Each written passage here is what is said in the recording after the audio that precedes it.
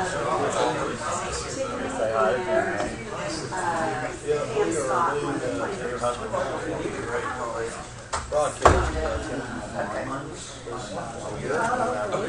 Well, I'll tell Charlie I'm going to do it. Oh, wow.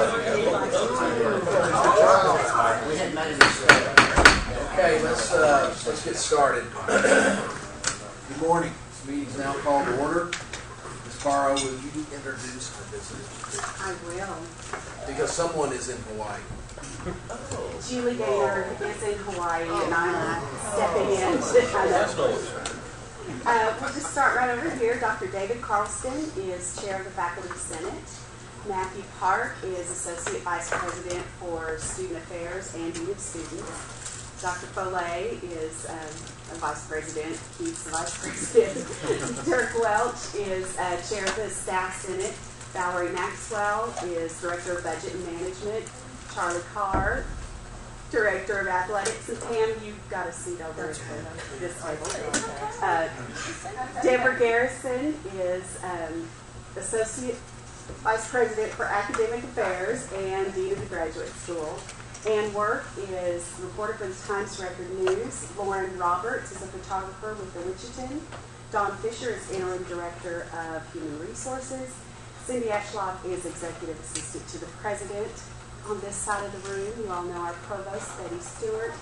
Barry Maka, General Counsel. Mike Taylor is our new Internal Auditor. And we are excited to welcome him to our team. Then you have Dr. Bob Clark, Vice President, who we know. Kyle Owen, who keeps the campus running. And Dr. Howard Farrell, another Vice President. At the table, we have our three architect master planners extraordinaire. Exhausted, yes. Chris Rice at the end, Doug Abraham, and Pam Scott is with Sports Plan. Okay, thank you. Okay, so I need to warn you guys about something real quick. This is our first meeting to be held in a workshop retreat forum. That's not the warning. But it's our first meeting to be streamed live on the internet.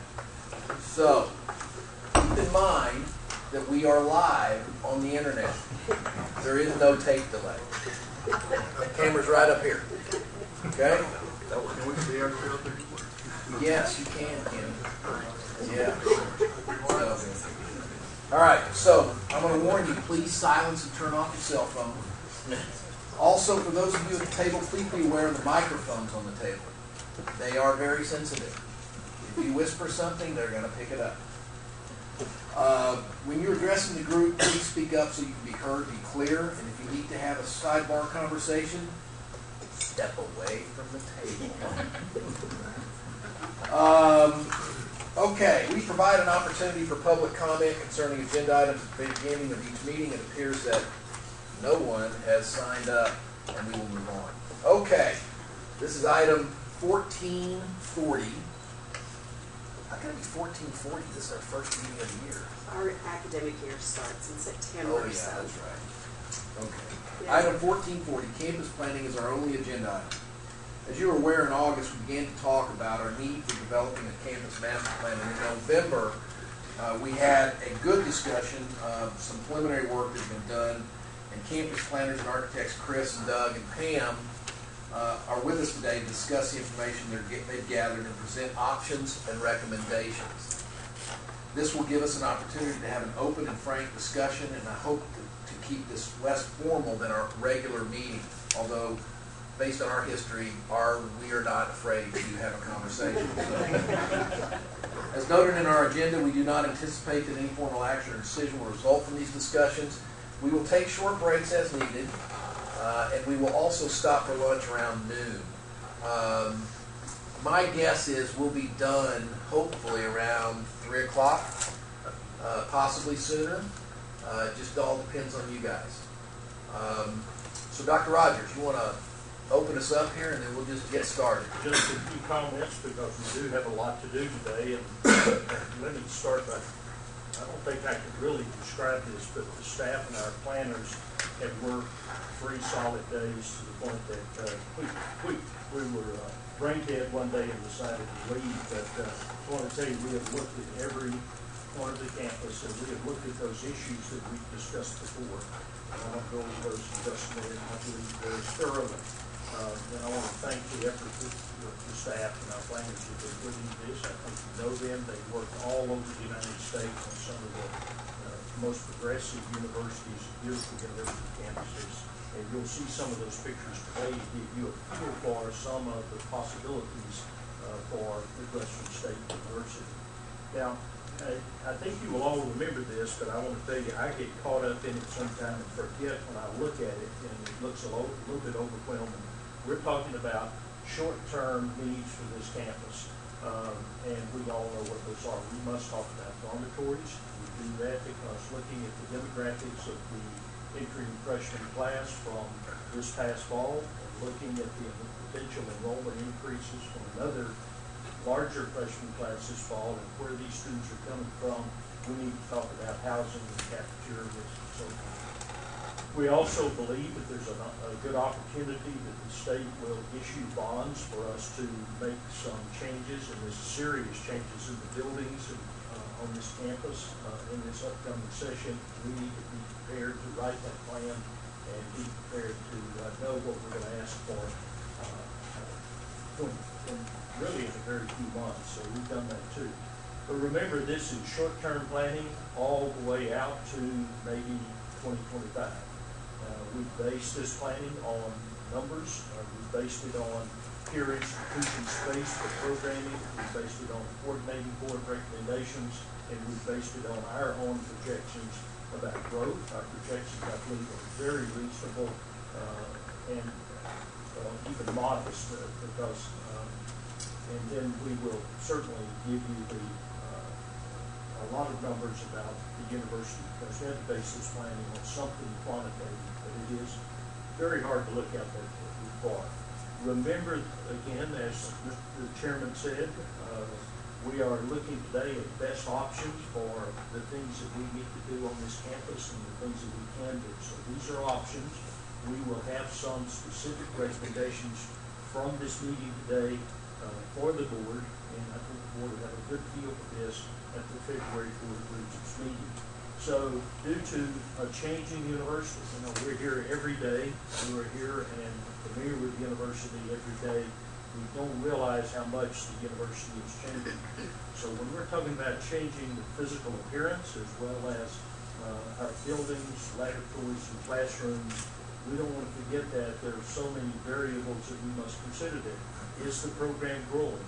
Is there potential for this program to grow if we give them the right resources? What we teach, you're all familiar with the number of important new programs, graduate programs and undergraduate programs that we've added just in this past year that will attract new students, and it will change what we teach and how we teach it.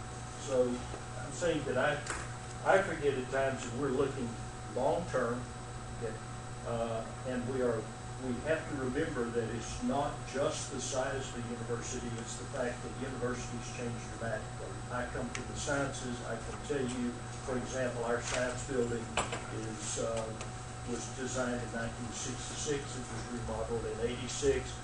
What we teach and how we teach it over there has changed dramatically. And so we need to look at those issues as well as just the size of the campus. I appreciate your willingness to go through this. I think we have some very exciting things to show you today, and I left wanting to get started tomorrow on this, but this is the starting place. So I appreciate your time very much. Mr. Chairman, I'm going to turn it over. Marilyn, do we need to do anything else before we turn it over to Chris? Okay. If you're ready. All right. Chris, before you take off, let me add one other thing here. First of all the people who came from out of town, I know this is a one-day inconvenience, and I can't tell you how much I appreciate it. It was nasty last night, I know, because I drove in it as well, but thank you guys for being here, and you guys as well. This is an extremely important process. I think we've been talking about this now for the last 2 board meetings, maybe even bleeding back into 3 meetings. And I think the genesis of this, as we began to talk about it, obviously was where do we put a baseball stadium on campus? And as we began to really dig into that, I think that what we figured out was this is a bigger question than where do you put a baseball stadium on campus. It is what do we ask for in the TRB, as Dr. Rogers described. It is what is the next program? How big are we going to get? What are the things that we need from an academic standpoint? And to be clear, I want everybody to realize this is not just about bricks and mortar. This is about the university as a whole. How do we make Midwestern the best choice for the students that set foot on this campus? And that's really what this is about in the next 10 years. I was cleaning up my office over the holidays, and I found a remnant of a strategic plan that we had put together before I came on the board. And it was interesting because it really expired the year I came on the board, which has been 6 years ago now. And we really haven't done anything since then. And so this is really the next step, and it's so important for us to do that. And this board can shape what this university will look like 20 years from now. So there you go. Great intro. Well, good morning, everyone. I feel like I've been up for 48 hours working hard on all this stuff and talking and coming up with these great ideas. And I just wanted to quickly go over the agenda for the day. Yeah, it's good. It's kind of not sunny out today, so you can actually see this. To quickly go over the last presentation, I'm not going to present the entire thing to you, but just to review the last few slides that we went over with you in the briefing earlier this year, and then do some observations on the campus. A little bit of that was done in November with you, but there's a few more things that we want to show you. We just didn't have time at that point.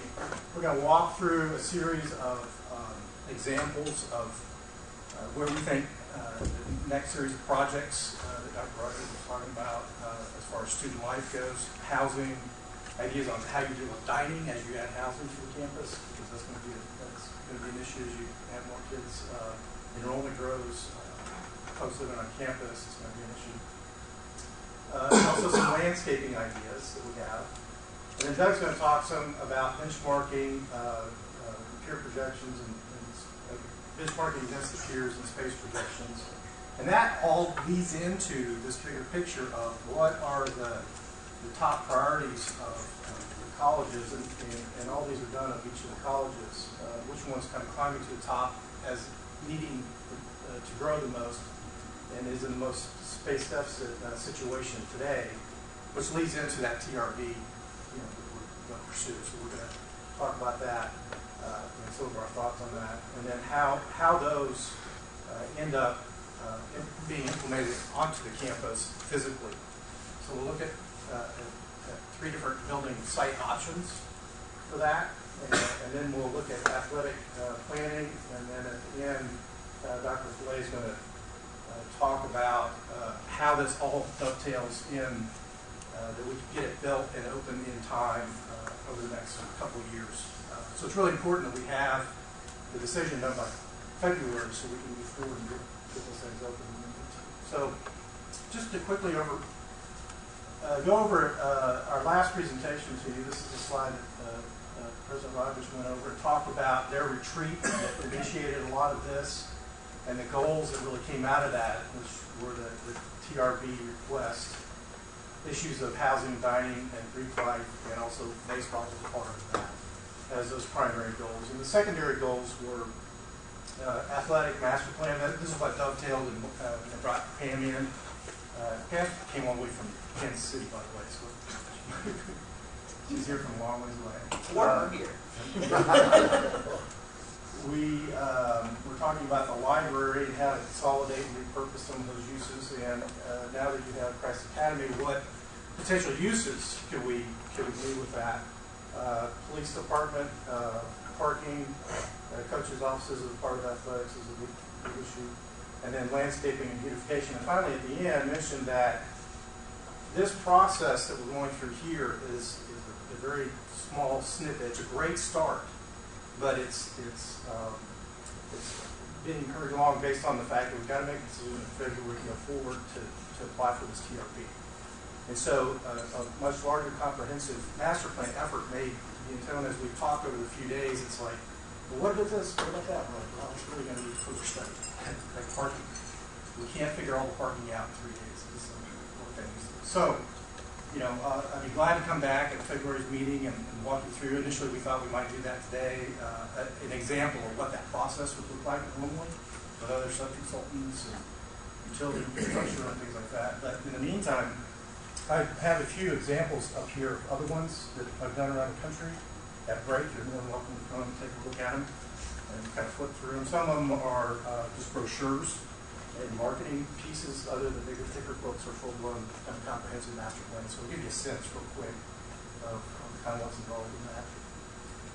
And then Marilyn shared with us why do a campus plan, and these bullet points are ones that we share with everybody. And the top three are probably the most important at this point, is that we make sure that the decisions we make today aren't going to be dollars that we have to pull out of the ground and be spent somewhere else later. We want to make sure that what we do today isn't going to impact future decisions, and that the decisions that we make today is part of a longer-term vision. And that longer-term vision really comes more a part of these big comprehensive plans that go further on. And then we make sure to grow in an efficient, attractive manner, and some of these other pieces should cover as well. I covered some of the initial observations, talked about, this is a map of the campus, Taft, just I'll orient you now, and then as we go on, all the maps will be oriented the same way. So here's Taft Street, Midwestern, the President's House is down here, the Student Union, Hardin. And I think my initial impression of the campus, it's interesting. I hate saying this, but I grew up in Dallas. And I'd never heard of this state. And so that is one of those issues that as we move forward, I think you guys are starting to reach out to that area to attract students. And that's great, because when I showed up here, I was like, this is an amazing place. And so it's like this hidden little jewel out here that you really need to start making sure that people learn and know about it. And this whole front lawn section from Hardin all the way down to Ligon is amazing as an open space. And that old original quad to the west of Hardin is a great piece to start building off of. How do we take the good things about those two pieces and extract them to the rest of the campus? This issue of how the framework of the campus is set up on a grid is really helpful as you start to expand and think about how we take the great things of these spaces. And at that point, Doug went over some of the peer benchmarking and why we do it. And it's important to compare yourselves against the peers as they grow, and if they're the ones you're trying to keep up with, what are they doing, how are they doing it, what kind of square footages are they using within each of the college's programs, and as we continue to grow and we're competing against those folks, then how do we do that? And who those peer groups are, this is from the coordinating board. These are their peers, and so there's the peers that the coordinating board has, and then there's the peers that you guys, some of the colleges compete with directly. It may not necessarily match these. These are university-wide. So that we kind of ended with that in the last presentation with you all. So from there, I thought we would kind of pick up on a couple of the analysis pieces that I didn't get to share with you at that point. But to begin with, I just want to say that you've done a great job. I mean, this campus has a lot of things that are really going for it. It's what we call good bones, right? It's got great solid bones that you can build on and expand on. Great, because that doesn't happen a lot of times. So to manage to come through the 60s through the 80s with architects who were doing all that, it really was devastating to a lot of universities over time. I love the fact that even your warehouse facilities has these little dentals and details within them. Your central plant has that little archway opening, that you go through. So there's a consistency on the campus architecturally. What would be really good would be, and is done in a comprehensive plan, is to go back and do a set of design guidelines, which establishes, and you come up with basically what we call a kit of parts. And you go around, and I took all these photographs because I was amazed, even down to the level of, this is very traditional. This kind of gets back to, how do you take this kind of feeling from this campus architecturally and export that into the landscape? And is the landscape furniture that we're selecting matching kind of this character? And so those guidelines, I think, I would suggest would be one of those things that we look into at some point. Develop a book. That way when an architect shows up, you can give them that book and say, here are the guidelines. Or the landscape architect shows up, here are the guidelines, and you need to follow these because this is what we're doing everywhere. Because if not, they're going to pick whatever they want. By the residence hall or the wellness, there's no sign. So you're not quite sure if you're close to campus, on campus. So it's one of those things of taking these pieces and making sure that there are markers around the campus as gateways and entries. So you've got to start. It's just a matter of kind of studying where the other ones might want to go. So as people arrive, if it's not really clear, they'll know. It's one of those things. So I said all the really great, nice things. And now it's time to be a little more critical of some of the things that we might want to take a look at to work on, which are an issue of pedestrian conflict with roads and parking. And I don't know that this is necessarily a surprise to everybody, but the infrastructure of the roads is great for vehicular access, service, and loading. It's devastating to students trying to get from one point, or faculty, or staff, or anybody that's wanting on campus. Any pedestrian that has to get across campus is constantly fighting these streets and the cars that are traveling on them. And then you add the parking lots on top of it. Right now, you have a little over 3,000 parking spaces. They're all surface lots. You haven't had to build a garage yet, which I think is okay. So this gives us a lot of opportunity to go back and rethink the location of where some of these are and how much you have. But if you think about the core part of the campus, not including the South Campus down here, is about 112 acres. If we take all the surface parking lots and we cram them together, then we imagine how much space they take up. It's almost 23 acres on campus, and these are Monday through Friday with 100% of the parking with an average use of 56% and 44% that's available on an average through the course of the day. And so you can see these pie charts. Down here, there's 1,360 spaces available on Friday, right? So really, it's more of it's a perceived problem. It's that the spot's not right in front of the building I want to go to, or my residence hall, or wherever that might be. There's plenty of parking in other places, but it's too far. I don't want to park out there long. And of course, weather up here can get nasty. That's an issue too. So the report at the end of the day basically says it's a perception more than anything. The peak time is the most difficult time, and of course that's 2 days, Wednesday and Thursday from 12:30 to 2, where 88% of the space is taken. So some of this can be resolved as when you teach classes, if you spread those out, then it means that the students are going to go a little earlier and stay a little later. So I frame all that going into this next series of slides to have you think that if we can remove some of these small pockets of parking that are just really in the wrong place and causing issues with this pedestrian circulation across campus, I think we could do some of those without really impacting the parking issue as a problem. And those would be strategic ones, and I think ones that would be summer projects that you could do, get 20 cars out of there, re-landscape it, and the students show up the next fall, they don't notice that's really nice. Right? And it happens over the course of the summer. So in thinking about the student life projects, I'm going to walk through a series, and I'm starting with this diagram because it's a combination of looking at that idea of how we build student projects relative to housing, dining, and a couple of other things, and how those are placed on campus, how we can strategically build a building.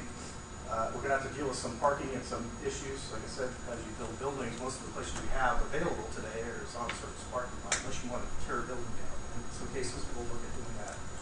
because there's not very many options otherwise. And so at the end of this series, we'll look at a diagram similar to this, and you'll have to keep in mind that did we fix it? This was a diagram that I did with Kyle sitting down, and you can let us know if there's something we kind of missed on it. It was our best take on where pedestrians are walking on the campus on a regular basis. And if you took a slice of time in a day, it would change based on what's going on. But generally, a lot of as the students are living on West Campus and down in here in the southwest corner, a lot of them are coming up, and of course the Union is right here. Most of your academic functions up here. Here's Dillard. You can't see it very well. And the library and Bowling. And so as the students are walking from the residential part of campus and trying to get to Bowling or the library or up to Dillard, they're coming and walking diagonally. And I think this move was really good. Closure of that street really has helped a lot. I think a lot of them are coming up through here. But the primary pathway that gets used a lot is this one that goes right through the Clark loading dock area. Is that your sense of the student? Is there anything that is on here that might be a little different? We didn't go out and count students or anything as they're walking. Not really. I mean, in between the student center and Flipper Gate, they're right there. In between any break, there's a couple hundred students walking back and forth. Right. Are there a lot of them that come up through here? Are these lines as big as what it shows? Yeah. It seemed like a lot of kids coming down and coming through the Union to get to the program. Definitely. Especially when the weather's bad, everybody goes through. The student center. Although Dillard is the business school, it's also the location for the majority of Jennings classrooms. Most of the other colleges are depending on that building. Right. For day-to-day education. Okay. So this is a circulation as you're walking across campus, and across all the blue, all the streets. So in this case, if you're walking from Marshall Village across to get to, let's say you're going to Dillard, you're walking through the parking lot, across the street, across Comanche. So you've got 3 streets in a big parking lot diagonally. I'm not sure if the kids would come here. If you're going up here, would you come straight across with a nice walk and make a hard left, or you just cut through? Probably cut through. I would. You zigzag through the parking lot. You don't walk through. I mean, it's our nature to take the straightest line, right? Especially if you're in a hurry or late to class. So we take that and overlay the parking lots on top of that. Start thinking about. I mean, this is being a little bit clearer. This is an entryway coming out of Proto Jaeger. This great, beautiful archway that come out. Just walk right through the cars. This piece gets even tougher as you start doing that, and this joint right here as well. This one kind of remains the same because you're not parking along there.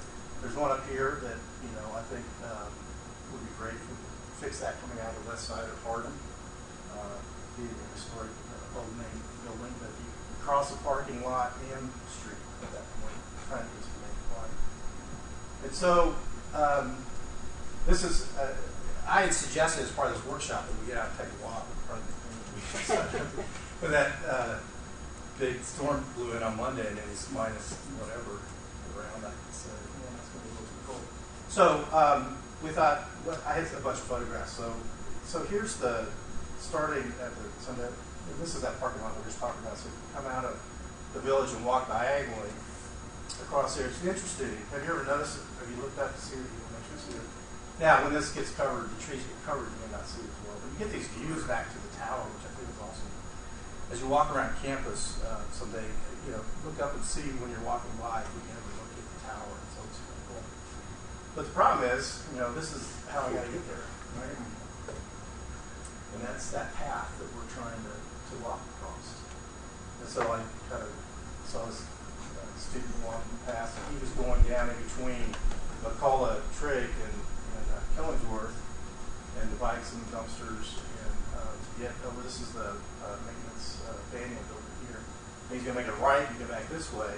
And it's cool. You turn the corner and you get this other great image and view of the tower. But to get there, I got to go through across Comanche and then through another series of parking lots. This is that parking lot just to the east side of Daniel. The other one would be from the library going across Council Drive through, through the Stonewatcher Plaza, which is that walk we were just talking about. So this is really great, right? And you've got the stage down at the end. And of course, the first time I walked this is the image I was showing you earlier. You got cars parked here, the loading docks over here, the dumpster, and this is that path those kids are walking every day. That big fat red line is just showing. And so, they deal with it and they probably don't think anything about it, but if it looks like Stonewatcher Plaza all the way back there over to the other residence hall, how nice would that be, right? You get to the street that you closed between the dining and Killingsworth, right? You got Daniel at the end, you got streets, and then the sidewalk leads to the big bay of Daniel and the dumpster and stuff.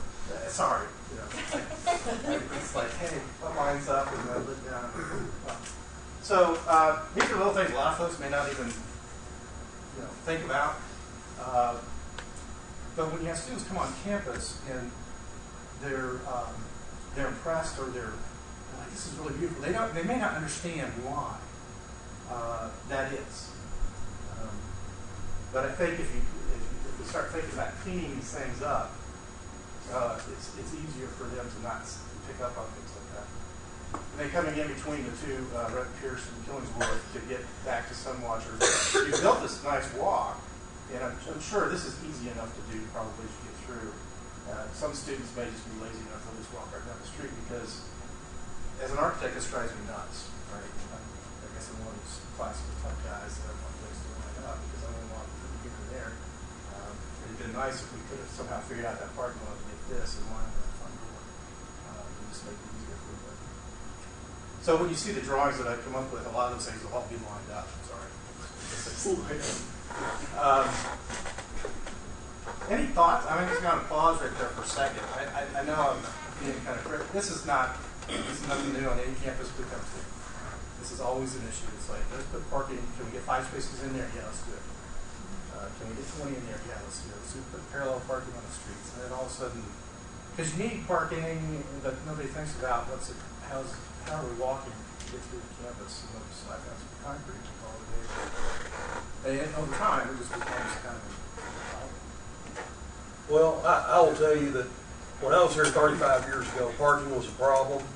I used to park across in the First Presbyterian parking lot and walk. That was the handiest way to get here. It was a problem then, and it appears to be worse now. And obviously, if you have to park a long way away, like on the south lot that you said nobody's using, then that just compounds the problem because you have further to walk. The handy parking is pretty well used by the dorm residents. And the logical thing to me seems to be, it costs money to do, obviously, but to go vertical where the existing parking lots are located, near the classroom buildings rather than south where it's too far to walk and nobody's going to use them. I think one of the strategies we try to do in the planning effort, and a lot of it has to do with when you start going vertical with parking structures, you're dumping a lot of cars into a very small area, and can the road network handle it? And so that's what dovetails into, we kind of know what we want to do, but we should have a parking or traffic consultant come study before we decide we want to put a garage, up here. It sounds like a good idea. It'll provide parking, and we're going 5 stories, and it's going to be 750 cars. You're in a single-lane residential street, and can you dump out all those cars into those streets, or can we sit in the garage going around waiting to get out? So let me make a comment about the parking. You're right. It is a problem. I was here 40 years ago. It's a problem. But the issue is, I think, location. And I think we should understand, you just said it, that if we do go vertical and we build a garage, it is not going to be in the heart of campus. Bottom line is they're going to have to walk. And if you go on other campuses in our peer group, and other campuses not in our peer group, those parking garages are on the corners of the campus because of what Chris just described. Those traffic flows are not going to be centered into, so that's not going to solve what seems to be the ultimate problem with parking for students, is I can't park in front of Hardin. I can't park in front of Prothro. They're still not going to be able to park in front of Prothro. It'll give us more spaces. It'll be more productive. It'll keep the traffic flows better, and it'll help what we've just heard about. But it's not going to put them right in front of the building they want to be. And that's just a reality. Well, the comment, I think you're going to have several comments through the day, because what the staff saw after 3 days is that no decision we make is going to be a perfect solution to everything. We have to put in priority order what we're trying to solve and then deal with that. So I am convinced, though, that this is an inconvenient campus for students to get from one place to the other. So we could cut their walking distance down with the plan that he's going to show. It would be more attractive and more convenient, not have to walk through parking lots and cross streets and so forth. I think it would be, as far as the student life issue, a really positive thing. But with that comes some hard decisions about parking. And everything we do is going to be like that, just about. Let me pile onto that for a second, Dr. Rogers. I've spent some time on campuses that are in our peer group and our size. We use the term inconvenient. I would argue that we're not inconvenient. We're not inconvenient when you look at those other campuses. And we're about the same, frankly. Are there some that are better? Sure. But there are some that are a lot worse. And I'm not talking about UT and Tech and A&M, which are just sprawling metropolises into themselves. I'm talking Tarleton, Mary Hardin, Baylor, West Texas A&M, East Texas A&M. They have their own issues when it comes to parking.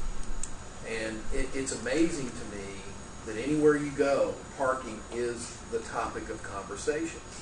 And, I would argue that we're not that inconvenient. Even if you parked on the furthest end of the South Campus, how long would it take to walk from there up to the quad? 5 minutes. I was really referring to walking across streets, through buildings, through parking lots. And I'm presuming for a moment we're going to solve some of this stuff. I mean, and to your point on the priority, I think it's a little, I'm just going to say this out loud, a little misleading by starting with this, because this isn't our biggest problem.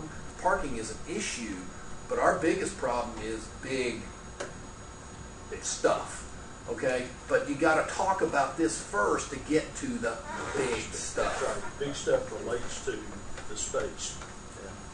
It's also the culture you want to create on the campus. To gain the camaraderie of the campus, to get the alumni support, get people to connect on the campus, you create the culture of people wanting to come onto the campus. In the past, it's been very much a commuter campus. People come on, they leave. And our culture as a society has been very, very retail about that. You go to a store, you want to park as close to the front door, go in there, buy what you want to get, come out. In a commuter campus, you come onto the campus, you want to go when you want to get taught, you leave. But a campus that grows, in some of the larger campuses that you mentioned, and the traditional liberal arts campuses that have a strong alumni following, and the donor dollars that come back in with that, have a strong connection to the campus. And it's not necessarily about them coming in and then being able to leave right away. You come in, you stay all day. You don't go home to study. You go to the library to study, or you go to the student union to study. So you create the environment that promotes that. That once you're on campus, it's a very comfortable space to be. It's very relaxing to be there. And then that 5 or 10 minute walk back to your car at the beginning or the end of the day is not so much of an issue, because you're doing it just once in, once out. I think you'll be pleased with some of the solutions that are popular. Just want to offer 2 things that I haven't already mentioned. One is when I commuted and I looked at other campuses, the issue is not the parking. The issue is that I went to parking lot A and it's full, and parking lot B is full, and I didn't allow the 30 minutes it would take me to find a park. Right. Yeah. So the technology we have today, we could, I'm not saying we do it, we could alert people to where the parking is available right now, so I don't get so frustrated looking for a parking spot. Right. So that's one thing. Right. Second thing is the issue really that students don't want to walk a block, or the fact that they don't want to spend 20 minutes finding their parking spot? You know, and I don't think you've mentioned whether that's really the issue. I'm looking at this. Well, I think the most, I guess, sought after parking lots are in the most, I guess, they make the simplest ugly. It's going to be right there in front of Prothro Jaeger and then in front of the library. Right. And we just have that one side to park on. And then I guess in front of Dillard, but I'm not down there much. So you go look there first, and then Yes, slow, and and you people go somewhere circle else. the parking lots and they can just drive down here, down there, park, and get out of your car. Right. But they'll, like, it's like golf course sometimes, you have to be careful, but somebody will just turn right in front of you. Okay, well. Let's remember the big picture. We're looking for places to put new dormitories, and if we're gonna grow, we've gotta have dormitories. We're looking for places for health sciences, updating of buildings and so forth, and those places are related to the fact we have 27 acres of parking that needs consolidating and made convenient. But to Linwood's point, that when my daughter was here, my youngest daughter, she just graduated a couple years ago, that's one of the things she said about parking was the circle route. What Dr. Gibbons just described. Going to one lot, then going to another lot, going to another lot, and getting frustrated by that. Linwood's right. The technology is available to us today. As soon as you drive into a lot, you can determine. I mean, look, DFW has it. They have little lights on there that says it's green or it's not, or how many spaces. I mean, it's Before you get to available. the deck, it has a number up there. Yeah, it's available to us. On my cell phone. could Yeah, tell me. it's got a cell But phone. again, we've gotta have space to put buildings. If you had larger parking lots, you wouldn't be driving around to as many small places looking for parking. Well, like I said, we all know that there's parking right across the street, but for some reason, everybody just wants to park right there in front of it. I think we need to move on. My only other comment about commuters is that I don't think you ought to treat it as they park their car and they go somewhere. Their car is their office. They don't have a dorm to go to or anywhere to go to. So they're back to that car all the time. So maybe you're thinking if there was a place where they could have more of an office rather than just try to have to carry everything all day. Those are just some thoughts that I haven't heard you bring down. Yeah. Well, we've been here for 3 days, and this is our observations. We're not necessarily to the point of, we have the TRV and all those other things we'll talk about today. That whole parking solution thing is a pretty detailed study that you can go in and study what the issues are. How do we reorganize it? How do we strategize it? And then how do we implement it? And some of that will take a parking consultant and a transportation consultant to start thinking about it. It's a whole big puzzle. It's not easily resolved. Now there are universities out there. Go to UNC Chapel Hill's website and look. I looked on their master plan. In fact, the master plan report was right here back in 2002, and there's no silver bullet for solving this problem. They have policies that if you live within a mile of the bell tower, you're not allowed to bring your car to campus. But they provide shuttles from remote parking lots just outside that 1 mile radius. So if you're coming in, and then they have zip cars, and so there's multiple ways of dealing with this situation, especially when you get to the So, Chris, to Dr. Rogers' point, I think we need to move on. But I think where we leave this is that this has to be the beginning point to talk about how we find space to put the things that Dr. Rogers is talking about. Exactly. But again, at the end of the day, parking has been a constant thorn on this campus. And that's why you got to start with it, because when you start taking parking, people are going to scream bloody murder, and we just need to be able to be aware of that as a board. And you're exactly right. I put this up here on purpose to get everybody kind of thinking about the issues when we go in and we start dropping in a 150,000 square foot building. Yeah. And it takes a huge chunk of parking out of play. Can I ask one last question about the acreage issue? Because Dr. Rogers alluded to it. You should put it up there. We have 122 acres in the main campus, right? and 23 acres is parking. How does that compare to other campuses in our peer group? Just out of curiosity, do you know? From a space standpoint. It's pretty typical for it to take up 25 to 30% of the campuses. That's not untypical. That's why it's always a problem. Okay, all right. Yeah. You're not far off the map. Okay. But back to your point, it's not always about how much acreage you have it, it's where it's located. Is it really affecting this issue of trying to walk between buildings across the campus? And the fact is, in every campus I've ever been to that was built in a city that kind of had a city grid already there, the old streets went through and you just end up leaving them until eventually sometime you figure out how you're going to close a chunk of it like we did this one. And over time, they start getting closed down because their problem is you let daily traffic go through it all the time.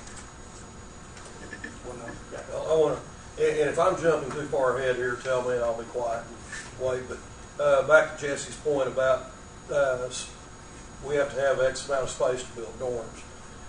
One issue obviously is that we're somewhat landlocked. Yes. However, we've unlocked it to some extent by buying houses to the north across Hampstead. Which, how many houses do we own over there, Jesse? 5 or 6? 6. 6. Is that They're blocked in the upper left-hand corner up there. right? Even though it's not in the middle of campus, which is a bit of a disadvantage, that still looks like maybe a consideration for new dorms to go. Yeah, we're looking at the first 600 beds as part of phase 1, and then we've got a lot of other things we're trying to work out. And I think the housing, there needs to be additional study of where that might go in the future in the next 20 years. So to follow up on this, and I tried to overlay, and this was a drawing I'd done a while ago.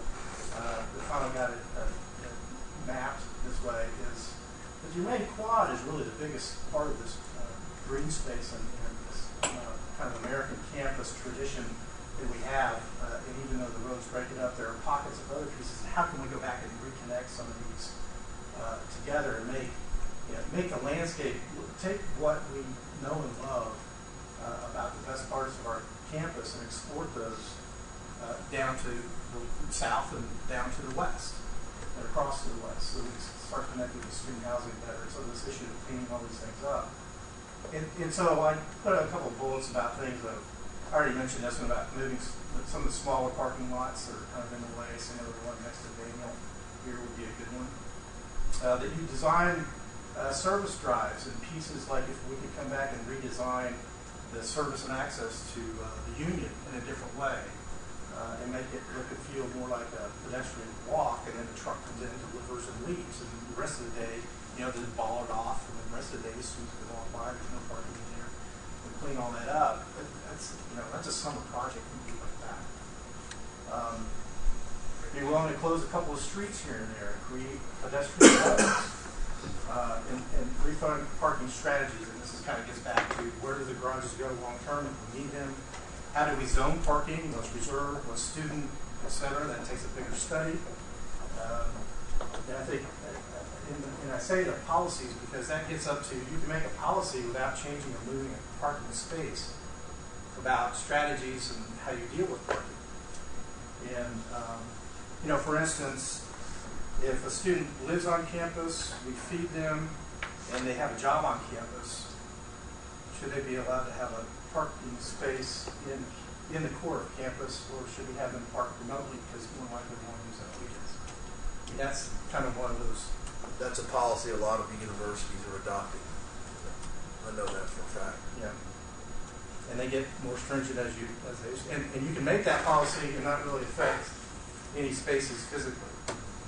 Okay, so there's lots of them out there. There's Chapel Hill is really good at doing that, so I looked them up. So so going back to testing that walking, this looks much better than it did previously. And here's an image, that we can provide and design ways of getting access into campus that on a regular basis for those deliveries. and still make it beautiful. So jumping to the first idea about a residence hall. The thought was, because of all the residential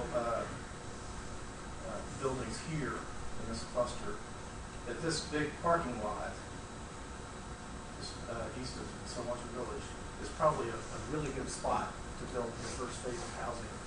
This little red box, you'll see this as we go through in a minute, it represents 360 beds. Now on that site, Killingsworth is 6 stories, I believe, right? So we're talking about a building that size and scale. It's tall. I think it's okay. I don't think it's... The issue is a lot of your buildings, and this building in particular, is a 1-story building. When you're landlocked and you don't have any place to go, you can't continue to build 1- and 2-story buildings. You can't afford to do it. You don't have the space as it is. So we're pushing this up a little bit to have it match the taller buildings that it sits next to. And it would have, I mean, this project could go in and re-landscape all this. That would give a huge space for the students for informal play, right, open space. And then phase 2 could come in later, or if the need, Keith is fighting on the, I told him I'd glance stuff over to him as questions come flying. But and so maybe by the time you really think about this, you might want to be building that whole complex as you go, and doing that all as one project. The other one I'm going to propose, which will get us over the 600 beds, would be the idea of, I was looking at, is this Pierce? That one was enclosed, but thinking that you could do a similar thing to Killingsworth and maybe put a glass atrium over the top so that could be an internal covered courtyard or conditioned space on the inside. You could do that. That would still clean up the edge along with Pierce and not disturb that quad. So you could phase that in at any time. I think, of course, that would take further study with an architect to figure out how. 3 phases at 640 beds. 640 beds. And so that's kind of what we're proposing at this point. Because I think the housing report said that a lot of the new housing should be semi-suite kind of, would that be first-year students, you're thinking? First and second year? Yes. Yeah. Going in there. So that it's important that, if that's the need, it's important to have that housing as close to the core of the campus. Of course, the apartments and other things in upper class, it's easier to put them a little further out.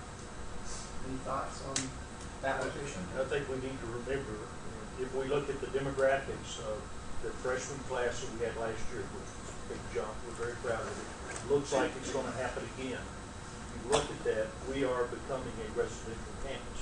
The fact is we have to.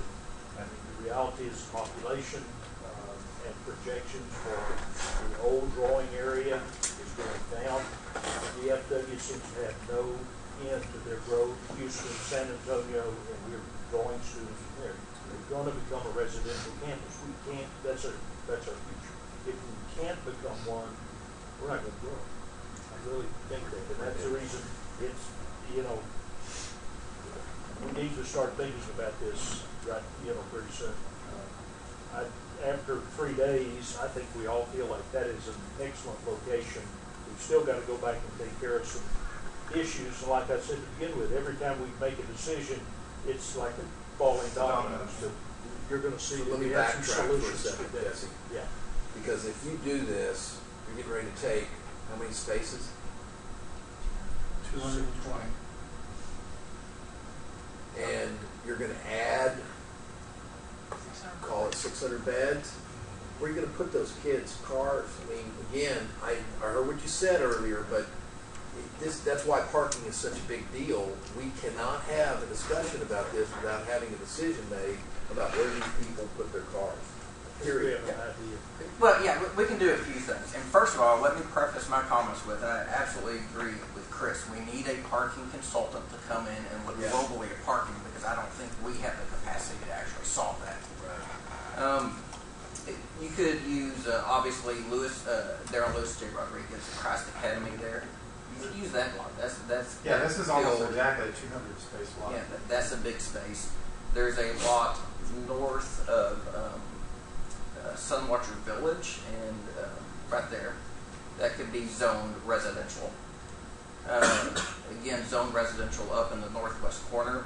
And you know what a lot of schools did, and what I did as a freshman is I paid a lot less parking fee, and I parked remotely, right? And so those are, again, policy options that we can Well, I look at. understand that, but I think that we can't have this discussion without having that bigger discussion. That's why I think it was really important to open with that conversation about the parking and the flow and all that jazz, because that gets you to the core of what we need to talk about. This is just the first step, because you're getting ready to talk about academic buildings, and it's going to create even more constraint on parking. So, you know, if we're, just pick a number, 8,000 students, who knows how many cars that means. So we have to have a plan. I know you do, I'm just reinforcing. I think as this presentation goes, you will see elements of that plan.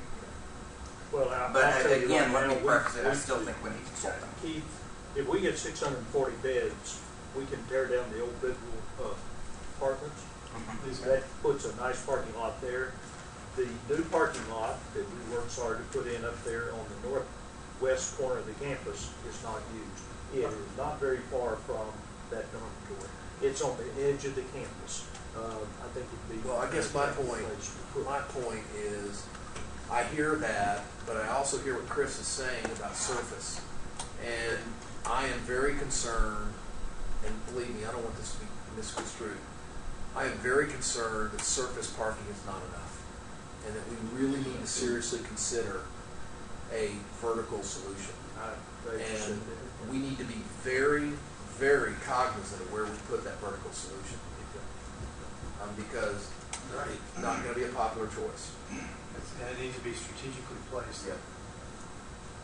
I just want to make sure I understand. You said this was how many floors in the dormitory? You said 6 floors? This Did follows. I'm sorry. I was just going to say, it's, if you imagine how tall Killingsworth is. Chris McCullough's rig is 6 as well, right next to it. Right, So yeah. that was my next question. So the height of the new dorms would be comparable to buildings that surround it? Yeah. Yes. And so I'm going back to the parking too, I'm sorry, but I agree, parking probably is gonna have to go vertical. And if we put parking, let me start with this. I too am from Dallas and had never heard of Midwestern. And when I first came on this campus, I thought, this campus is gorgeous. It's a beautiful campus. And I went to UT and everything is, hard, tall buildings with a lot of concrete and not a whole lot of building space. It was just gorgeous to me. So my concern as a board member now of Midwestern State would be to make sure that we do things to keep the beautification of the campus that's currently here. And so if we do have vertical structures for parking, I agree with Sean that we have to be very cognizant of where we put them. And it would seem to me that putting them on the outskirts of the university might be the best place to put them so that they won't interfere with the feel of the campus. Right. And the idea is to get folks who are driving to park the cars and then get out and walk. Right. And that's my only. Right. Okay, well, let's keep moving on here. So a couple other thoughts that we had, and this is a drawing, you'll see it kind of build over time. And I talked about this a little bit. This service and loading zone to park today is an issue. And if I had to pick my number one priority as a consultant, tell you what to do as a summer project, it would be this one. And of course, the rest of so much are constructed, so it would essentially be from here over. But and I think there's maybe 20 cars parked right here next to the residence hall. But there's a way to design this so you could put bollards. Actually, I think I need to fix this drawing. The bollards would be, just this side of the this is the band hall right there. And the bollards would come down when the service truck goes in to deliver to Clark. You need a large concrete pad to come in and pull so they back in. And then they come back out, the bollards would go up, and the rest of the time it's open plaza, it's grass and trees and everything. So I think that would be an excellent summertime project you could do. The other idea that came up, and it comes back to this idea of, as you build those 600 beds, in the next 3 or 4 years. Then you build 600 more, 500 more in the next 3 or 4 years after that, and another 600 beds after that. You're going to have some serious pressure on the dining facilities. You've got pressure today. So, can you continue to expand this? I don't think so. It'd be great if it wasn't one story, but it is. And so, we were struggling with a way, how do we deal with that? And one day I went through Daniel, Kyle and I walked through Daniel, and I thought, wow, that big loading bay thing that I showed you, you looked at the end of that, if you could come in there and blow out that wall, do an addition, and add a kind of glassy box entrance with a tower at the end, you could have a double height space in that building. It could be a great kind of new dining studio. Convert that building and put dining, union, bookstore, other things in there. The beauty of that is it allows you to get the service and loading off Rodriguez Drive back in the back. You could expand it over time as you need to. This, I would suggest, needs to be, and Daniel's a 2-story building, so this addition could be 2 stories, and you've got room to do it and room to grow.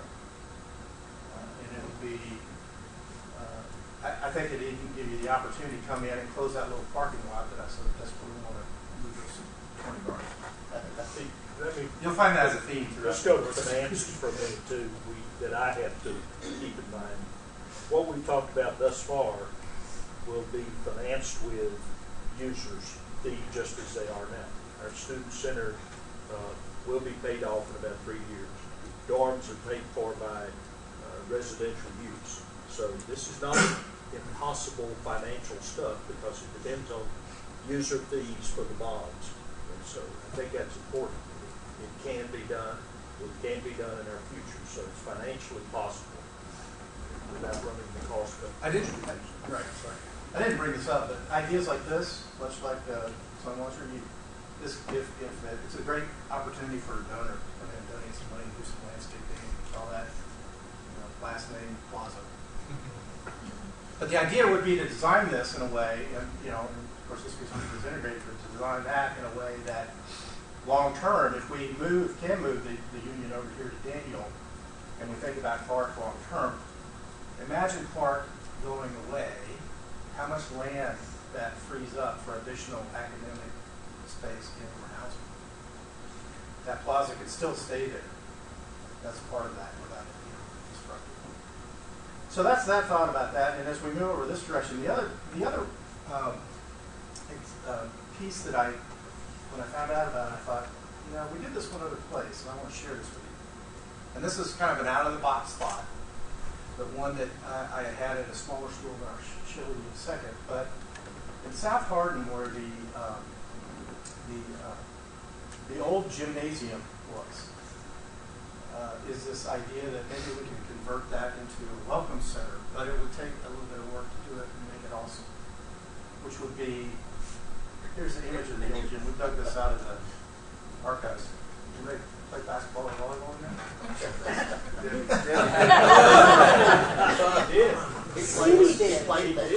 Yeah. My wife played. Karen? She did. That could be my wife jumping there. She played in there on the basketball team. Yeah. But what you can see is the shape of the building. These windows up high. If you go up in there now on the second floor, you actually see, I think, these 2 windows, right? But it's a double height space, goes up, and then vaulted ceiling. And there's structure up there that's exposed in this image. And then the stands are back here. So where they have the stands now is where that new staircase goes. That's this side of that wall. This is the corridor as you're walking along on the north side of the building. A couple of images there. So this was we dug, Kyle scanned these for me. I love these little drums. Linen, right? So here's the section of it. Here's the stands I was telling you about. So the ceiling goes all the way up to here and down. And keep an eye right here. That line, even though it's just a line for dimensions on this drawing, is about where they added the new floor.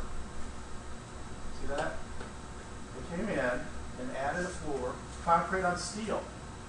So and then put a lay-in ceiling right here. You can see that ceiling online. So the other day, Kyle and I got on a ladder and stuck our heads up on the ceiling and took a couple of photographs. And That's kind of what's up there. This is the structure that goes up. It's metal framing, right? But this is the old brick on the outside wall. This was added later to support it.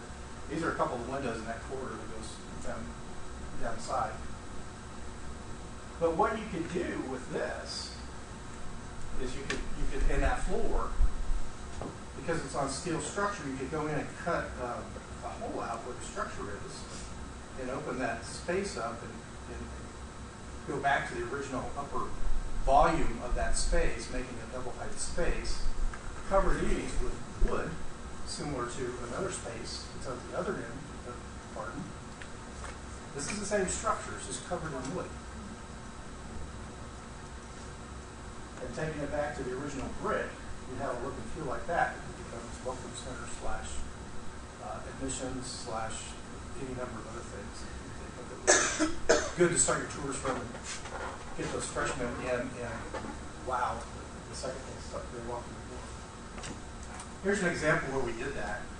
This is Franklin and Marshall. This is Discipler Hall. It's a little bit older, 1892. Little bitty thing. We walked in, our first meetings were in here. We walked up and there was a floor we went into, and I dug this out of the archives. I didn't even know because it had a land ceiling. It had cubicles. And I found this image. I'm like, where is that? He's like, oh my gosh, that's that building. So did the same thing. Stuck my head up in there, and there's big windows. So we said, we got to convert that to your bookstore because the bookstore was on the other side of campus. Nobody could go there. So they did this over the course of the summer. Right? Completely different. That's the same structure. There's the windows. There's the land ceiling. There's that arched door. They cut a hole in this corner, and that banner goes down and down below that. So this is the Barnes & Noble piece. Here's where you were with mechanical. This is the student bookstore with the little cafe. And then they came in and added this because they needed a fire stair or a stair coming out the top, added this glass pavilion to the end of it. And so you're in here and you walk down the stairs to get out, but your view, cupola, right?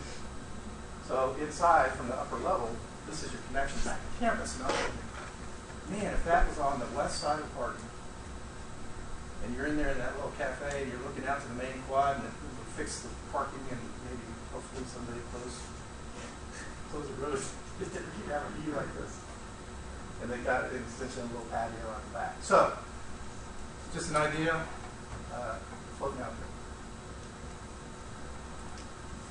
there. Okay, any thoughts? I think it opens some possibilities to make us think about what we had previously thought about, the use of mock-up building, and I think that's going to come up. It's what we do about our library to modernize it, entice students into it, make it more comfortable, light, and so forth. Right. This can relate to that, and it will help elevate it as we move along. Right.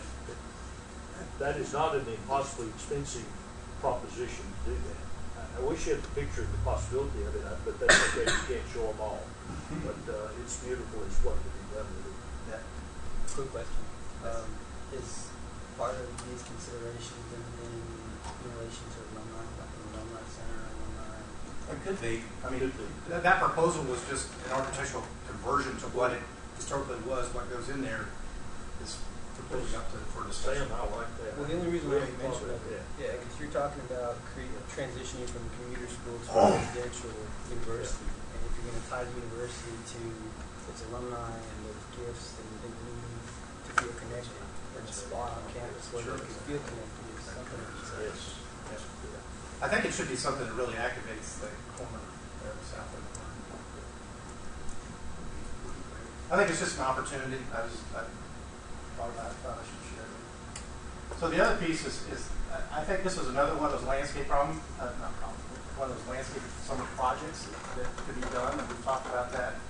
But coming out of Hardin, you essentially hit this parking lot, and then you have to cross Council Drive to get to the main quad. So I think that would be a real easy summer fix and not very expensive to do. A couple more of these landscape things, and then we'll wrap it up for the student life projects. And all this, I call it student life because it's really about housing and union and landscape and things, and you see us tying together.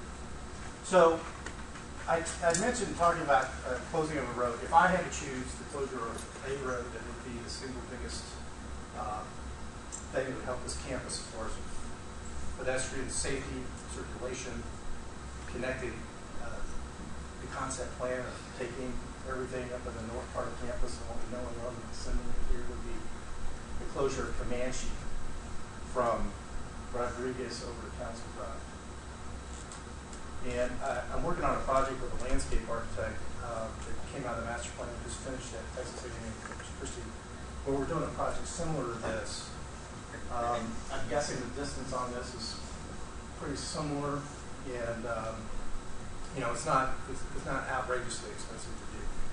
The one thing I would, and I showed this bullet points that we still need to maintain. It comes back to that image I showed you earlier. You see how these little lines are the smaller 4 to 5, 6 foot walks, but the bigger ones will need to be left and designed to carry fire trucks, emergency vehicles, service and loading if you need to, other things like that. But here's a couple of examples of that. Mississippi State. They're one of the campuses that has a lot of these same type of issues. But this was a road that used to go through in behind us here, and they closed it off. And I show you this because that's what it looks like, but it's a fire lane. And so if it's done right, it doesn't have to have, it's got, you can see along the edge, this is, instead of having curbing gutters, that's the drain for water right here, right? With lamp posts that kind of match the architecture. This is one of those things I was mentioning earlier that the design guidelines from Mississippi State, wherever you go now, they're starting to implement this everywhere. And they've got one lamppost and trash cans and benches that match that, or much kind of more historical to the architecture, the Georgian architecture. So I'd encourage that. This is Johns Hopkins University, where we're actually working on the master plan. This used to be a road that went right through campus, similar to Comanche. And you can see, all these guys. But there's ballers down here. There's that service truck I showed you earlier. The drainage in this one goes down the middle. But this is move-in day. So you pull the ballers down, and everybody brings their stuff in. They unload for the whole day or two or whatever it takes, and then they take their cars and park them and put the ballers back. And it still works as service drives. It still works as a pedestrian walk, but it doesn't look and feel like a street with curb and gutters. So there are ways to do it, and they're being implemented all over the country. The second one would be this one, and of course you can now see, thinking about the diagram that we were talking about earlier, where the roads were cutting through, and think about what that looks like if we can do that to council as an extension of a landscaping piece. And the idea is that, and I think in all of this, I can't remember, we counted up how many cars would be, just to do moving it, including the housing, it was 400 and something cars.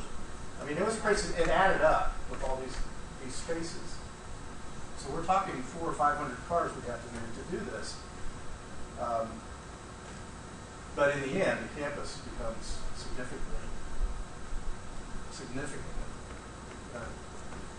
Example of a version of that is Texas State.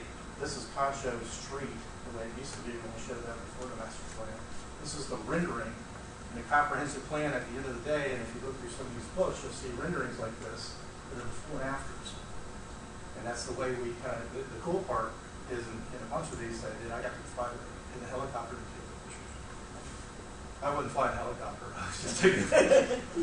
But, so the design of that, here's the before picture of what it was. And this was a little longer than the summer because it was a pretty big project, and that's what it was like today. Now, you can see in this image, I'm going back for a second, there's a big performance art center. Downtown San Marcos is back down over here, so we thought if we're doing a performance art center, it should go close to downtown. There's a parking garage. Well, these two buildings have recently been torn down, and now the performing arts is under construction. And they built this. You can see that in this dorm behind me are the ones that were torn down. So they did all this, and then tore these two down, and are now building a performing arts center, even though this had been there for 2 years. So that's what it looks like today. You can see the floors. This is now gone. That's that site for the performing arts. So if you think about those landscape projects, including the housing, 1, 2, 3, 4 projects. I mean, this would transform this campus. I really believe. And to go back then to test that diagram again and how that feels compared to the one I showed you earlier. Now, this is small bites, somewhere at a time, that you could do it over the next 10 years or so. Last depending on how much you can get to last year. So, any feedback before we move on to Doug? Should we? Good stopping point. Let's take a break. Okay. This will be a good hour. So. Doug's might be a little bit. He tried.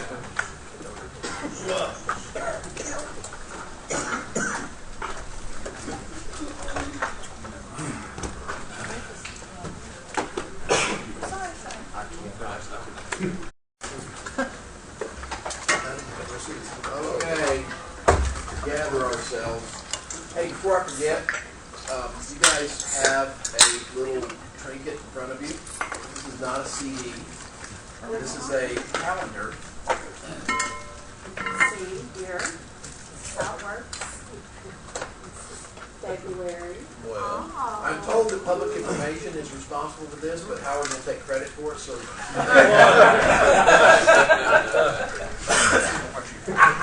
I will not respond.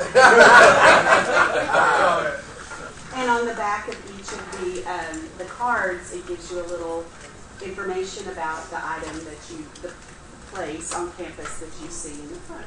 So, there you go. And how timely can this be, considering what we're talking about? Okay. All yours.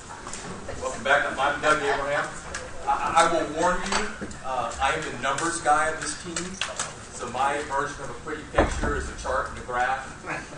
So the accountants in the room can get perked up. I'll try not to bore you with the rest. Dr. Rogers did bring me in on this team to really put some meat behind some of the space projections that we all thought we needed, and in some cases those thoughts changed based on the research that I did. So I'll walk you through kind of the methodology of what we did and how we got there, and then we'll see some of the results at the tail end of this portion of the presentation. Chris showed you kind of a peer benchmarking slide earlier on this morning. That was a list of the institutions that the coordinating board considers are your peers. They have their own criteria for what that is. That is more of a snapshot in time of who you benchmark against today. This is a list of peers of who you want to be in 10 to 15 years. So when I ask the deans and in some cases department chairs, who are your peers? They're the peers that they compete for students with. They're the peers that do what they want to do well. They are the peers that people look at when they're joining a college of whatever nature it might be. So that list of whatever it is, 12 or 14 institutions, all were listed by at least 4 of the 6 colleges on the campus. So when I do a university-wide peer benchmark, it's based on this list. When we get to the individual colleges, we'll get a little bit more detailed, and you might see other universities plugged in. And you can see they spread across the entire state of Texas, and if you're familiar with that list, they range in sizes as well, and we'll show that as well. So this is the 20-year historical growth of Midwestern State University. It's at its peaks, it's at its valleys. I will tell you that when we're going forward, we're changing this graph. This graph is going to, the culture is going to change. This is what it looks like. The solid part is the same part as Midwestern State. This is that list of peer institutions that we're now benchmarking our future programs and the growth of our future programs against. So you can see quite a bit of them are larger than Midwestern State, and quite a few of them, in fact almost all of them, are growing at a very significant clip. Well, you say, okay, we haven't shown a long history of growth, why are we because they're going where you want to be. These are institutions that are dealing with the spatial problems that y'all are starting to deal with. because your enrollment is now bumping up and exceeding the capacity of the buildings, at least from the benchmarking and the coordinating board. So, you know, Texas State, which is, you know, way up here, and I don't know, Texas Tech, you know, they've gone through a lot of the issues, and they have all the same programs you do as well. So let's use them as an example of how they solve some issues and the amount of square feet that they put to a specific function as kind of a benchmark of where we think we ought to be in by 2025 is kind of our outside window, so that's 12 years from now. So we look at all of those. There are two tracks that we're doing, both the benchmarking and the space projection. The state, if you're familiar with the Texas Higher Education Coordinating Board, has a space model. That space model is based on the number of students you have, the number of programs you have within each one of the colleges, and the students are broken down by level, so the more PhDs you have adds more square footage and whatnot. And that all gets, you know, into a big, long, drawn-out calculation that then comes out with a number that, based on, these are fall 2012 numbers, based on your enrollment and your academic makeup, you should have a certain amount of square feet. The blue bars for each one of the universities is what they have today on the ground, and you're listed here as well. And the red is what the state would say, at least under their model, what they should have. So for Midwestern, you're short about 25,000 square feet. You're right about where you want to be from the state standpoint. You can see some of these others, Texas State, Texas Tech, UT Arlington, UNT Denton, there's a vast difference there. So they're dealing with a lot of the issues that you're going to be dealing with if you don't start building additional square footage in the not too distant future. One of the benchmarks we use throughout these graphs is square feet per full-time student equivalent. So a lot of times when you hear about enrollment on a campus, it's head count. It's the number of bodies that are coming on campus. But if half those bodies are only part-time students, that's half a full-time student enrollment. So depending on the level of student and undergraduate, if they're taking 15 student credit hours, that would be 5 3-hour classes, that's a full-time student. If they're a graduate student master's candidate, it's 12 hours. If they're a PhD student, it's 9 hours. I'll add all those up, that's the full-time student. So this is a graph of the amount of square feet, ENG square feet, that each campus dedicates per full-time student equivalent.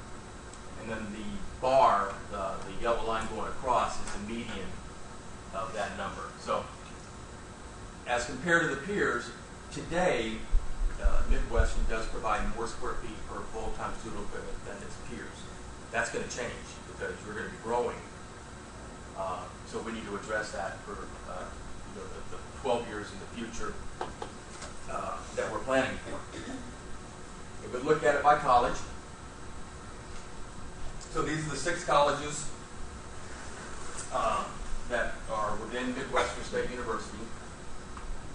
The blue is the square foot per full-time student equivalent, and the red is a representation of the median of the top 5 peers in those areas.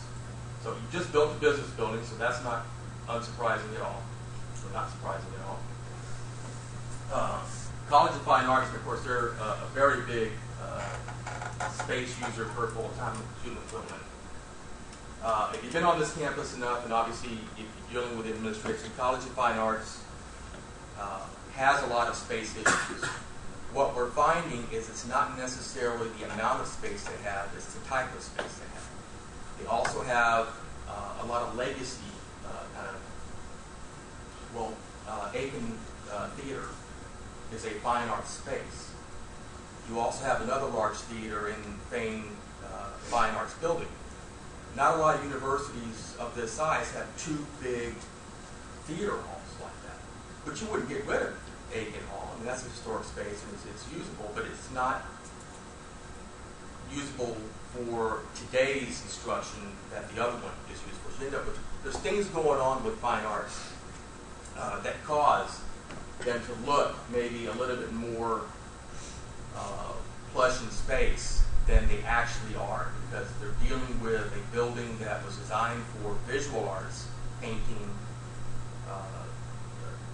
sculpture, the arts perceived, and they've got now in at least portions of those wings mass communications, music, and whatnot. So those programs are in spaces that weren't designed for them. They don't function well in many cases. It's just not the right kind of space. So we're trying to look at areas, especially for fine arts, of how we adjust that for them. Health sciences is going to come up a lot. That is a fast-growing college. They represent about a third of the student credit hour production of the campus. Health sciences is nursing, it's the allied health programs, it's interestingly enough criminal justice and social work, athletic training, exercise physiology, as well. So they are growing as part of student enrollment, and it is also one of the forefront educational issues across the state. Humanities and social services, social sciences, excuse me, is right where they want to be. They will grow as the university grows. A lot of the student credit hour production is general education credits for them. Science and mathematics, so that's the biologies, all the traditional sciences, but it also includes engineering. So they're again another up-and-coming program. They're below the average or the median right now, and that will only become more of an issue as those programs grow. College of Education, currently in Ferguson Hall. Again, we're always going to need to have teachers. If you've been into Ferguson, that's not a great space. So we'll be dealing with that as well. We're going to look at each one of these individually also. And the first one is College of Business. So again, Dillard Hall is brand new. This is not unusual to see. That's the newest ones. You would expect them to be where they want. In fact, you would hope that they'd be where they need to be, or even a little bit above. So that's there. Kingsville just built a new business building. That's why they're way up there. But A&M Corpus Christi, A&M Kingsville, Texas Tech, Texas Women's, University of North Texas Denton, UT Arlington, and West Texas A&M were the list of institutions that have colleges of business that operate and compete for students much like what your school of business wants to do. So what this tells us is that for the foreseeable future, we're not necessarily worried about college of business as a university grows. I mentioned fine arts. They have a little bit longer list, and we're going to look at each one of the departments within fine arts individually as well. But you can see that is also, as the previous slide showed, they are above the median of the top 5. And I'm using top 5 because if you're going to benchmark against a set, you want to benchmark against who's doing it best. So that's how fine arts looks. If you look at them individually, the 4 departments within fine arts, you can see generally they're all at or above the median of their peers. I have to then qualify that again. A lot of their peers have space that's been designed and dedicated to those functions. Mass communications and music are in space that wasn't designed for those functions. So we can't ignore that on paper they look like they have a lot of space, but in reality it's not the right kind of space. Visual arts and theater are doing very well. They're in space that works well for them. Theater is as high as it looks, again, because of ACAN. Does this make sense to y'all? Then I mentioned humanities and social services, social sciences, excuse me. I did write services, anyway, it's wrong. Again, it's a largely general education, credit college. Their needs grow as the institution grows its enrollment. They do have some specific requirements really dedicated to psychology to solve, but and we're going to show you some domino kind of studies of as we pull people out of buildings, space becomes available. That space would largely solve any of their growth issues for the next 12 years. And then health sciences, human services. This is this is one that we're going to spend a lot of time looking at. You will see that this is kind of the big, spacey for the campus. As benchmarked against their peers, they are woefully short space. Doesn't mean they're not teaching well. It just means that affects them being able to recruit. It affects them being able to grow and add more students in the future. And it's important to note that College Health Sciences, many of the programs within that are cohort-based. So you don't just add 5 additional nursing students in a semester, you add 60 additional nursing students in a semester. Because they taught in the cohort, those 60 students, if that's the correct number, start out as juniors, because nursing is a junior-senior program. But then they follow each other until graduation. Same thing with the allied health program. So they grow in large increments. They don't just grow like engineering might or sciences might, where you just add students as they come on. You have to add in blocks of space. So we look at this by the individual. Now these are programs, because not all of these are actual departments. They have criminal justice. So what's interesting about health sciences, human services, it's really a professional college outside of business or the university. So they have a lot of the professional programs that may not necessarily fall under the health sciences. So criminal justice, they're in Martin Hall right now. As compared to their peers, of course, we have the gold standard of Sam Houston State University. It's a gold standard for criminal justice education in the state. It helps to have a penetration right on the block. Everybody goes to Sam Houston for the continuing education and whatnot. Athletic training, exercise physiology is, there's just a one peer, UT Arlington, that does. This is a little bit different from the traditional athletic training that you might find at any one of the other universities. They're doing it special, and their one peer is Arlington. Nursing and allied health, there's a whole bunch to look out there. So that's nursing, that's radiology, that's PTOT, all the allied health programs. I can tell you Texas Women's has an award-winning nursing school building, allied health building. Texas State just built one. UTEP just built a combined nursing and allied health building that opened up. I know we did that program about 5 years ago. It opened up a couple of years ago. UT Arlington as well. And then social work as well. A lot of universities do that. But in general and on average, every one of the departments or a group of programs within health sciences is below the median of the top 5. Science and mathematics, this is the college as a whole. We're going to break out engineering separately in a second. But again, if you're looking at their peers, Angelo State, Lamar has a huge chemical engineering program. Stephen F. Austin, A&M, Commerce, Corpus Christi, and Kingsville, Tyler, West Texas, and Tarleton. Again, we're not talking about what's in those spaces, because that's a whole different study, but on average, if we're looking at this, how are we using space compared to the peers? They're using it at a much lower rate than those peers are. If we look at engineering specifically, they're a little better than the college as a whole, but again, against their peers, they're still below the average. This does not include the small addition that's going up right now. That's about, let's say it's 5,000 square feet. It's a minimal addition, and it won't accommodate their growth requirements for the next 12 years. Education, again, if you've been in Ferguson, you can understand they're below the line.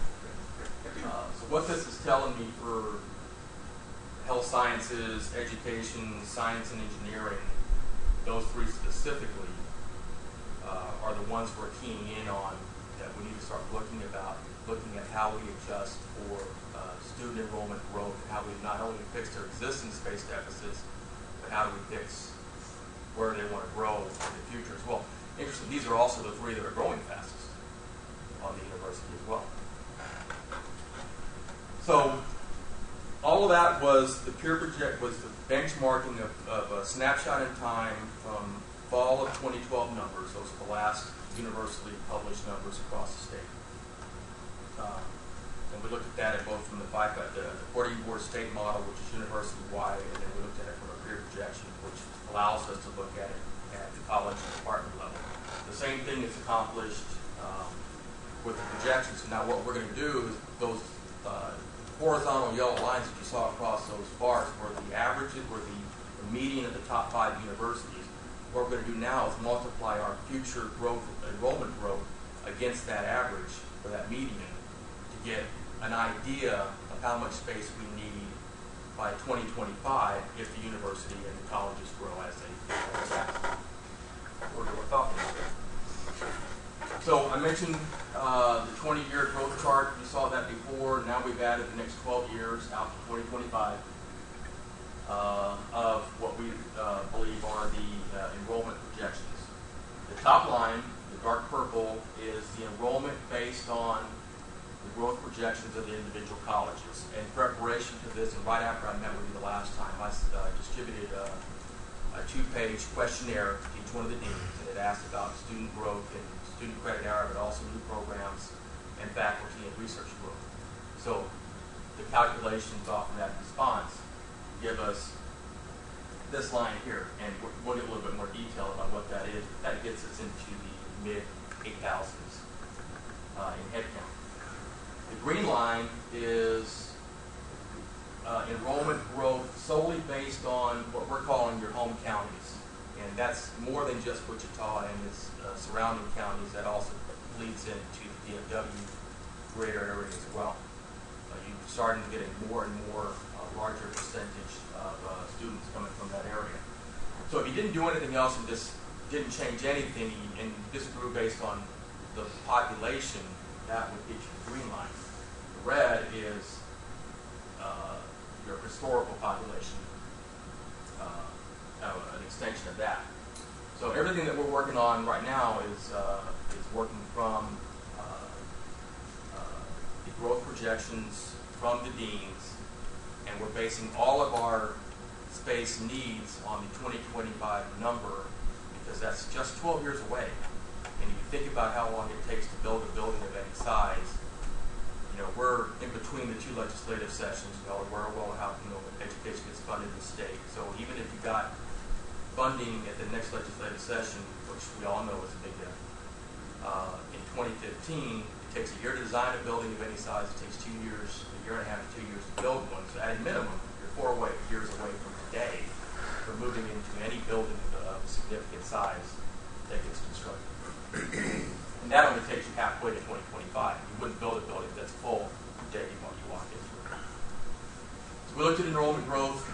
The 2 bars, the shorter of the 2 for each one of the years is full-time student equivalent. The larger of the 2 is the projected headcount. So when we're basing square footage for academic needs, we're basing it on the full-time student equivalent. When we're discussing needs for dorms and parking and how big the student union needs to be, you base that on headcount because bodies use those. The amount of classroom space you need is how many people you actually sitting in the classrooms themselves. So as I said, if each one of the colleges grow the way they project, Midwestern State will be at 8,600 square feet, 8,600 students headcount in just 12 years. That's not out of the question. A lot of universities are growing at a much faster rate than that. That roughly is about a 5% per year increase in students. And then if we look at it at the individual colleges, again, we're from this year to fall of 2025, you see the big 3: science and math, health sciences, and humanities and social services. You can see the rate of growth within each one of the colleges. That's what's generating our square footage requirements going out. I mentioned the 5-factor model. So the state has its projection of space. It's basically, like I said, on enrollment. It's based on the type of programs you have. It's based on the level and number of level of students that you have. So it makes a difference in that model whether you're all at undergraduate, graduate, undergraduate, and PhD programs. I will tell you that the coordinating board is adjusting this model. They're in the process of adjusting this model. This is based on an instructional pedagogy that is 30 years old. So as Dr. Stewart will certainly tell you, how you teach science education 30 years ago is not how you teach science today. The same with any of the other programs as well. So this is consistent throughout. The blue bar is the amount of square footage you have, E&G, so education in general. It doesn't include your athletics. It doesn't include your auxiliary services. Just your E&G, which is classrooms, library, all your faculty and administrative offices, the areas that support that, as well as your research space. So with enrollment growth, we project a small deficit in space. So the difference between these two would be the deficit. If you grow the way you want to in fall of 2025, you know, you're 250, 300,000 square feet short of space based on the state's model of space. Now that is a university-wide model. This does not break down to colleges, so we're going to switch to peer projections when we get down to colleges. I will say most universities, and as you saw in the previous graph, do not meet the benchmark. And that's one of the reasons why they're adjusting it. It is the benchmark that we have today, so we pay attention to it. That's E&G square feet, so that's actually assignable square feet. If we look at that as an overall gross square foot, because what you use is not necessarily the amount of square feet it takes to build the building. You've got to account for mechanical and pedestrian and vertical circulation. That translates to about 700,000 gross square feet of additional space if you grow the way you're asking. That's 50% of the existing square footage you have on the campus today. Makes sense. You're growing by 50% of enrollment. You're currently today at about where you want to be according to the state. So if the state opens up its coffers and provides the funding to build new buildings, you've got to build half your campus in 12 years in order to stay up with the benchmark, with the benchmark from the state. If we look at it by peers, again, the same square footage that MSU has. So if you didn't build anything, I mean, this is how much the deficit becomes. This then becomes a much more conservative estimate of square footage, because like I said before, your peers don't meet the statewide benchmark, but they're all teaching, and they're all teaching well. So how do we then benchmark these peers? Of course, you're below that, we knew that, but then again, as we grow enrollment, there still will be a deficit of space in 12 years, and that translates into about 400,000 gross square feet of space. Even just keeping up with the Joneses now is a 400,000 gross square foot issue that we have to deal with over the next 12 years. These I'm going to list same as before, so we're going to look at them in each one of the colleges. We know about College of Business. You know, we project as a small need of space. Again, I don't think you would ever add this 8,000 square foot addition to the 130,000 square foot Dillard business, but you know, they would show a deficit of space. COFA likewise. Again, what I've said before is the issue with COFA is not necessarily the lack of space, it's the type of space. So they do show a need, and we have some options there that we can help them out. And that's broken down by the colleges. So really, the issue is with music primarily, and mass communications also. Visual arts has a large space need, but they're large users of space. As a percentage of what they have today, that actually becomes much smaller. Health sciences, we again spend a lot there. They become a big user of space. So you know, this is assignable. That is 50% larger than Bridwell is as a whole gross square footage today. So this actually translates into 3 times the size of Bridwell. they need 2 additional grid wells to keep up with this graph, based on our projections. And that breaks down by the individual programs within that nursing and allied health is the big issue there. A lot of the competing peer institutions are building new nursing buildings, they're building new allied health buildings. The nursing students that come here are being wooed by those same peers. If you're going to stay in that, in Dr. Johnston's issue there, we're going to continue to compete in the nursing environment and provide the programs we're providing. We have to compete with these other schools to do that.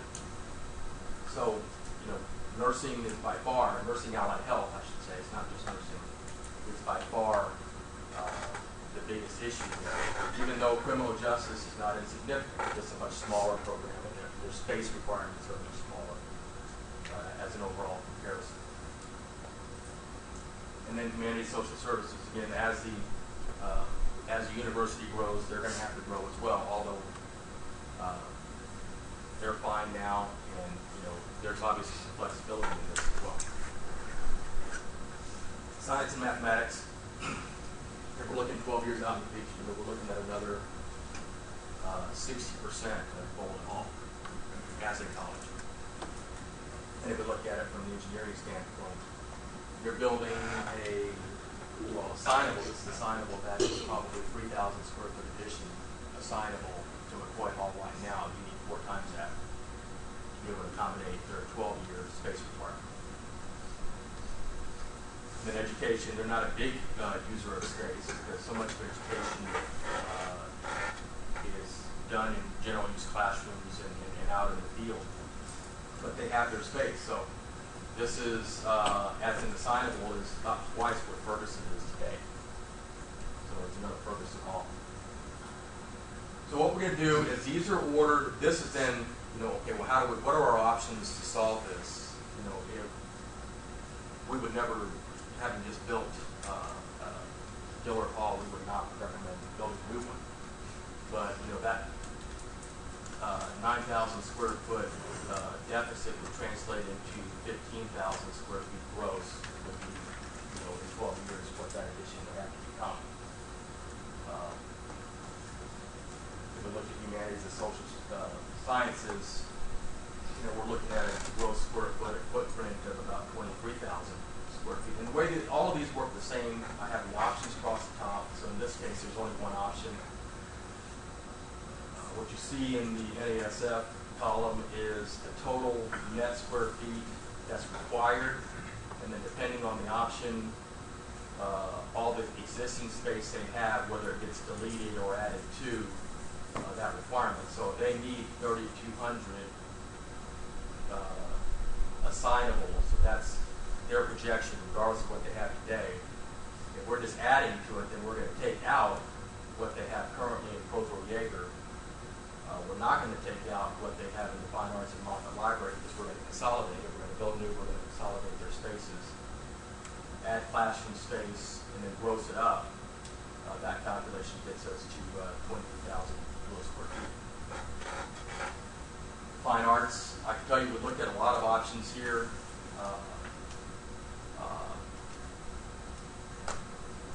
And we don't necessarily have the answer yet for Fine Arts. Fine Arts is going to take additional study on Fane and see what we can do. Our recommendations going forward, at least in the short term, is creating ways to move some people out of Fine Arts, specifically would be Mass Comm in our projection that will show you, that then create space for music to grow within. Science and mathematics would be the next one up the line. There's several things we can do. Science and mathematics is currently in Bowling.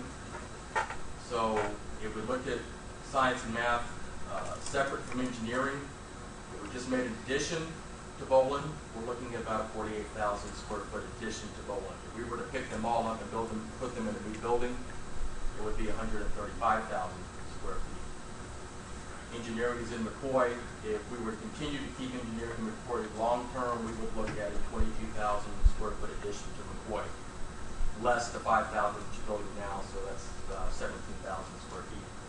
If we were to pick up engineering and say that's not the long term answer for engineering in McCoy, it would require 40,000 square foot building to accommodate their enrollment growth 12 years in the future. And then I mentioned education. There's really one option for education when it comes to the college as a whole, and that's a new building. There are several reasons for that. Ferguson is just not a building that you would want to add on to. It's also at the wrong spot. We'll talk to you about why that is. But you're looking at an education gross square foot requirement of about 28,000 square feet. We look at kinesiology a little bit different. They're currently in Ligon, and they want to stay in Ligon. So their growth requirements would be satisfied there. And then the big one, which is health sciences and human services. I mentioned Bridwell right now today is about 50,000 square feet. It's less, a little bit less than that actually. If we were just to add, and then you have the addition, so you know about health sciences, they have Bridwell, they have space in several other buildings, Ligon, Martin Hall, Proctor Yeager, and then they have the Sim Center, which is off the campus altogether. If we were just to make an addition to Bridwell to accommodate their growth, you would have to triple the size of Bridwell to get that. That would not be our recommendation to you. Why would you add something 3 times the size of a building to get there? And then, given the numbers that we're looking at, why would you not move the Sim Center back onto campus and create the synergies with the rest of the programs in there? Currently, the only program that uses the Sim Center is nursing. But on many of the other peers, the allied health uses those as well. And there's the ability to do that if they can bring that Sim Center back on campus and get more use out of it. And that does not preclude you from still selling that space after hours to the people that you sell it to today. It's just in a different space. So if we were just to do an addition, that's $118,000, including the Sim Center. We're actually recommending a new building. Based on the benchmarking, that would be a 150,000 gross square foot building. Can they do with less? Yes. Based on the benchmarking, it would be 150,000 gross square feet.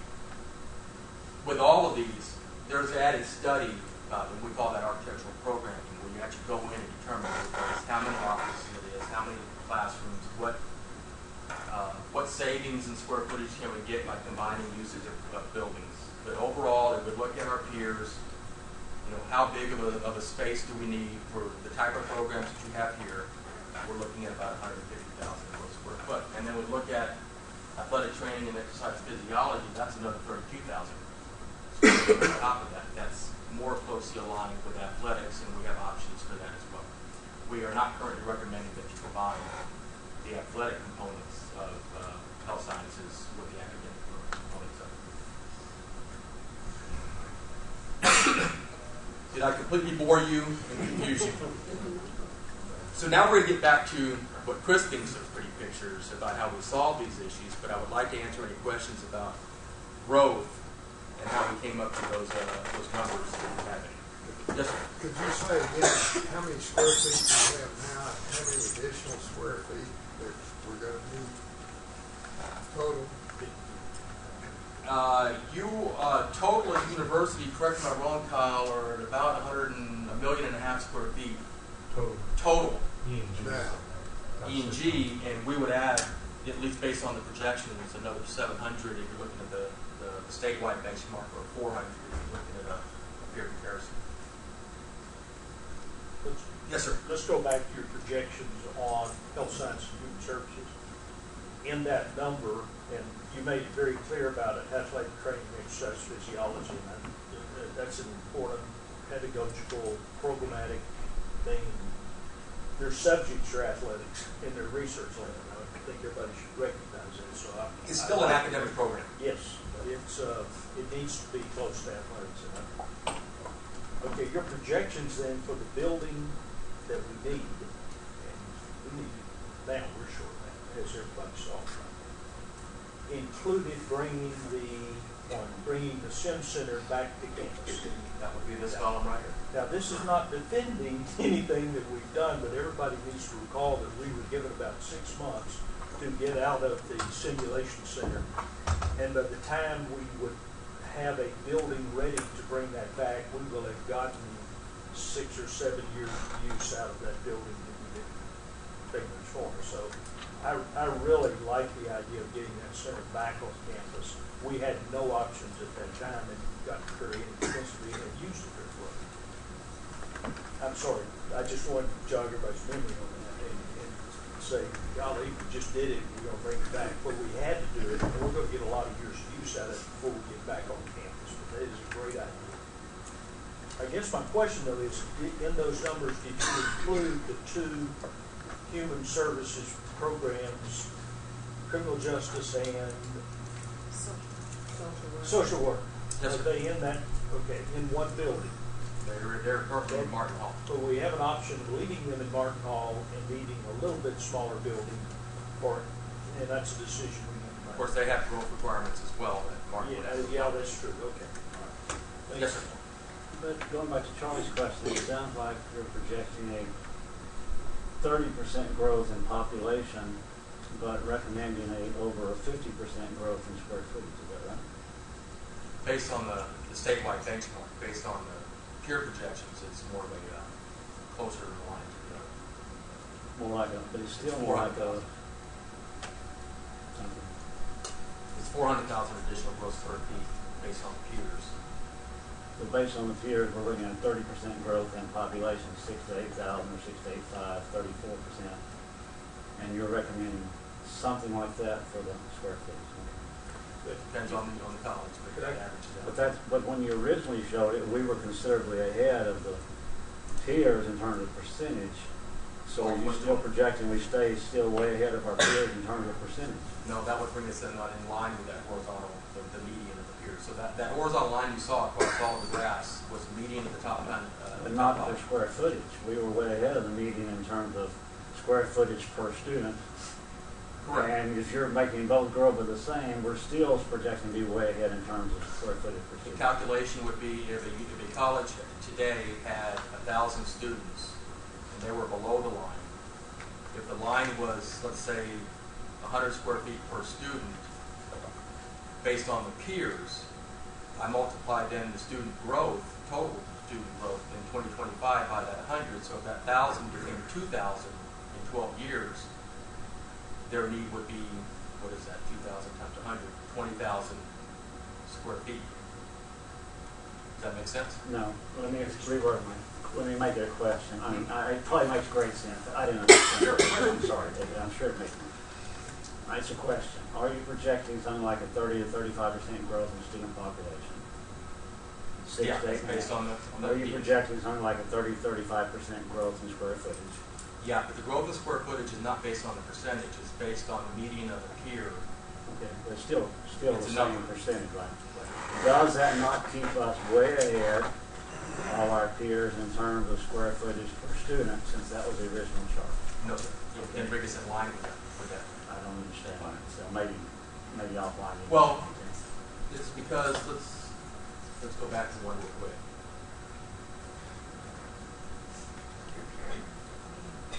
Right, so let's just say education. This is a number. So this is 78 square feet per student is the median of the top 5 of these guys. Right, I'm going back to your very first chart, where you showed us way ahead of the average. Right. But that way ahead of the average is because of things like this, where education is way ahead of the average as well.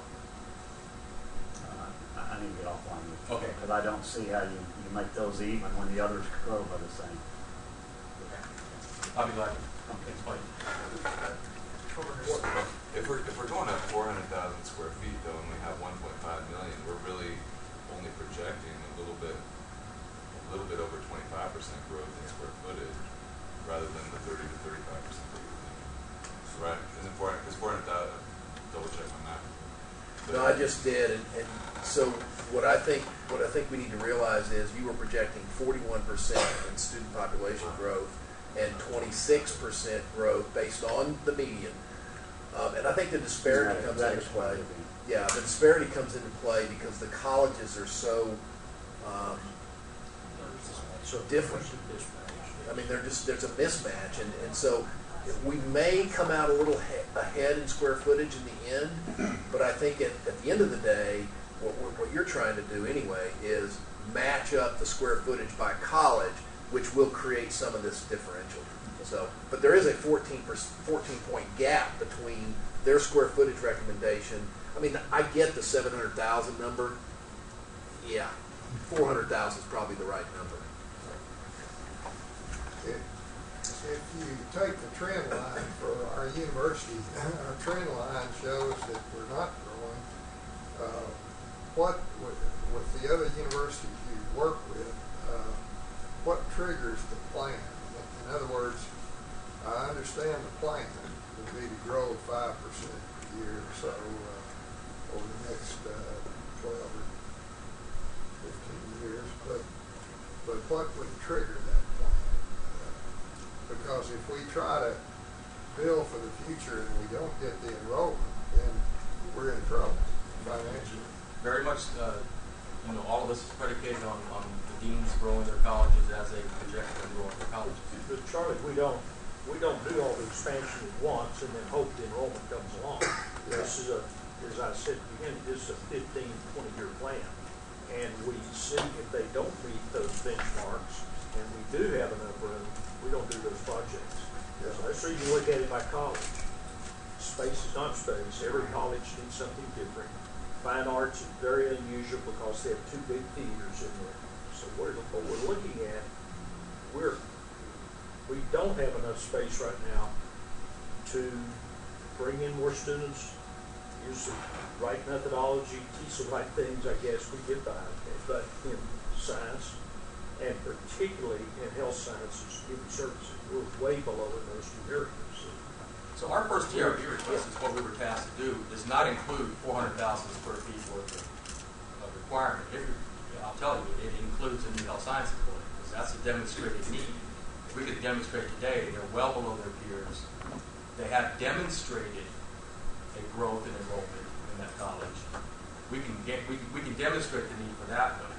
If we build that building, that allows us to accommodate either from vacating other buildings the growth of other needy colleges, but also allows the university the time to then prove the need for the others as well.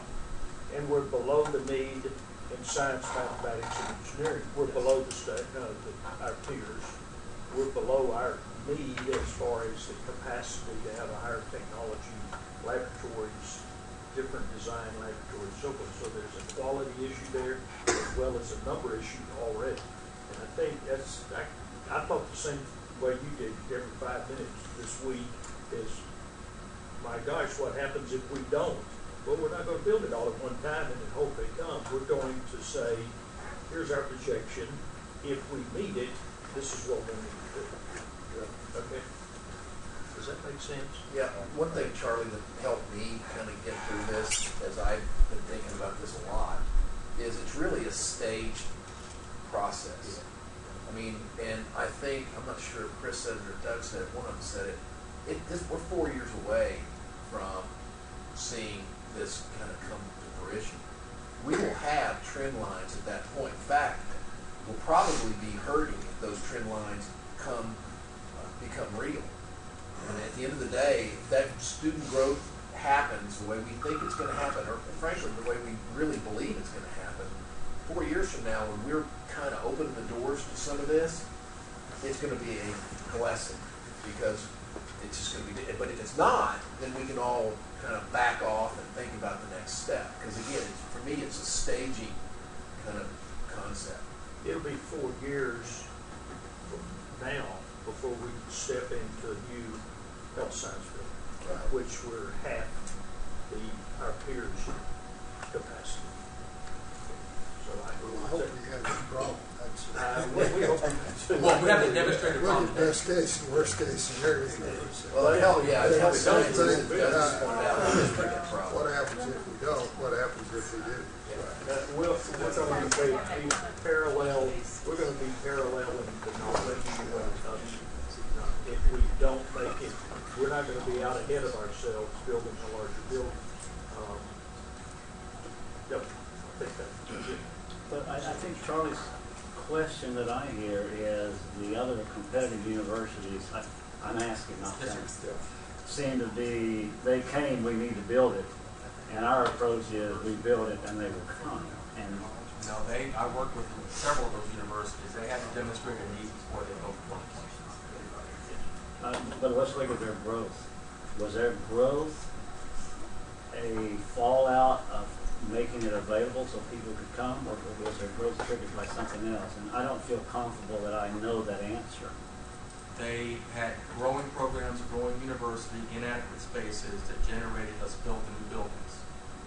And their projections going forward were, okay, we're building a new building, how can we do it that then we can create additional programs beyond what we're doing? Right, but Even their growth was driving it, is what you're saying. Their growth is driving, but that's why we're keying on health sciences, because within although the university's been flat in enrollment, health sciences has been growing in enrollment.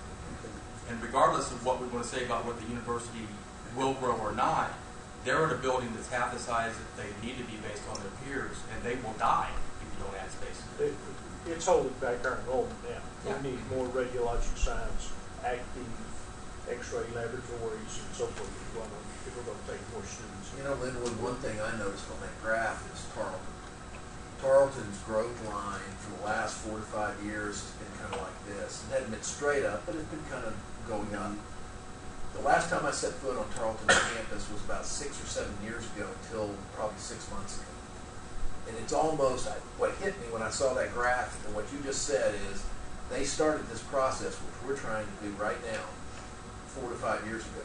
Because when I set foot on their campus 6 months ago, it's drastically different than it was when I set foot on the campus 6, 7 years ago. And because they're building, and they're still building now. I mean, they have space needs that are unbelievable. And it's just expanding all over that part of Stephenville. It's incredible. And so, I hear what you're saying, and I have some of those same concerns, because I do not want this to be, if we build it, they will come. That is not what this is about. It should not be about that. But at the risk of being pilloried here, is my statement. If the growth is in health and human, or health and human, whatever you call it.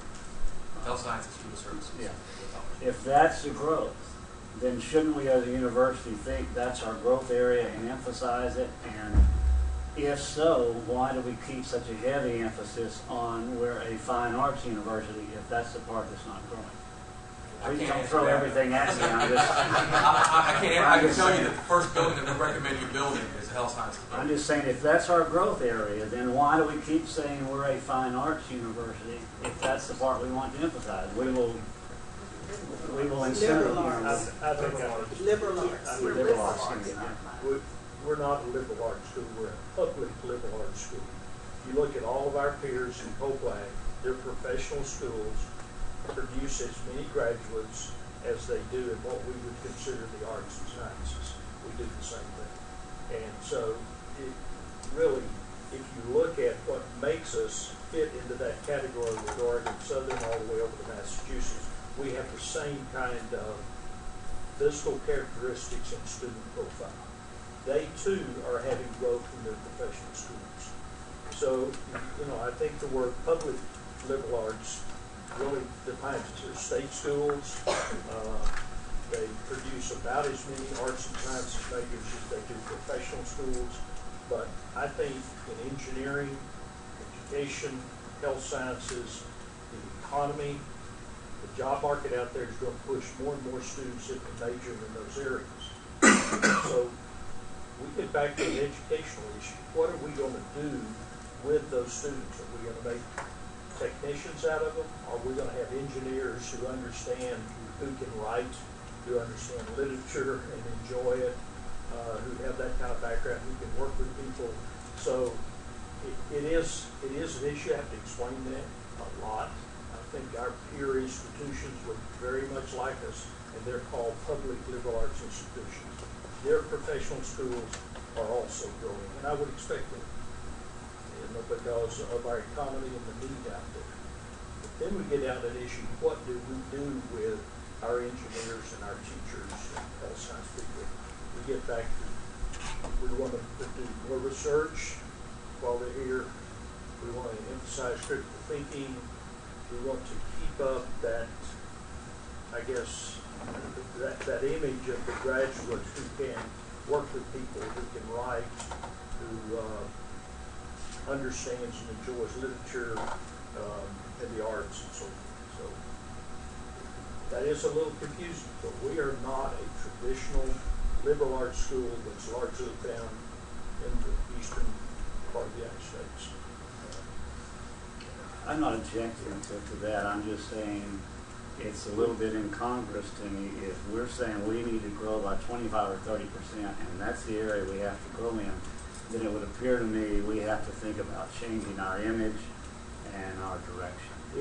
It can very well It's just be a true. thought. It's just a Because thought. the way the economy and the job market is moving, we're going to have more students move into professional areas, but we never want to lose our idea of what we want to do with those students while they get degrees in engineering and finance. And I'm not voting for that. I'm not saying we ought to do it. I'm just throwing it out for thinking that we will get whatever we emphasize. Yeah, but I think, too, we've got to be practical about the fact that universities need to move with the demands out there. The old idea that we're going to be whatever we want to be, to heck with the forces that are put on us by the economy and the job market, I think is not wise. Universities are here to serve students, the state, the economy, the nation, and we're going to have to go with the fact that we're going to need more health science people. I don't think there's any doubt, and we read about it every day. With an aging population, with our medical doctor situation, the cost of medicine, allied health people are going to be a greater and greater demand. Same thing's true with engineering. Who could have seen many of our mechanical engineers are going to work in the oil and gas industry. Look what's happening there. So we need to move with what is demanded of us out there and still not try to lose what we had when you were here. You were in the professor's office a lot.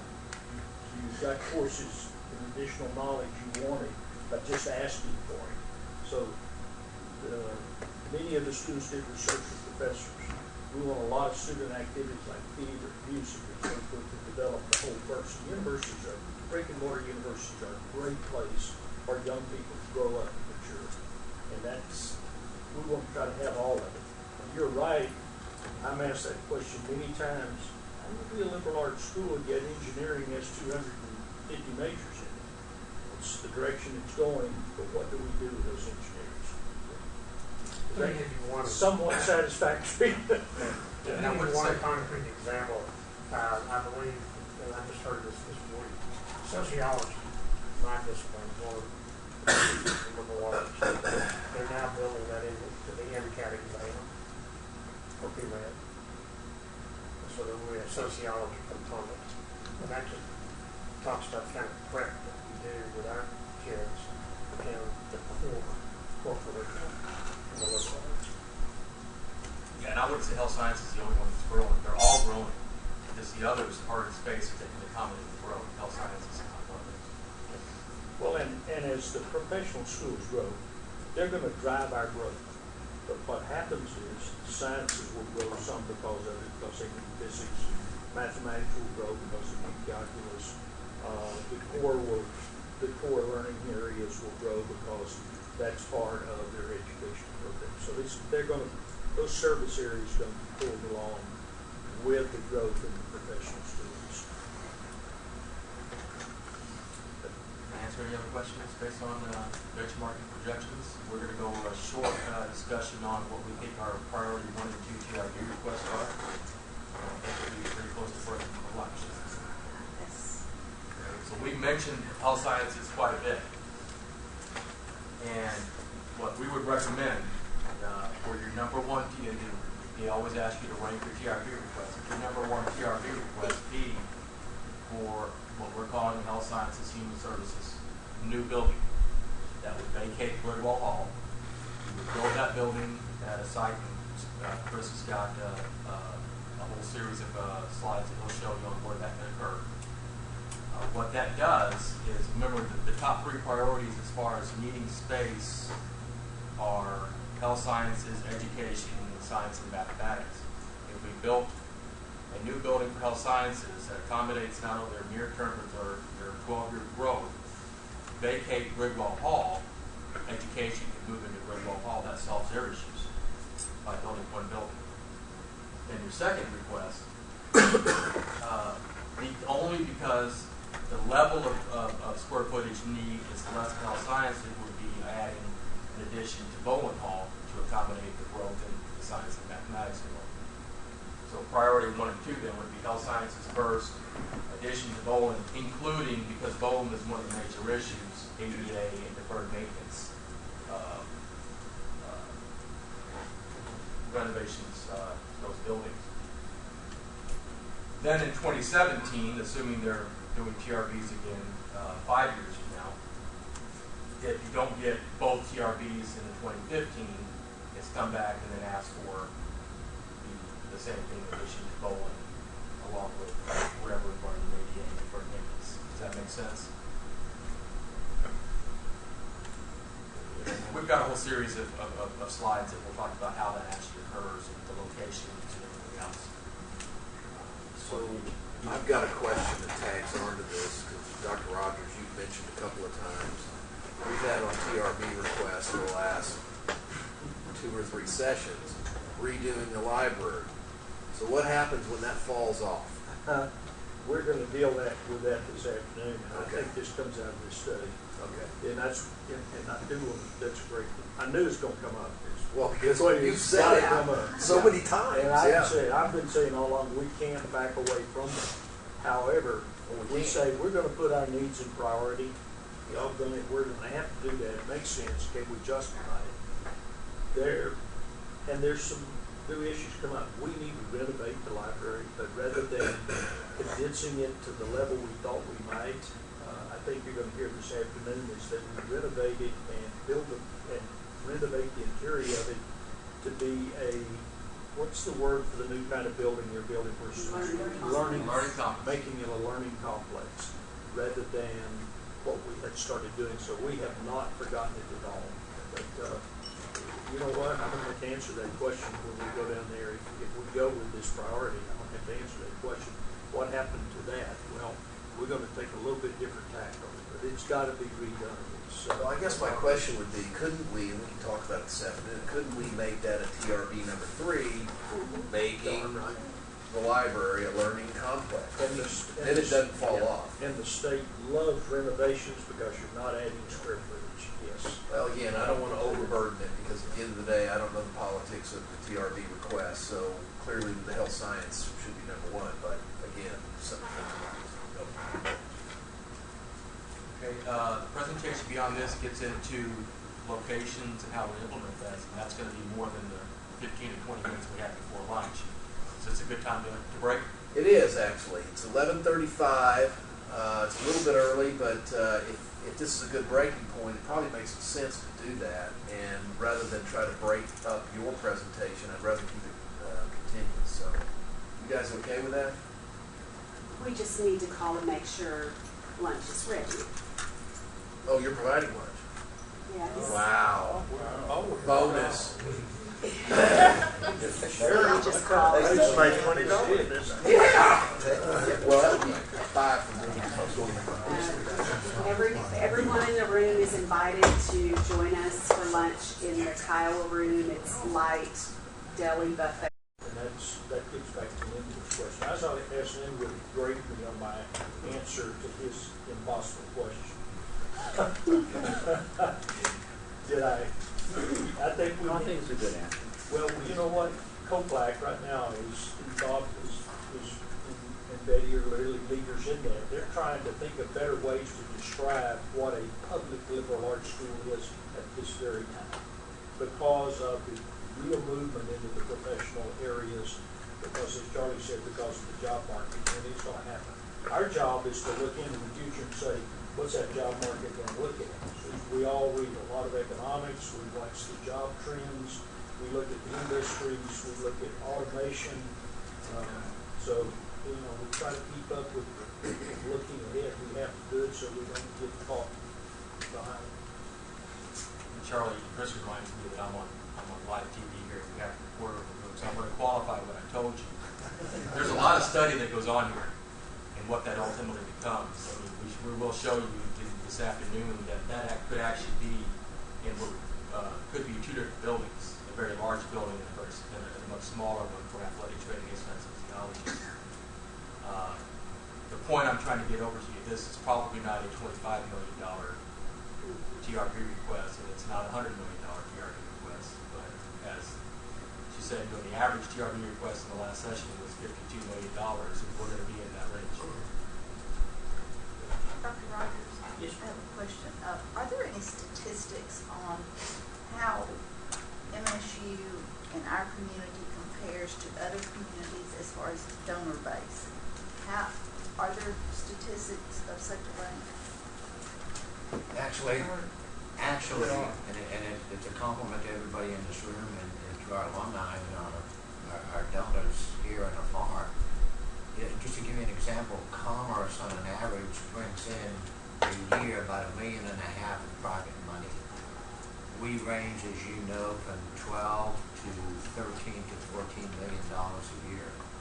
Actually, and again, it's a compliment to everybody in this room. We have people from other colleges, universities, our peer group, and I'm not talking about the Texas Techs, but the ones in the Lone Star Conference that come to our campus to see how we do things because of the private money that we bring in.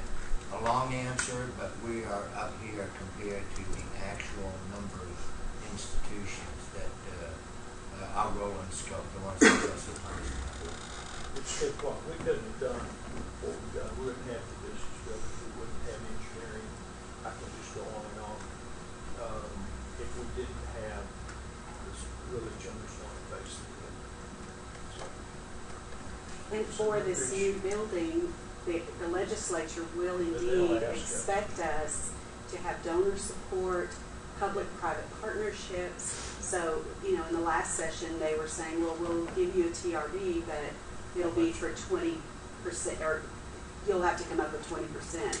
So, it's something that Dr. Rogers will be very busy, getting that private support or using the partnerships. And health sciences is a good opportunity for businesses to come in and help with the SIP center and do some things like that. So.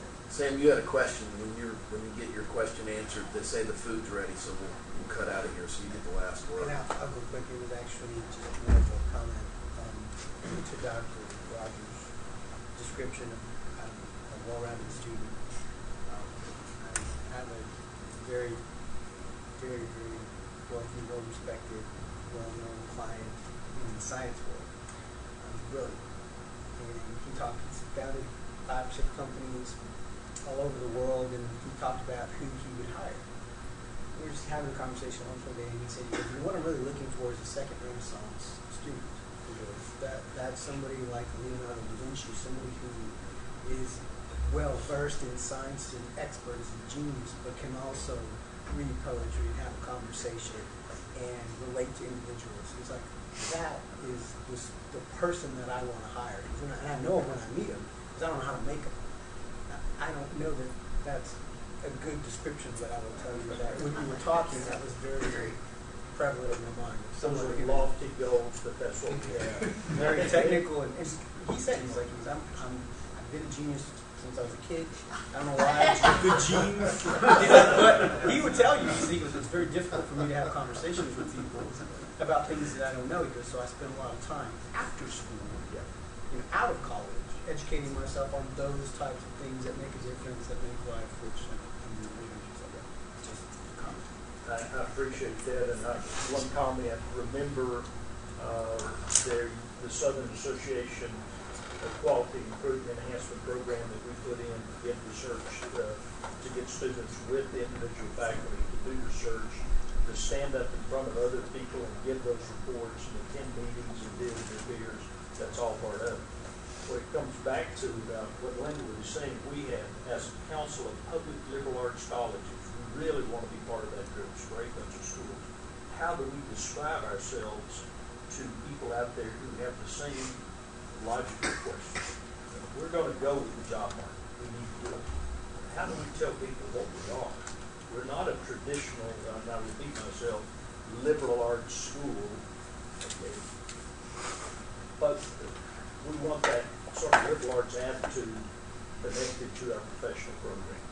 And we work on that with our curriculum. And how do we let the world out there know that that's the type of school we are and the characteristics of it? That's a great point. I don't have an answer for that one. We're working on it though. And doing a good job. And I see Midwestern a lot in Dallas. Oh, I know what I was going to mention. I'm sorry. Is the reason make a big deal out of this, and I loved it, and I didn't either, is our ranking of what's the ratio of beginning salaries to the cost of the university? What's that called? Oh, I'm sorry. I meant to bring that up, yeah. We're nationally up there, way up there, statewide. We're way up there, and it's because we turn out. Their Return on investment. That's okay. Yeah. You think The that value that of the grade, the way they described it. But, you know, the reason for that is pretty obvious. Look at our graduate profile. They are people who start at very good salaries, from nursing to engineers to, you know, people in all of the areas, versus the cost, as a ratio of the cost of going here. That's something really proud of. And I think it kind of reflects what we're talking about. Okay, that's a good note to end on. Lunch is in Kiowa. What time? We should be back at least an hour.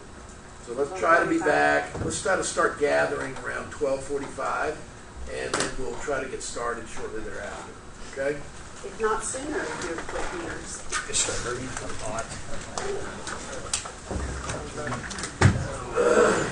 Julie is working on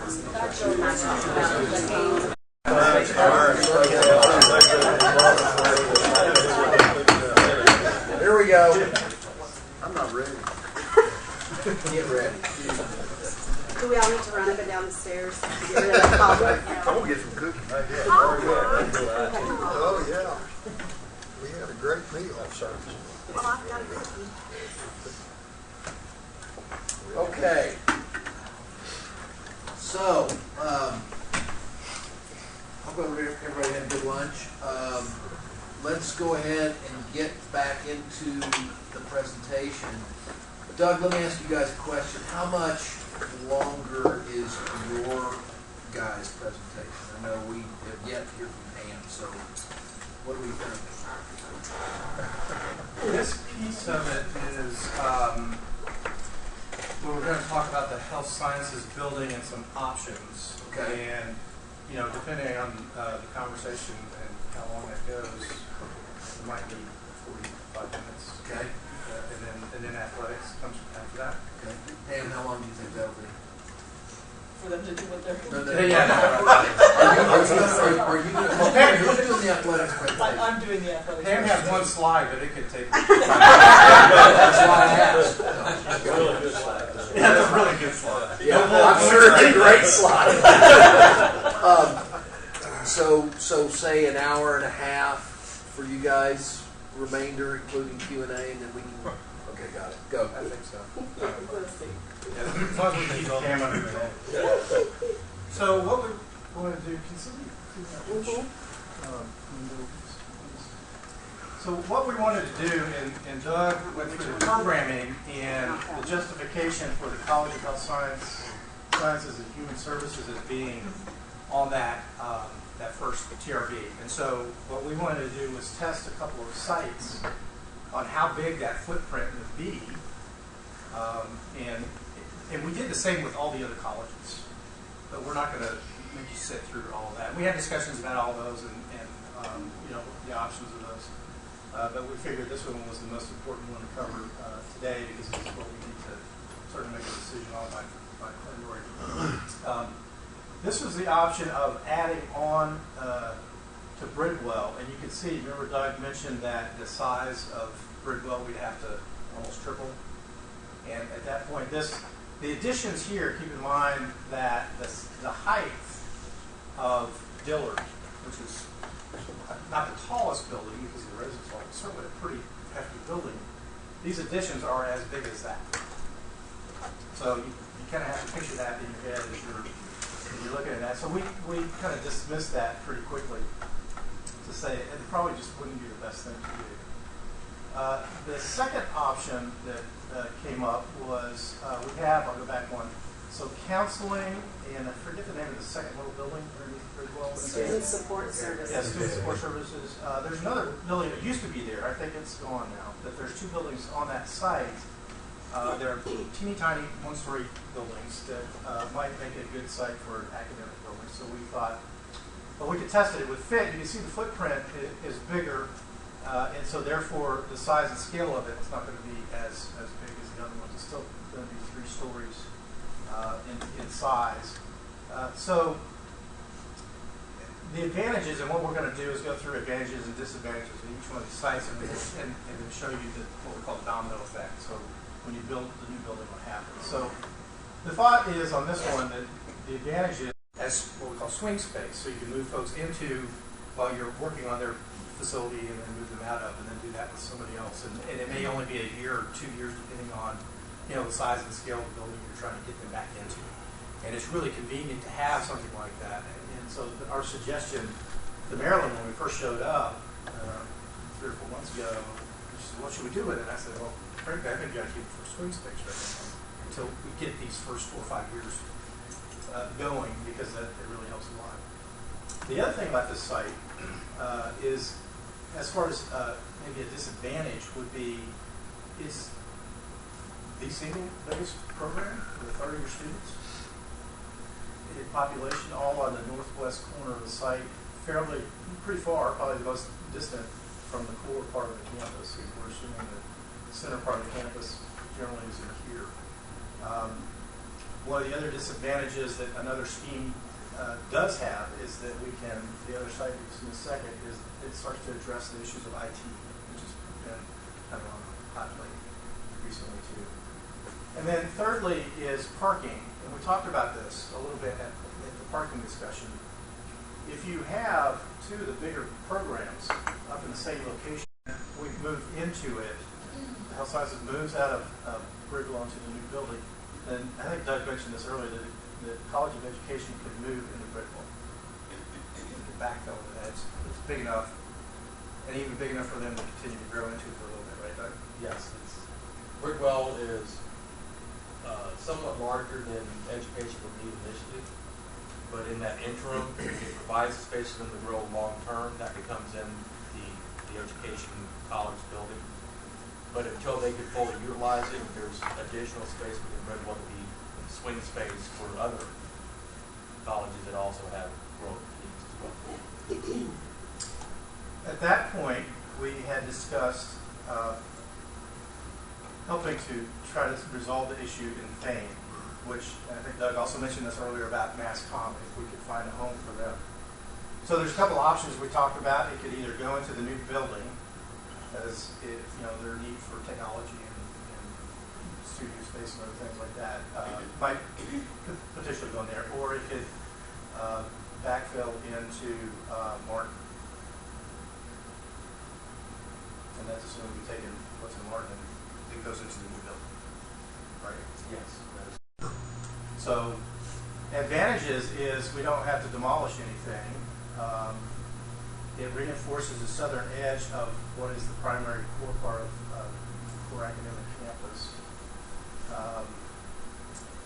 And it reinforces, I've got this dotted line here, this north-south axis, which is a part of that diagram that I showed you earlier as a way of starting to connect better to South Campus. So that edge of this building for construction could help with maybe the redesign of this access street into more of a service zone that looks like a pedestrian way, like that Mississippi State image that I'm showing you. So the advantages of having buildings that sit on the edges of these roads that we eventually want to close down or do landscaping, try to get your budget to push out, because a lot of times the budget's only 5 feet outside the building. And so you can't do much with that. So if you can add into that some extra dollars to take care of landscaping and new projects as a part of it, that's the time to do it. The disadvantages is the size, we say, is limited because of the street, but I think it's plenty big enough. The question is, if it ever outgrows it, you've got does not address IT, which is still an issue. There's a city sewer line that runs directly underneath this or at an angle or something we'll have to work with the city on. Moving it can be a problem sometimes. There's a way to architecturally bridge over it. So there's a little bit of an issue that we'd have to do some coordination with the city on that. So that's a little bit of a disadvantage. And the one that we don't really need to talk about really is displacing 320 spaces because it's not an issue. Right after lunch. Yeah, it's right after lunch. They're all asleep. So that's one that comes into play that lands squarely on a pretty significant lot, and one that I know you circle every day trying to find a lot. For what it's worth, on the displacing 320 parking spaces, if I'm not mistaken, that lot just to the south of it is the one that's always got space in it. So you kind of take care of yourself there. Well, and especially if you have students that are on the class here, Yeah. spot there. And just an observation. Yeah. I want to ask something. I want to go back to option one for just a minute, Sure. if we could. Okay. Back to my comment earlier about the houses across the street. That We'll sacrifice that. Yes. Sacrifice the vertical courts, and then so that could then be a surface parking lot. You could expand the one that you just did at the police. So that one, in some ways, may be easier. I get nervous when we go in and acquire houses in a neighborhood, tear them down, and build a surface parking lot. I mean, that is not a great way of building relationships with the cities and your neighbors. So I'd be careful about doing that. But that's not going to be any different here. I mean, if you did that and continue to build a really big surface parking lot, I'm sure these folks back here you're going to hear from. So it's just something to consider as you start thinking about your edges.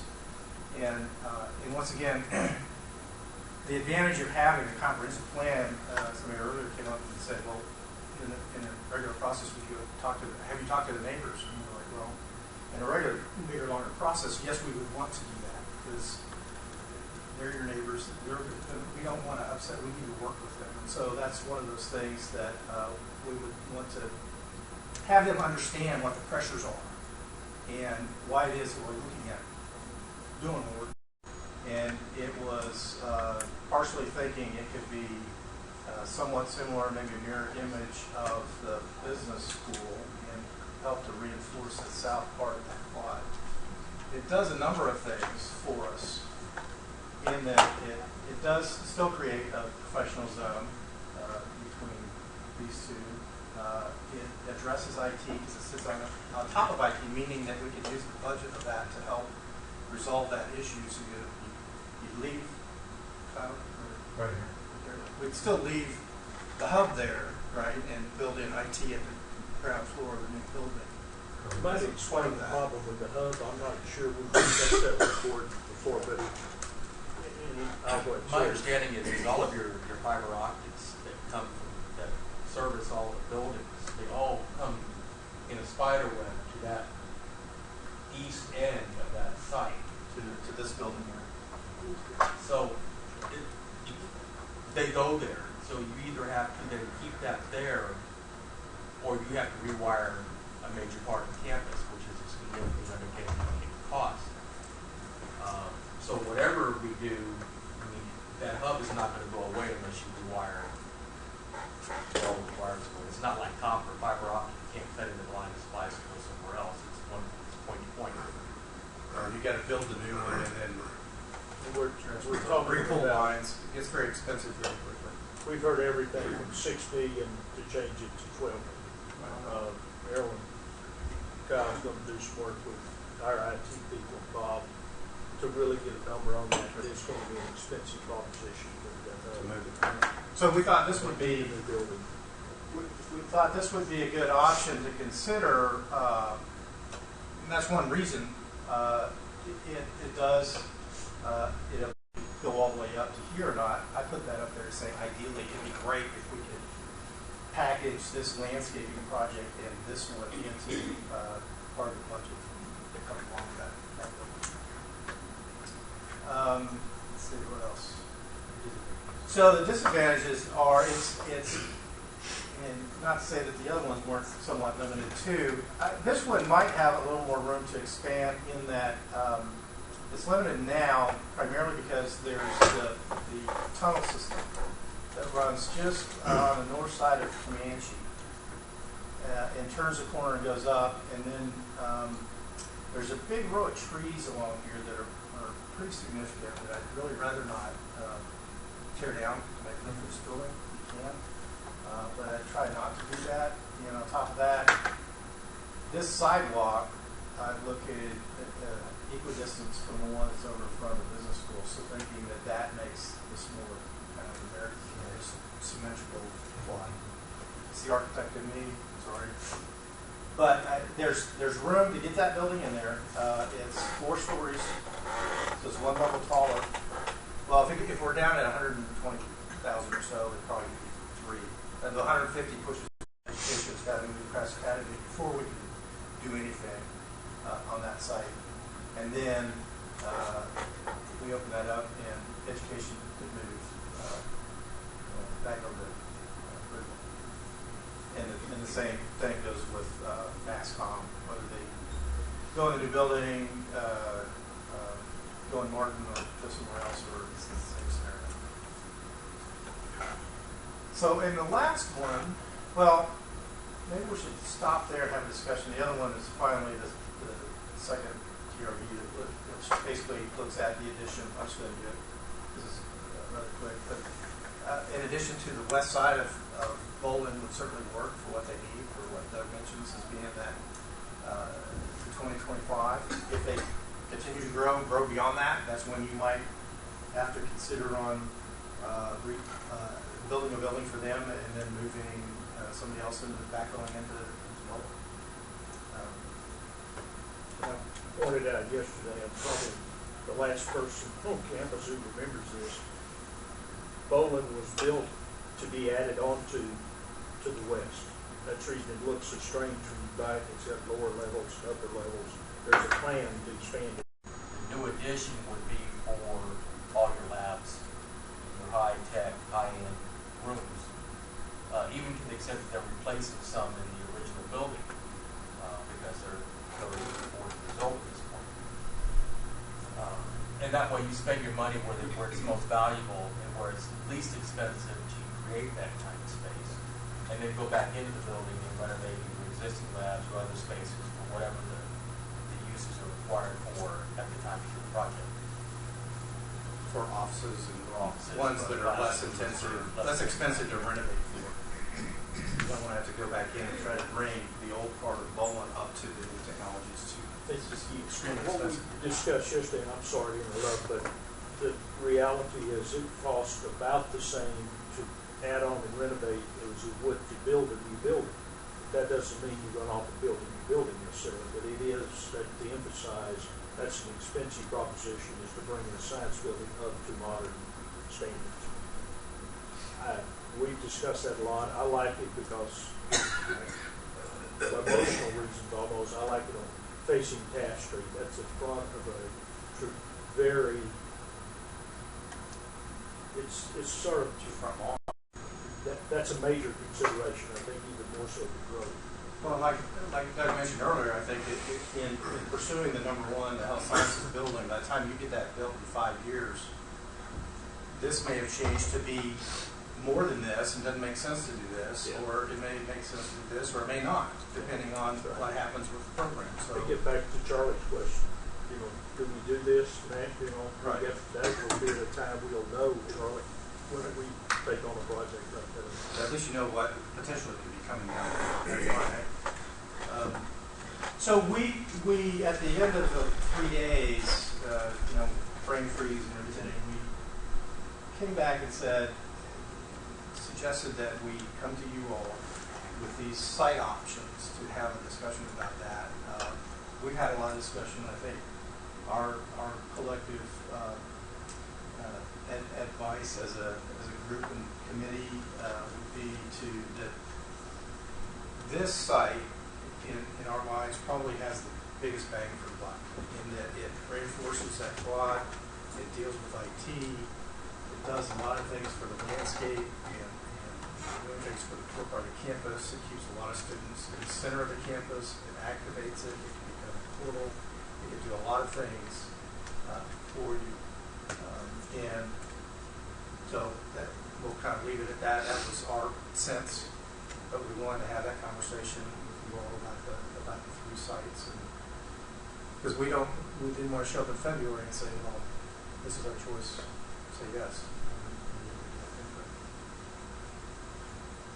So what we can talking about before. So Are you guys going to comment on the library, how this changes what we've been asking for? There was some discussion about that.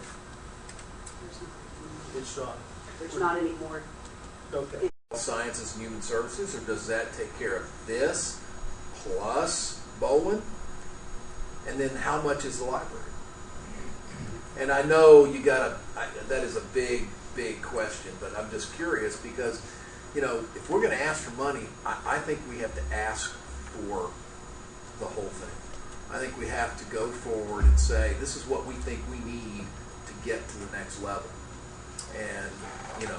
Well, I think, you know, I'm not overly familiar with how, you know, TRBs are judged and awarded, but it seems to me, and I mentioned this to Marilyn, if in the sheet that's sent as part of the TRB, you do let them know that this also relieves pressure in a lot of other programs that we need help in. And to do that, we're going to have to go back and do some renovations to bring along move education, the cost of moving one and the backfilling of others, and moving education into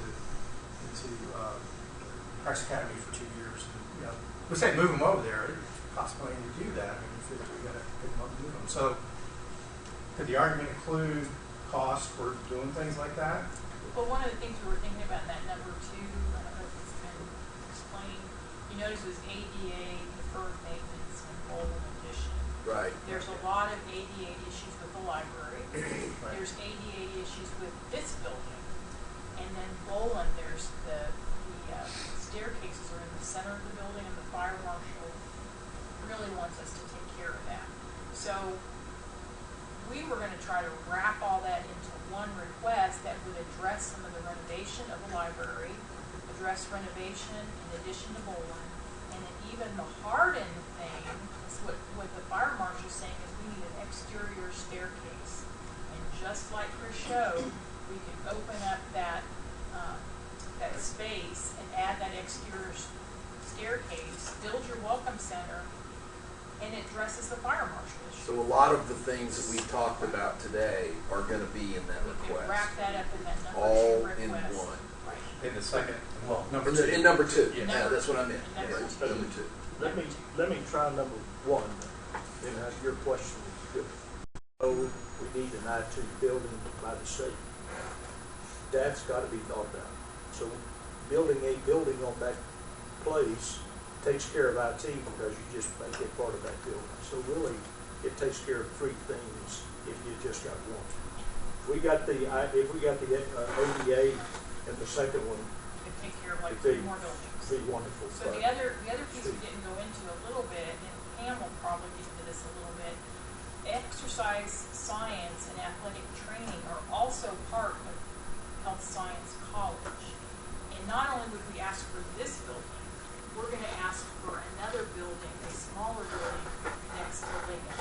And that will leave the pressure off of Ligon, and we can move the football, I'm stealing some of your thunder, the football offices. So the one TRB will actually take care of more than what Chris is showing. The second TRB is going to take care of Okay. So this building, we're about to get to this. I just Yeah, skipped I'm over. stealing your thunder, I'm sorry. That's but- fine. You know, you're bringing it up. It's a good point. But the thought was that if we could get this function out of Ligon as a part of that number 1 TRB because it falls under the Health Sciences College, and then that reduces pressure inside Ligon. And then you can The difference that you're looking at. In landscaping. I don't know where the point of the sign cost is. Yeah, I mean, On the project. It depends. Well, and if you ask a landscape person, they'll say, "Well, depends on what type of material you want to do it out of."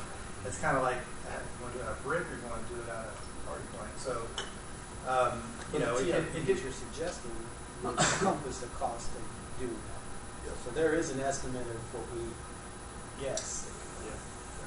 Or will be. There will be. yeah, you'll have to establish that to submit it. Well, Sam, I got a bigger question than that. It's really not for you guys, it's for you, Dr. Rogers. What if the state doesn't grant PRBs in 15? I mean, you know, here's the concern I have. We're sitting here talking about growth in our university, and we're hanging our hat on something that we don't know if it's going to happen or not. And we need to have a plan B. And that's my biggest fear is we sit, it's great to talk about this, absolutely need this, get it, okay? Because we know we're going to grow. We know that's going to happen. The things that have been happening on the campus the last 2 semesters have indicated that. My concern. I had sort of an interim building plan that you all said go ahead and do it, so we got a contribution to pay off building. We've been putting heat money in the bank. Next September we'll have 1.1 million in the bank. Next year we have about 1.5 in the bank. We're using the rest of it to upgrade our equipment and so forth. We could, you know, and I don't like this is just too spur off the moment. This is a hard question. Don't forget we are saving heat money on our own. We couldn't do this fast. I would like to use that money to do some of these summer projects that we talked about. I was just thinking, wow, that's going to be nice if we were to get the TRP. Without it, I think we leave there's no doubt we leave the Sim Center where it is. We're going to have to make some room for a laboratory and some offices, right, in Pridwell, and we can take care of that with our heat money rather than use it for something else. So we could put together a plan to get by so we don't stymie the growth of health sciences. And that's the number one thing we need to do. Ultimately, we're going to have to take care of the science field.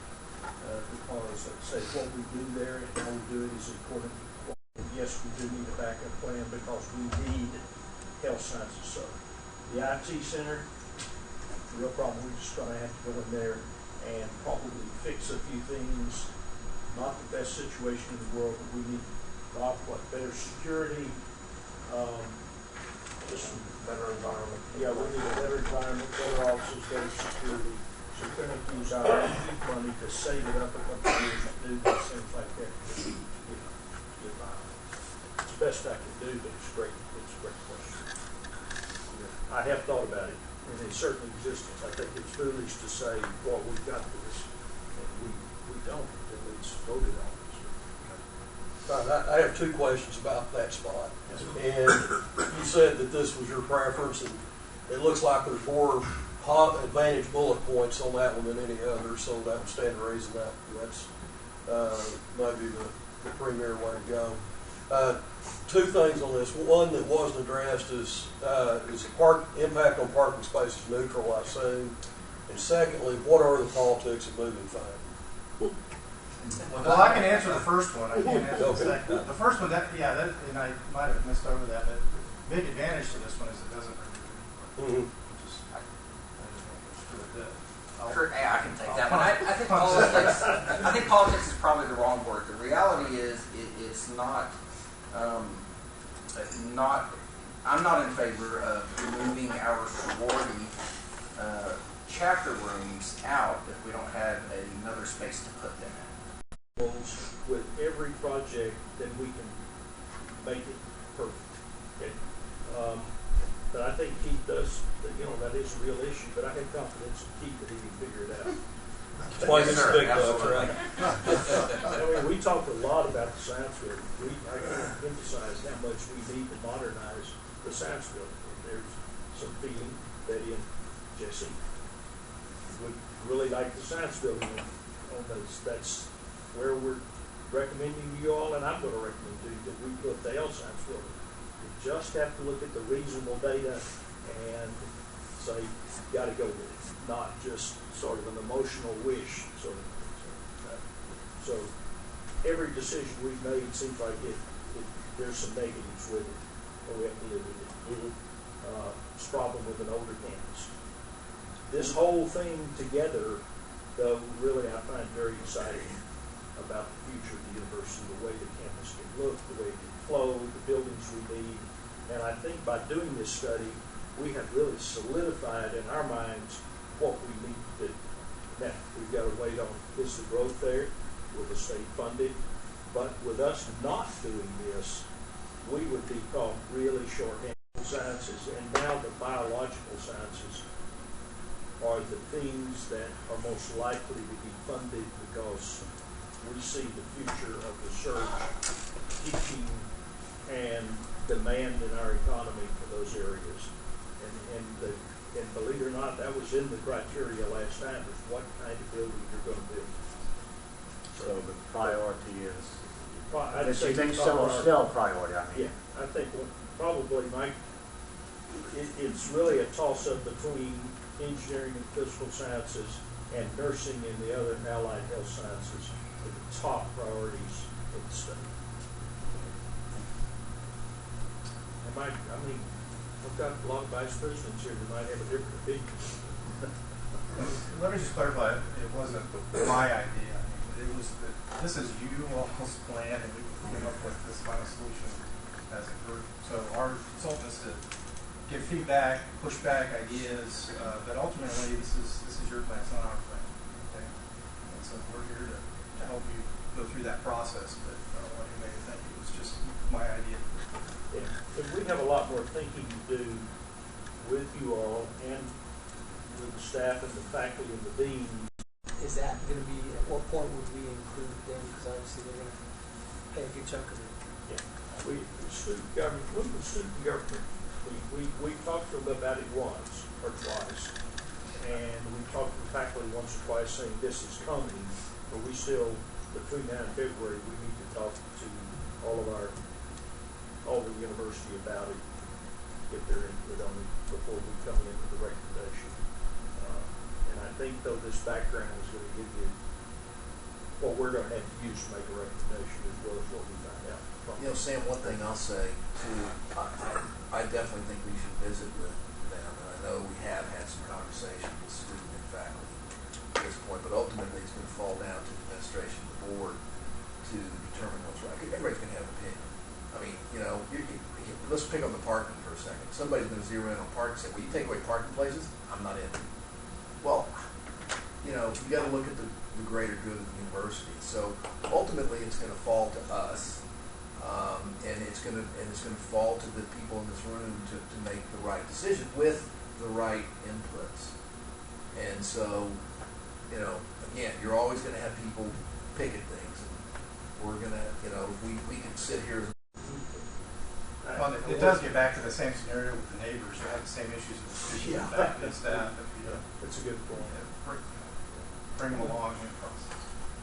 Well, when we realized last fall, or well, at the end of last legislative session, that we had to make a decision about TRB, and there was so much discussion in the President's Council about what we needed to do, including the library, and including science, including health science, including IT. He said, we've got to get busy. I mean, there was so much difference in our opinions about that. I think what we do is we take a general idea and say, here are the things we're going for, and talk to the deans and the senate and the student body.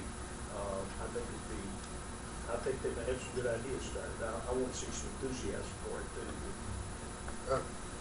I agree with both of you, I guess. The only problem that I can see is the student body's going to look at the parking and things like that.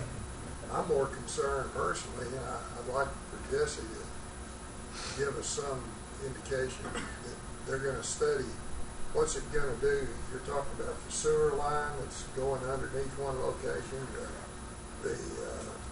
all the wires that come into that. You don't have to submit a site plan with the TRB request. They don't really care where it goes, so you have time to work those things out. So we keep the top two and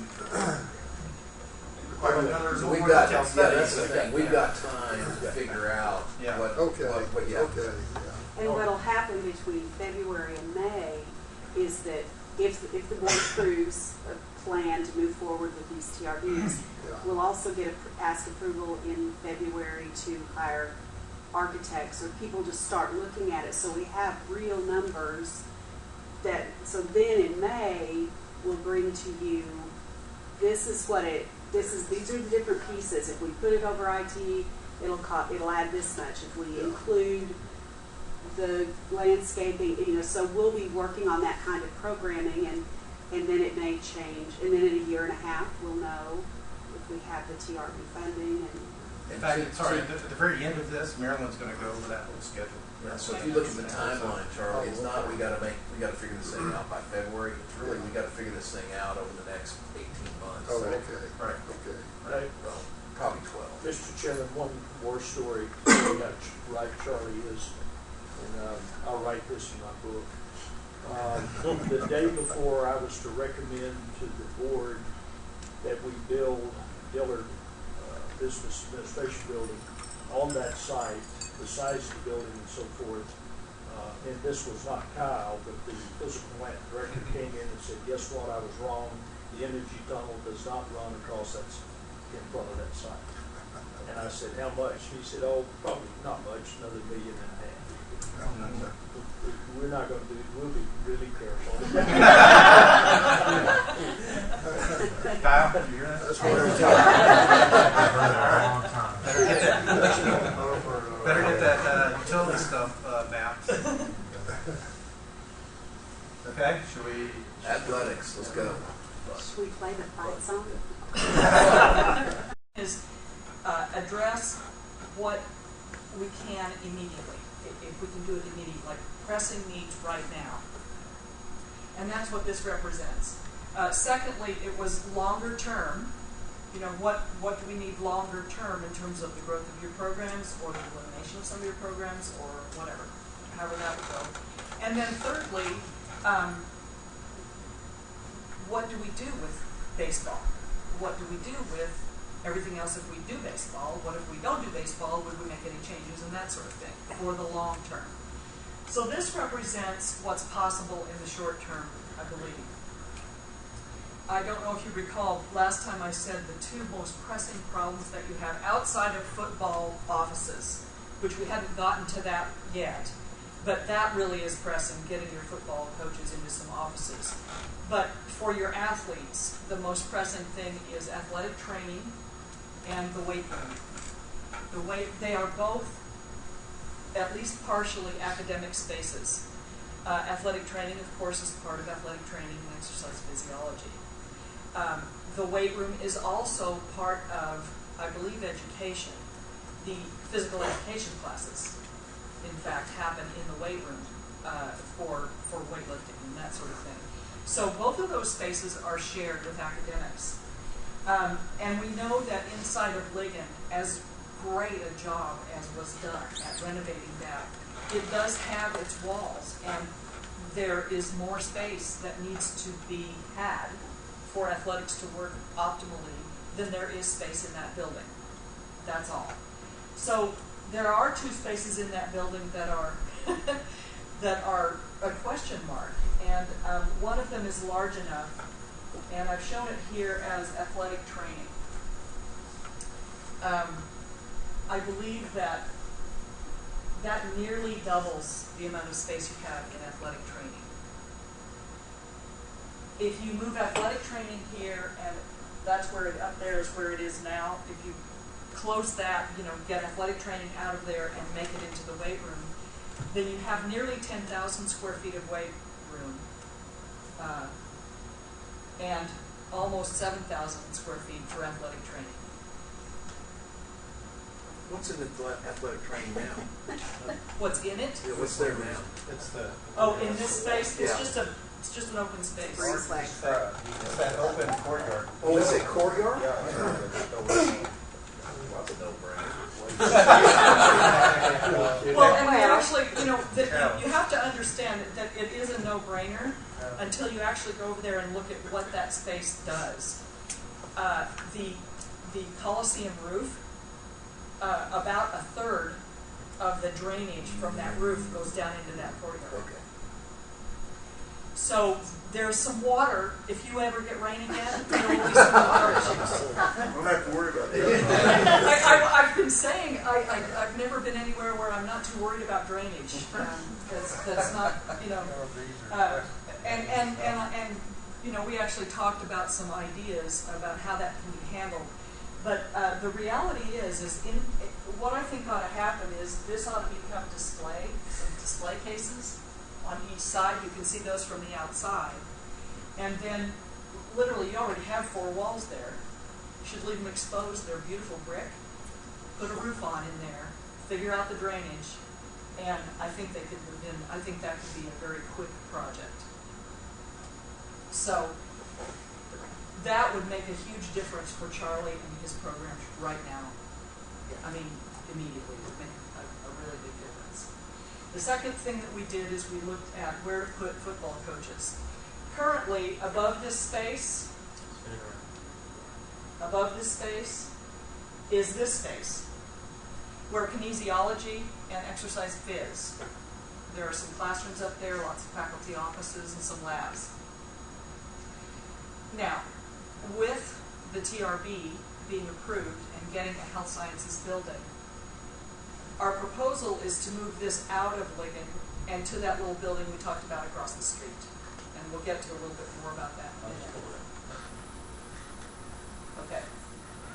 And I want to talk a little bit more about that building and why it's there and that sort of thing. But at the point in time when this second level becomes available, doing nothing but removing some walls and adding 3.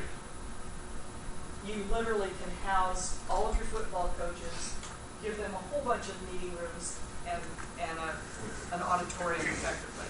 It's these, you know, it's not big enough and there are all kinds of things about that. But the bottom line is you wouldn't have to do very much of anything to it. And again, that's like how immediate can we have that happen. So that's short term, and this may not even be short term because until we have a place for kinesis exercise phys to go, you know, that's not available. So, all right. So when we went through this exercise before, there was a suggestion that football wanted to be on campus. So when we looked at football being on campus, we actually packed the football field, either of them, and it's straight across the street from Lincoln. So this whole site, for the most part, is clean. And a small building could go there. It could be then incorporated into a future football stadium. It's called mixed use. It happens in a lot of different places. It's how academic money is used to assist with some athletics kinds of things. And it seems like a pretty reasonable, I mean, at least there is space nearby Ligon where you really could add some significant space. Now, there's another thing that's happened here, and that is with the water. All of your fields. Well, let's just stop a minute and add, if you have any questions about the buildings, about those things that I've discussed so far, I welcome that and I'm happy to entertain those. One of the prospective spots for baseball, wasn't it there? We're going to talk about baseball in just a minute if you can hold that question. Thank you. In fact, that's just a really great lead-in. When we looked at what to do with baseball, we didn't want to give up anything for all the other programs. You currently have 1, 2 practice football fields for the football team. You have 1, 2 soccer fields for the soccer programs, plus a stadium. And of course, you have your softball stadium. We were trying to not have you give up anything. Didn't want to take anything away from a program to make room for another program. So we went through an entire exercise about what was going to be the best way to do that. Where is our baby? Is it the next one, Chris? No, I dropped in the field discussion. All right. let me just tell you that what we looked at is baseball makes much more sense down here because of solar orientation and a number of other things. Not least of which was putting it up there blows away absolutely everything that's on that side already. It touches everything. There are all kinds of utility lines underneath that side that would have to be moved. So it really did not seem like, I mean, the north side, the north of Midwestern Parkway just really did not work for baseball. I mean, tennis had to move, football had to move. I think we were going to keep softball, but even the soccer field, it was going to be very, very tight. We were going to do a little odd thing in the outfield. So now getting back to the water, or the lack thereof, one of the things I think you're going to have to start looking at is artificial turf. And artificial turf is a pretty high dollar item. It's about plus or minus $1 million for a soccer football field. And so if football were ever to come, this is where we want the field. We'd actually want it a little bit farther south, but we're not going to mess up tennis yet. So that's where we suggest putting a field that would accommodate soccer and football. That allows you to keep one grass field, if you can keep it grassed.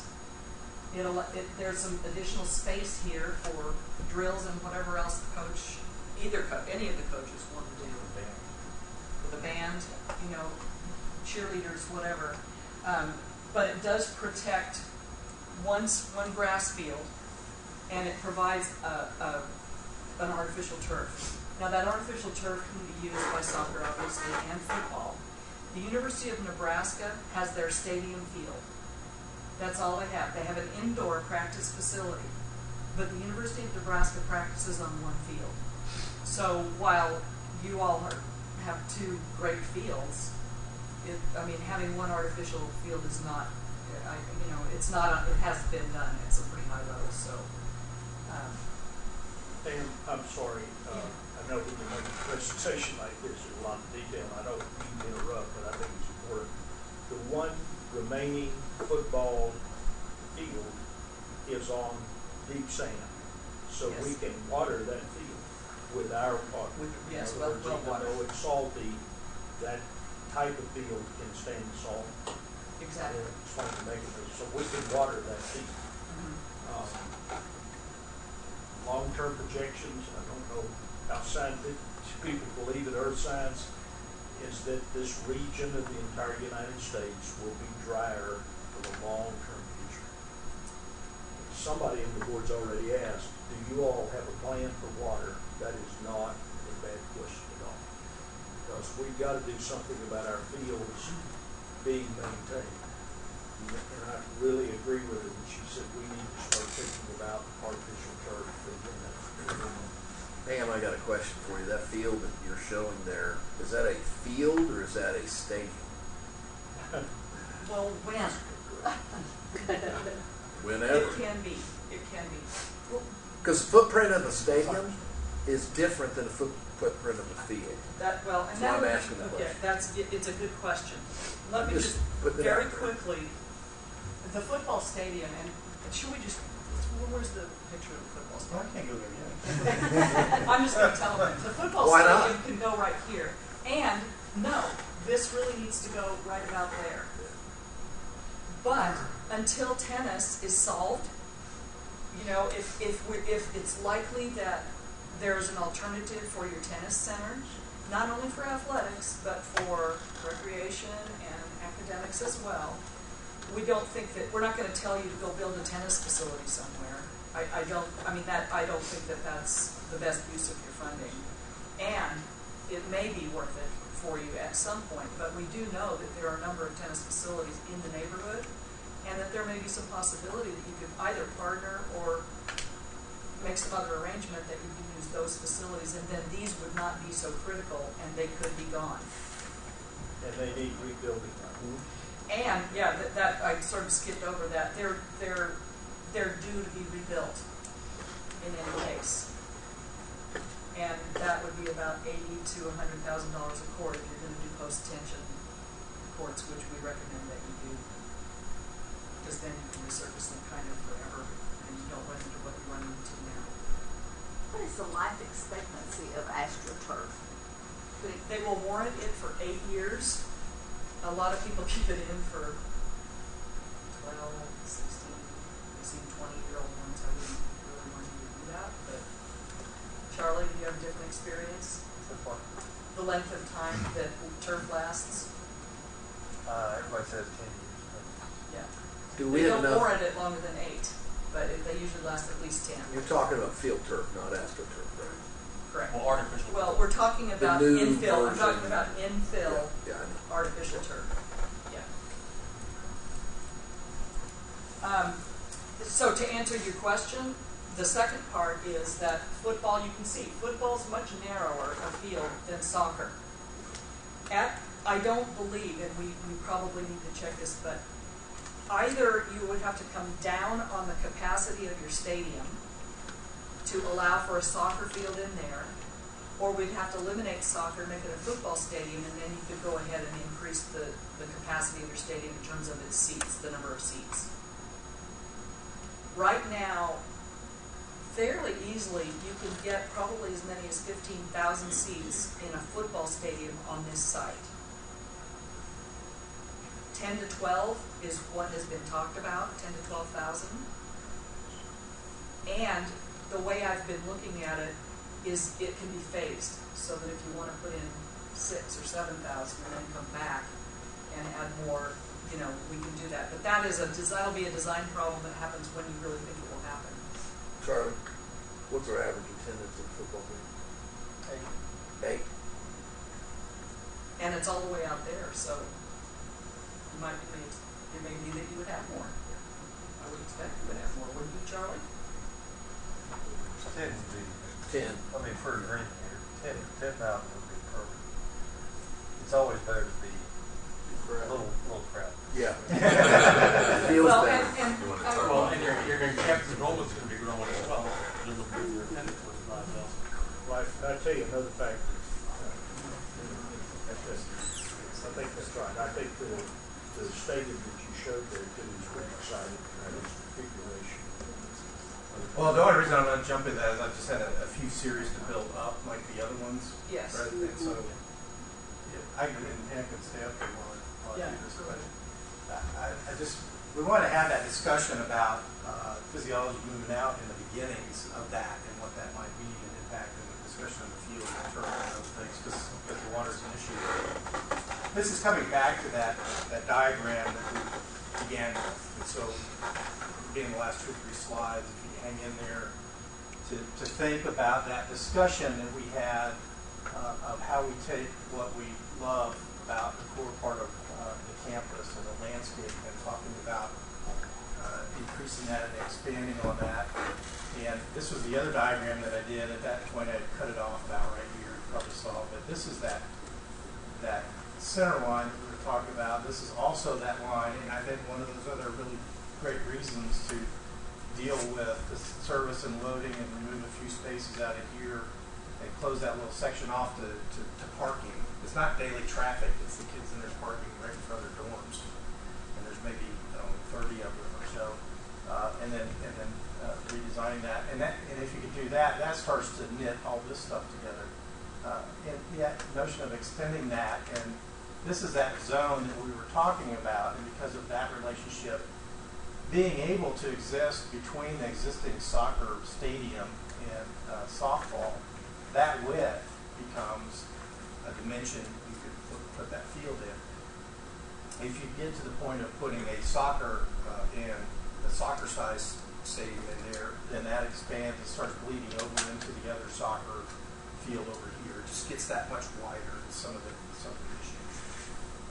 You see down in here the dotted line, which was the notion of where a baseball field could fit that Dan was mentioning earlier. This is that drawing going back to our open space, and let's just imagine for a moment, we asked you on those sheets that we emailed you, the donor comes in and you do everything you want to do, including all this landscaping, and imagine what that campus might look like, and to extend the idea of that open space network all the way down to South Campus.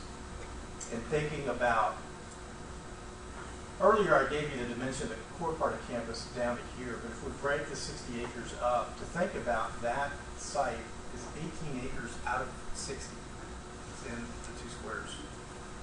And the utilization of, when you come in and split way around, it's a really wide dimension. We can take that idea, still keep it, just narrow it somewhat, give us enough room to get this second soccer. And you can see the dotted lines for football. So there's 2 football and or 2 soccer practice fields. And then we overlay that into a plan that could connect that spine into that baseball stadium if it was to ever come. You can see I narrowed this up a little bit, lined it with trees, and of course what you see is green means that it could be landscaping trees. It could you could potentially put some parking in this zone, an additional building could go on either side of that as a part of this. Notions of taking advantage of the back part of this to do additional parking.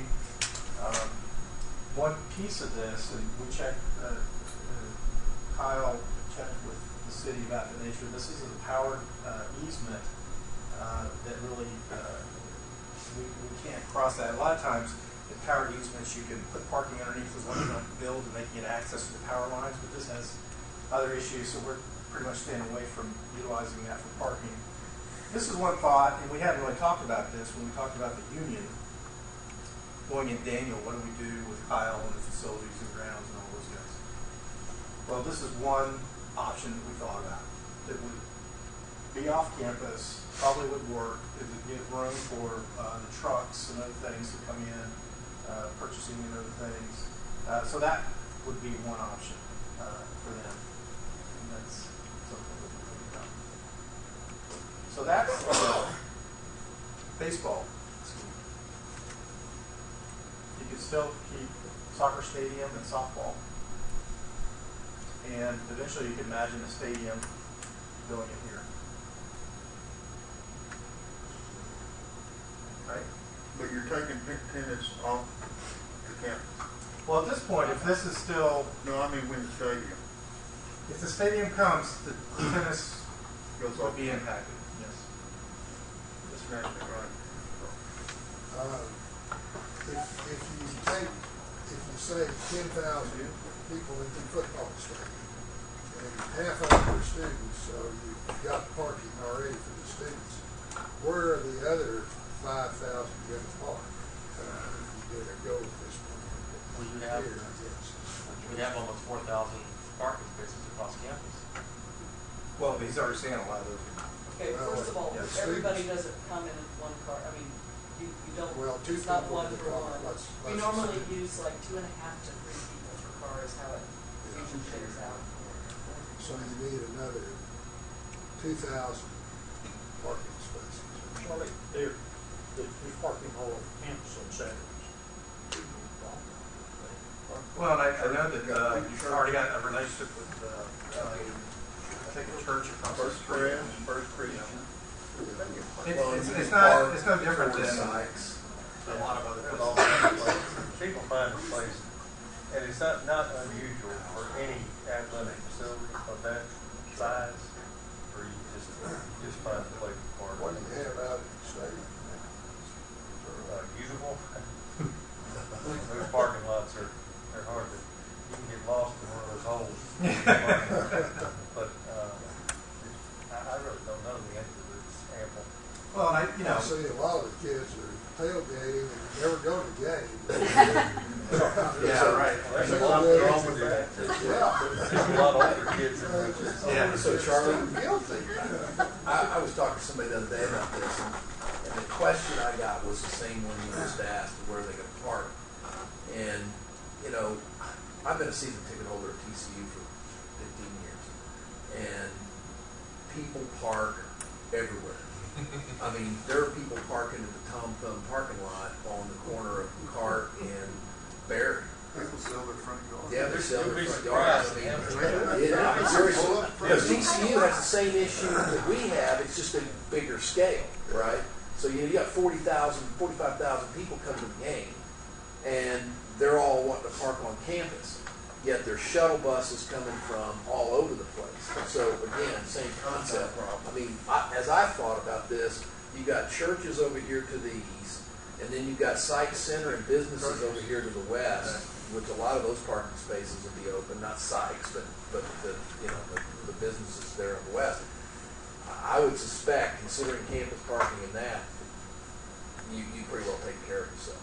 Tech's worse than TCU. Everybody's driveway. Tech's a mess. It's like $5 to charge somebody's driveway. Surprised how many entrepreneurs will. Yeah, they'll crop up. You're going to major economic Yeah, and they'll have a golf cart shoveling you to the front So we gate. can dream a little, did you drop the slide of the stadium, the mock up the stadium? as No, I well didn't as- figure anybody really wanted to talk about that. Keep going.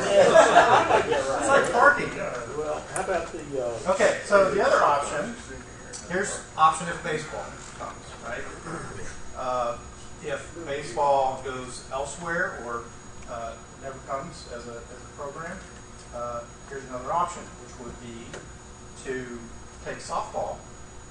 And Charlie might talk about the issue of the rain that we've been talking about, but apparently these fields are pretty in dire straits today because of that issue. But they're not sand-based, Right. so they really can't handle absorbing and child better descriptors than that. They can't take the well water. Yeah. It's not as small. So, they are in dire peril as we speak. Right. Water rationing precludes you from using municipal water on these fields. So your on-campus wells are too salty. Yeah. So, anyway, that might be an impetus then to build softball down here with the turf. Well, Potentially. well, but here's the other thing you can do is, depending on the timing, and it gets a little complicated, but this field right here, the football field that's right there, both of those football fields are on 12 inches of sand. We're told that. We haven't done soil tests, but it's a PGA sand-based field, and it's 12 inches of sand. So I think that sand can be reclaimed. But if you take this, if you put that in and take this out before you're ready to build something else, whether it's softball or something else, where do you put the sand? I mean, that would be timing. But you could get sand and move it over, and then you'd have a sand-based softball field of grass. So again, it's when these things occur. the important things to remember, at least I do, if we can convert soccer, softball to sand-based, I mean, it's what you said, $250,000, we have the water to water those fields because there's an aquifer over there. I forget the part per million dissolved salts, but I understand that it's fine if it's sand-based. There are some things you can do. The idea is to flush them every once in a while with non-well water, which if it would rain, that would be awesome. But if you can't use domestic, then you are going to get some salt buildup in there. There's some chemical things you can do about that, but it's far better. I mean, obviously you can use water, and it makes a difference. It'll make a difference. So, moving softball, and if the soccer shifted over here for a while as a turf, to move that eventually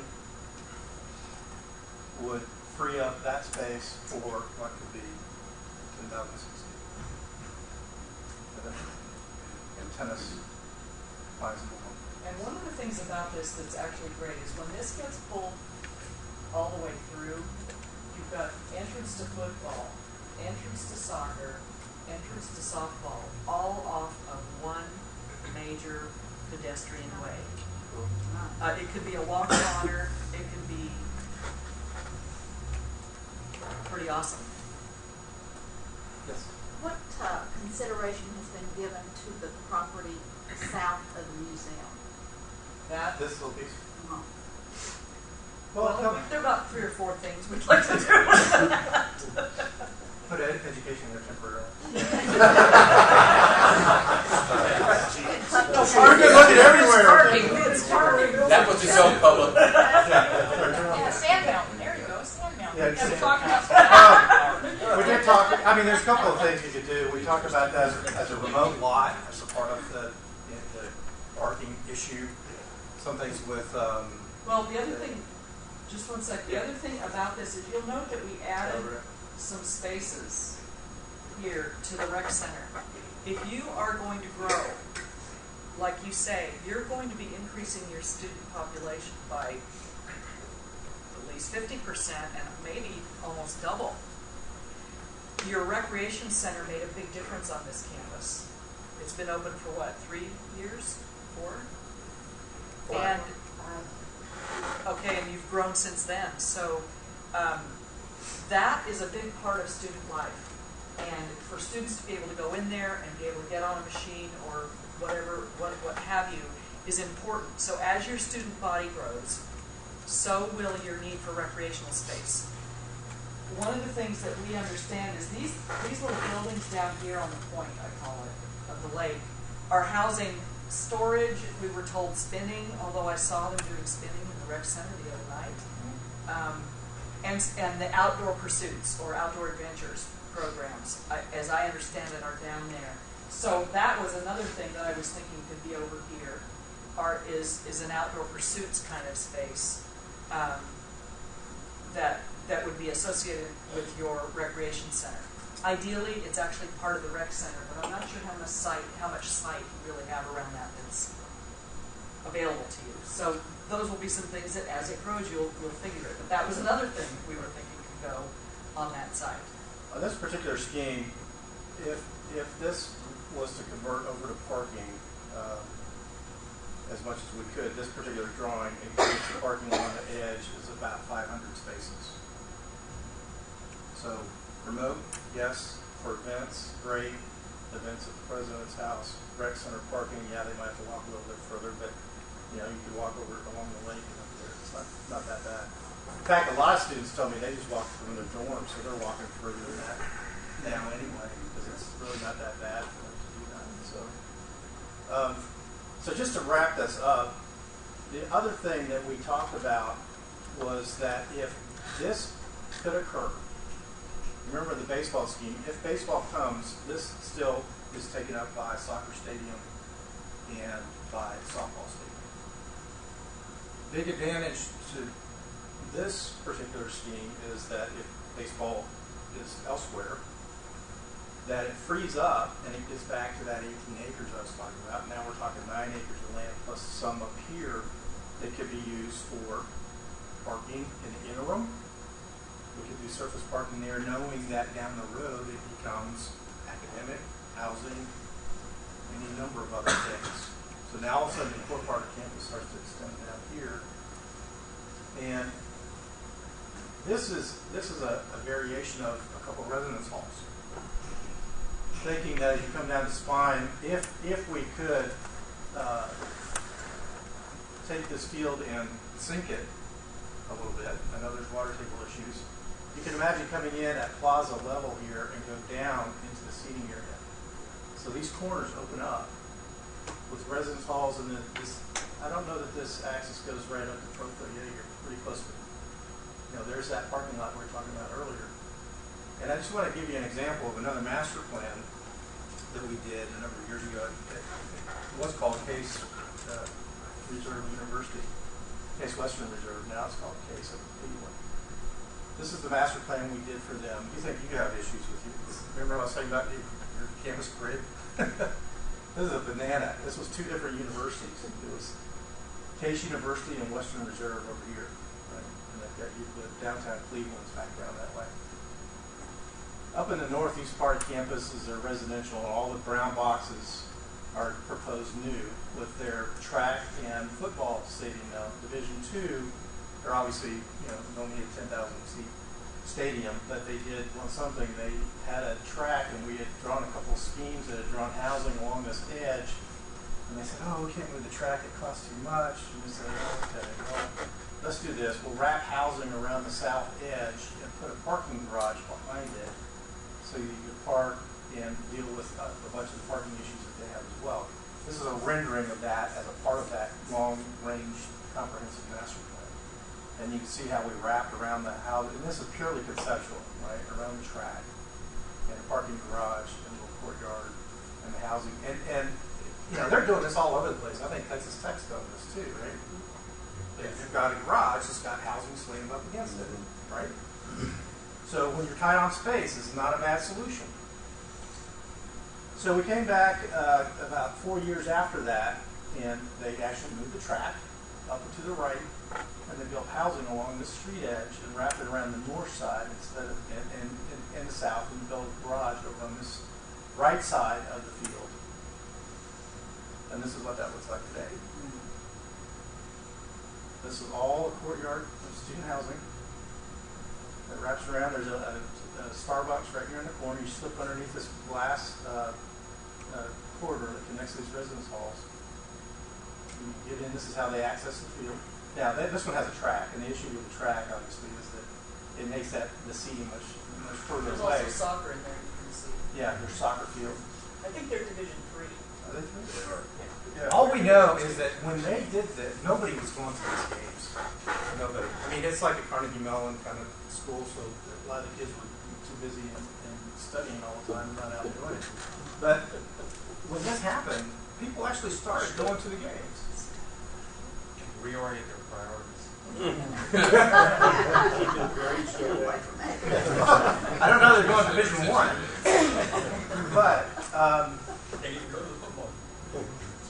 but you know, they took the garage and they put their and I'm not suggesting this for you guys. I just think it's really interesting, you know, how they integrated the stands and the press box into the garage. So you park in the garage, come out, get out, drive, go home. They never impacted this. We actually hired one of our architectural interns was going to school here, and she was living in these dorms. I was like, oh, how was it during the games? She goes, oh, the games were awesome.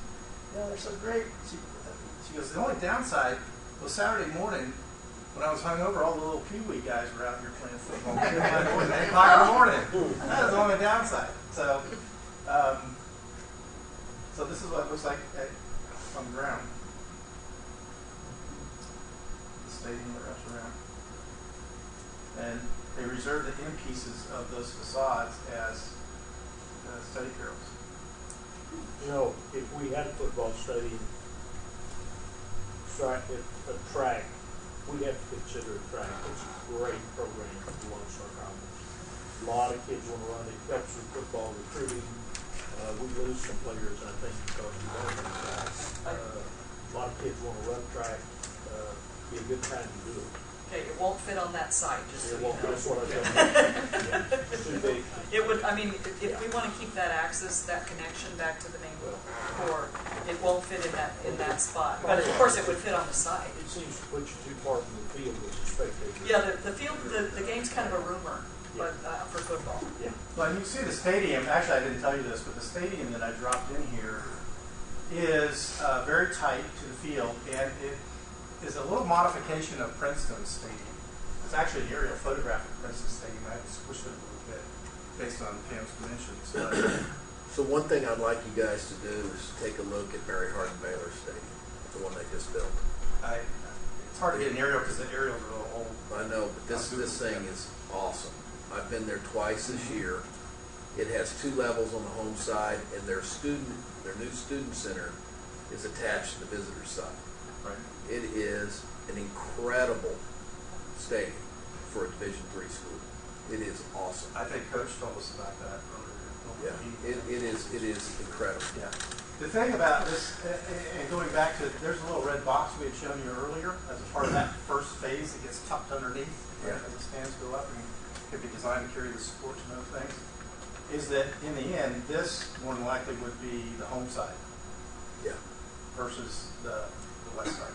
But it doesn't mean that you can't tuck functions underneath that side of the stadium. One other thing I'll point out about the Mary Hardin Baylor Stadium, and the reason I know so much is because my daughter is an administrator at Mary Hardin Baylor and is a season ticket holder. Her and her husband are season ticket holders. She said that this year's stadium's been open. Campus life is so different now on the weekends. Their president has been quoted in the papers as saying he's never seen a transition on a university such as this. I mean, they had a stadium on campus before, but it was just a stadium. This is really nice, and it's not that fancy, but it's nice, and the kids have flocked to campus on the weekends. Well, and the other thing about that though too is with academics in this building, and with the opportunity then to the extent that Charlie is going to need more space in Ligon, it makes sense then to put football over here. Not just the football coaches' offices and meeting rooms, but the football locker room. Eventually. That opens up space for Charlie to have locker rooms for the expanding cross-country and track teams, which you'll need for your gender equity and, all of that sort of thing. So, and then the other thing is, like Chris said, the Starbucks, the student center, an auxiliary bookstore, any number of things can be part of the perimeter of this, and it really is mixed use, and so it becomes part of student life instead of, that. If you imagine what I showed here, be it housing or academic, imagine what happens over here and what a liner of something underneath the stands there is a part of whatever happens over here. Also, as another separate dining facility. There's also the opportunity under there. What's that? Greek Life. Greek Row? Greek Village. On the other side. I don't think you want your home team facing west, though. I'll Bad idea. No, we won't. We don't want the home team facing west. That, Gotta let Chris do his thing, Yeah. though. Then you say that's where so what goes on this side then? We have to design it. Okay. You didn't do that already? You've had 3 days. You don't want the home team piece right. You want the home, you want the home donors facing into the sun. The cool thing, actually, if you could sink this down, is in the interim, if you build stands on either side and these are berms, the students could hang out in those end zones on the berm before you have to invest in the seat. Kind of like UVA, if you're at that. Right? Let's get back to reality for a minute. Let's talk about parking. Let's emphasize, okay, the building is really important because of academics and what's in it. We need space. They need space. Yes, That 32,000 program has square huge feet of potential. space. Yeah. We need coaches' offices. That's taken care of. Okay, we put down a turf field there. We could put it down because that would relieve our water situation significantly, would it not, Charlie? Okay, so if we could just get that down in the next few years, it could take some pressure off of us. Then that is eventually converted into a football area. One of our intentions of this planning is saving a space for a home football. In reality, depending on what happens with tennis, that field could literally be the down payment on a football stadium. That field would be, that's what I was going to, okay. And it would solve the problems we have now of our soccer field being dry, the actual playing field. Okay, now I've asked this before, if it were, the stadium were there and it had a turf field on it, is it possible to play soccer and football, and could you schedule it? I mean, would that? Yeah, you'd have to design it for soccer. Design for soccer and football to Which play. will make it a little bit Wider. And were we assuming that when we put that? Well, what we would want to do is actually go through that exercise with you, because there's a compromise. When you put soccer in a football stadium, you push the sidelines farther away. Yeah. And we would have to put fewer seats on the sidelines if we're going to stay within that footprint. Okay. Now, in the interim, again, it's timing. In the interim, if let's say it lasts 10 years, if you think you'll get a football stadium here before 10 years, then we'll need to think of it one way. If you don't think it will be here for 10 years, then we put the field in wherever we need to put it in, because you're going to put a new one in when you build a stadium anyway. Yeah. But right now, we need the turf field. I think it would be a really good idea. All right? And we need it now. For a lot of And it needs to be lighted, Okay. and it needs to be able to accommodate both football and soccer. Right. Practice, football practice, soccer, and that's what needs to be lighted.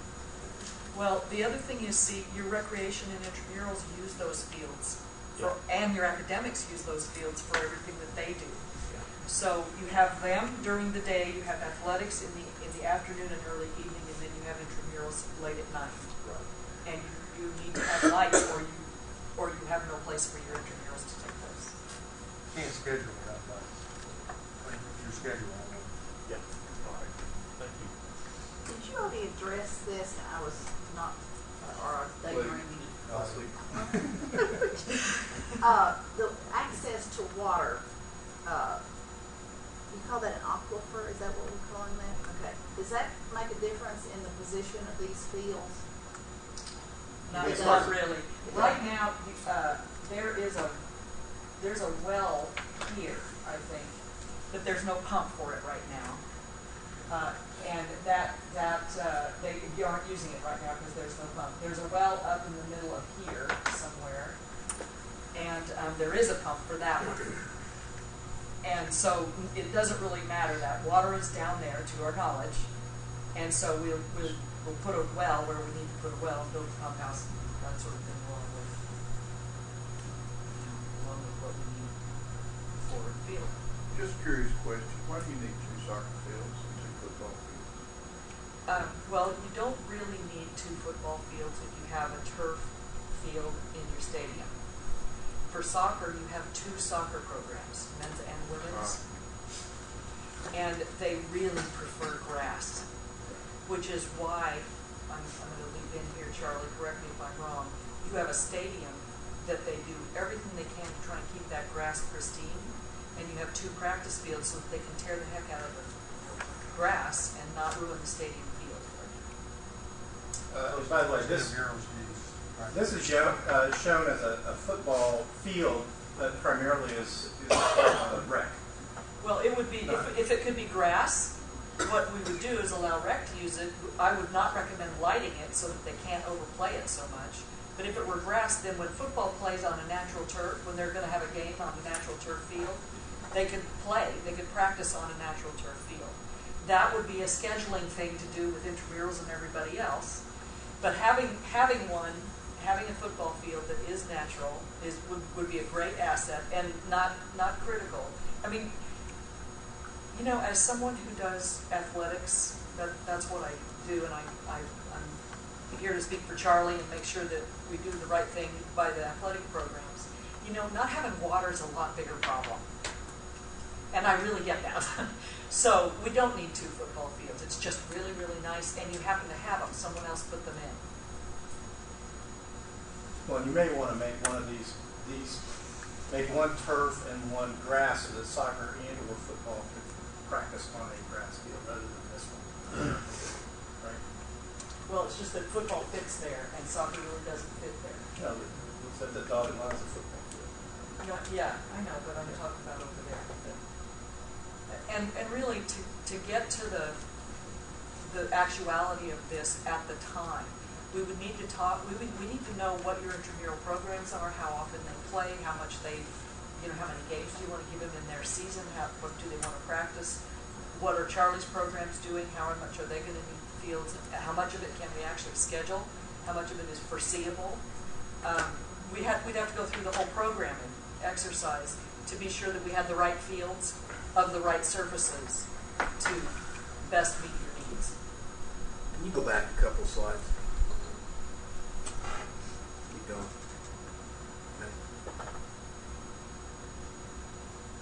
Okay. Now, that same stadium would fit in. I know. You can see what baseball does there. It eliminates Well, a lot of the other thing it doesn't things. do is it never gives us this land back. Well, but I guess my view of it is that that's what started this whole conversation. This whole day started with this. And what I don't want to do is ignore that. We spent so much time talking about that last slide. I don't want this board to ignore the fact that this is why we started the conversation. And the only thing that this is different from that last slide is we don't get that piece right over there. Everything else is the same. Yes. Correct. And I don't know, in my view, that's that critical for me, at least. And I just want to make sure I could visualize Well, it. and it really won't until you have a real need for more sites. Right. For More housing. Right. Housing is Right. probably the big one. And just to go back to the housing, we only showed you the first 5 years Well, of housing. Agreed, but if you, what I saw was some additional items on the north end of that end zone. Up there. Yeah, up there. And really nothing over here yet. That was just like for 25 years out. It's pretty open-ended. You could put surface parking there until you started needing to build residence halls or other things. Or you can leave your, or you could leave it like this. Leave it the way it is. Yeah. Okay. I just want to see it. The issue will be if your soccer stadium fails, if your soccer field fails, and you're going to spend money to replace it. That would be the time to say, do we want to replace it here? Where it is now. Yeah. Do we want to replace it where it is now, or do we want to look? Do we want to commit to not having baseball on this site, opening up that site? You know, do we want to commit to that? That's the only thing that might occur at some point with some urgency. The same would be for your soccer stadium. Those buildings near the soccer, Charlie was saying that he thinks that there's a way, and I need to double check, but to add sort of an auxiliary training room that would service the soccer teams and softball. That would relieve some pressure on your training room in Ligon. And that would take a little something because those buildings aren't in concrete. Okay. In any case, so what money would get invested in trying to replace or save those fields or move something over into the soccer buildings? You just have to know that if you thought something like that other slide would work, that would be a throwaway at some point. It's the same situation as the Sim Center. Get our use out of it and then move. There's too many variables here. I think we all recognize that. If we don't get some significant rain this spring, we're going to have a plan. You talk about a backup plan for that soccer field and softball. Because we can't water them now. We can't play on them. It's, I don't want. It's kind of a negative game to play that. But you got to recognize if we don't get some money to build those lakes up, we can't get permission to do much building, and we're not going to have a place to play. So we've got to have some alternate plans. Is it not possible to put a football field up there because of the need to have a soccer field? To the right, where the red box is, where it was in the last slide. Is it not possible to put a football stadium there because of the need to have a soccer field? No, what we're saying is eventually there would be. Go back, go to the last slide. Keep going right there. Okay. This layout would ultimately be what we would do. The other one would be an interim thing. So, I misunderstood. yeah. Sorry, So we have one more piece with Marilyn to go over scheduling. We could take a quick break. Let's take a very quick break because I promised That's we'll the last try to piece be we've done got. by 3, and we are not going to be. But let's take a very quick break, and then we'll come back and try to wrap it up because I want to make sure the board has time to ask any follow-up questions, and we can kind of lay the groundwork for next steps. Okay. Very quick. 5 minutes. Yeah, 5 minutes.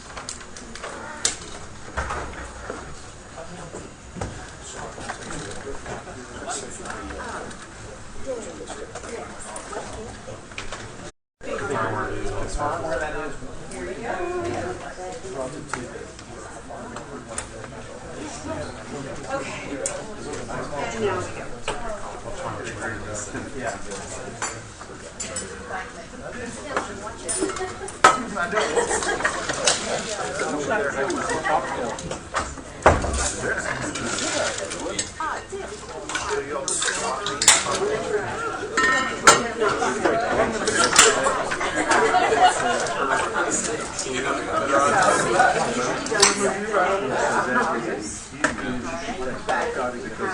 You're asking about directions. We were actually here together tonight. Another life, yeah. I go the other week. So but as soon as we have an idea. We missed Yeah. Oh, there he is. Okay. Marilyn? I just want to say that I was given a pen earlier, so you're not going to be able to get rid of me very soon. It looks good. And if you all want one of these little calendars, you can have one of those. I want a pen. Okay. There you go. You gotta ask the right person. It's like a student loan. I got a big one. I'm still working on it. He's got a senior in high school. Oh, He's gonna have one soon. Is it forgivable? Not yet.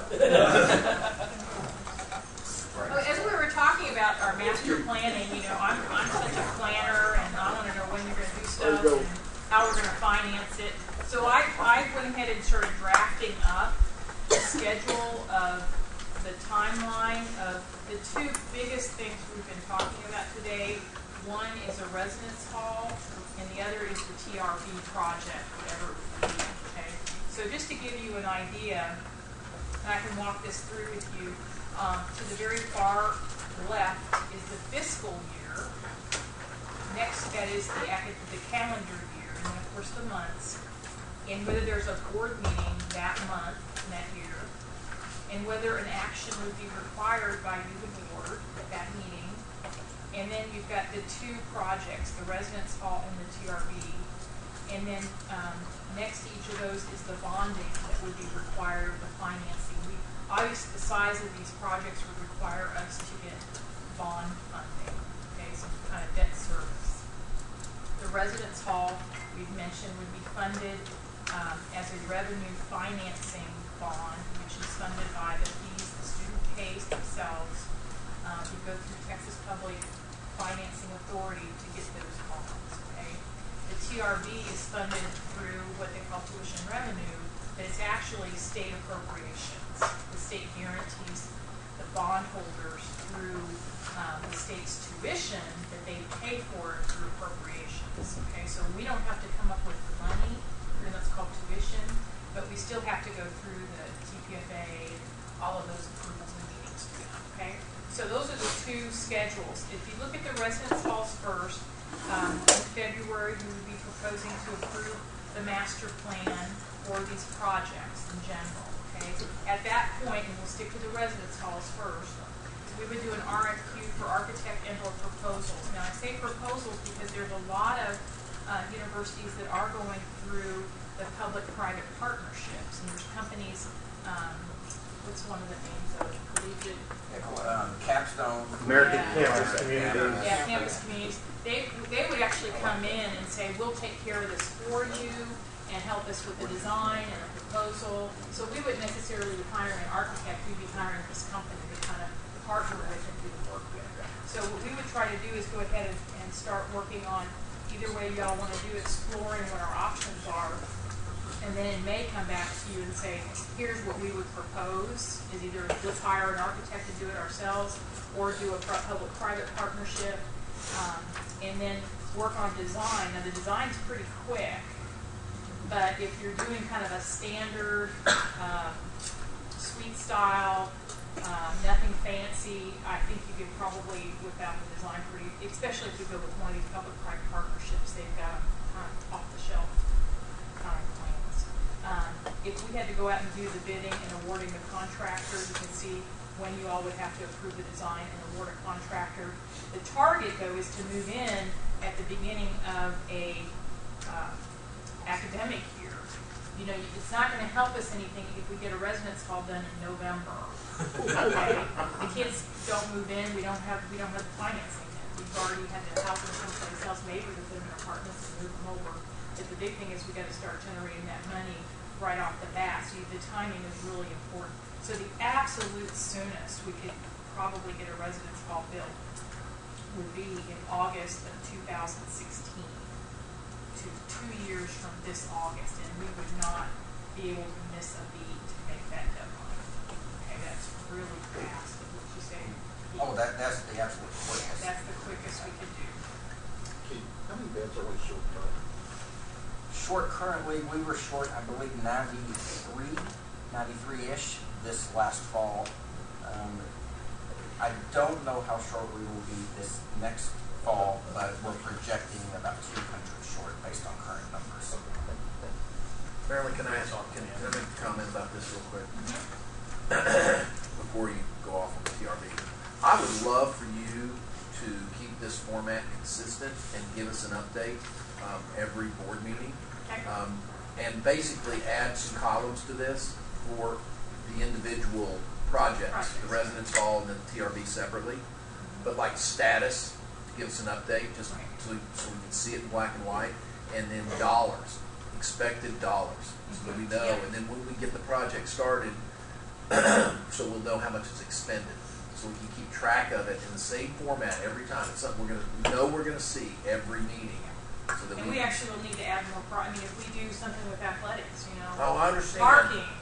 Well, I think what you do is you have one of these in this format for each of these, not one page, one for each. Yeah. So that it's become something that if we're going to do this, let's do it right, so the board knows what the status is every meeting. And I've actually done these like on the construction where you actually have a drawdown schedule.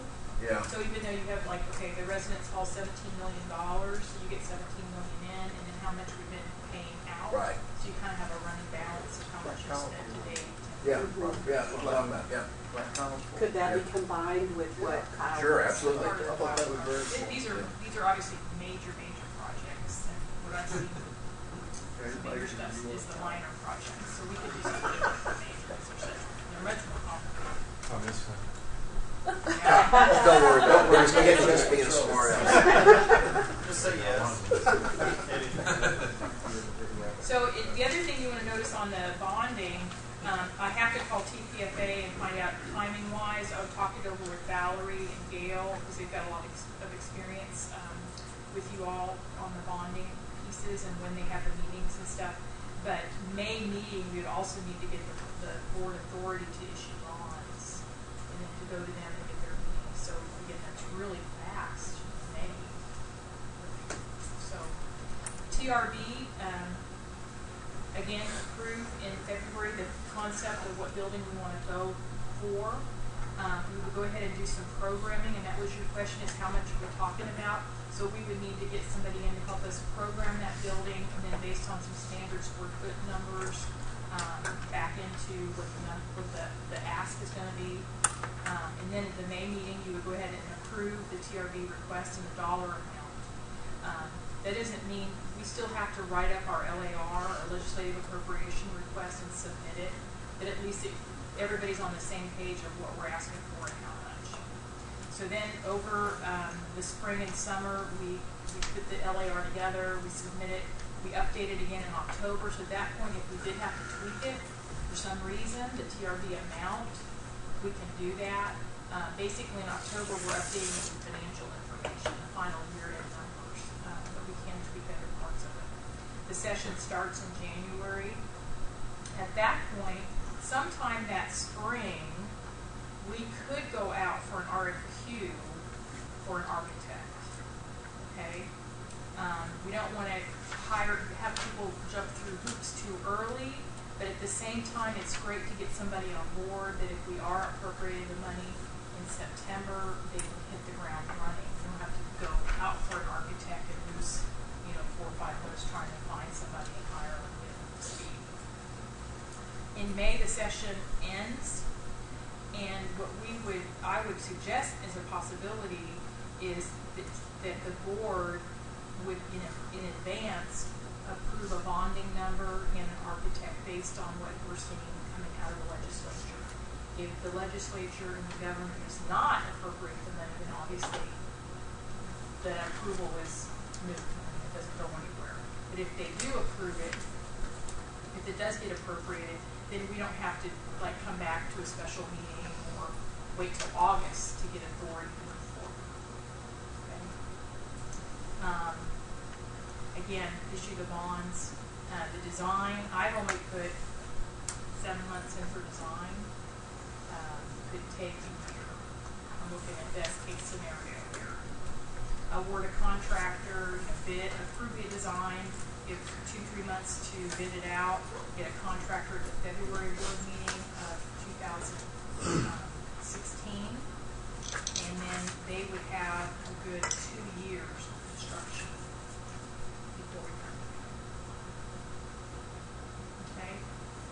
these are the fastest possible timelines. Any questions? And so by move-in, what would you, for the residents want? Do you have an estimate of, would that get us at least in the wiggle room, or are we already going to be behind?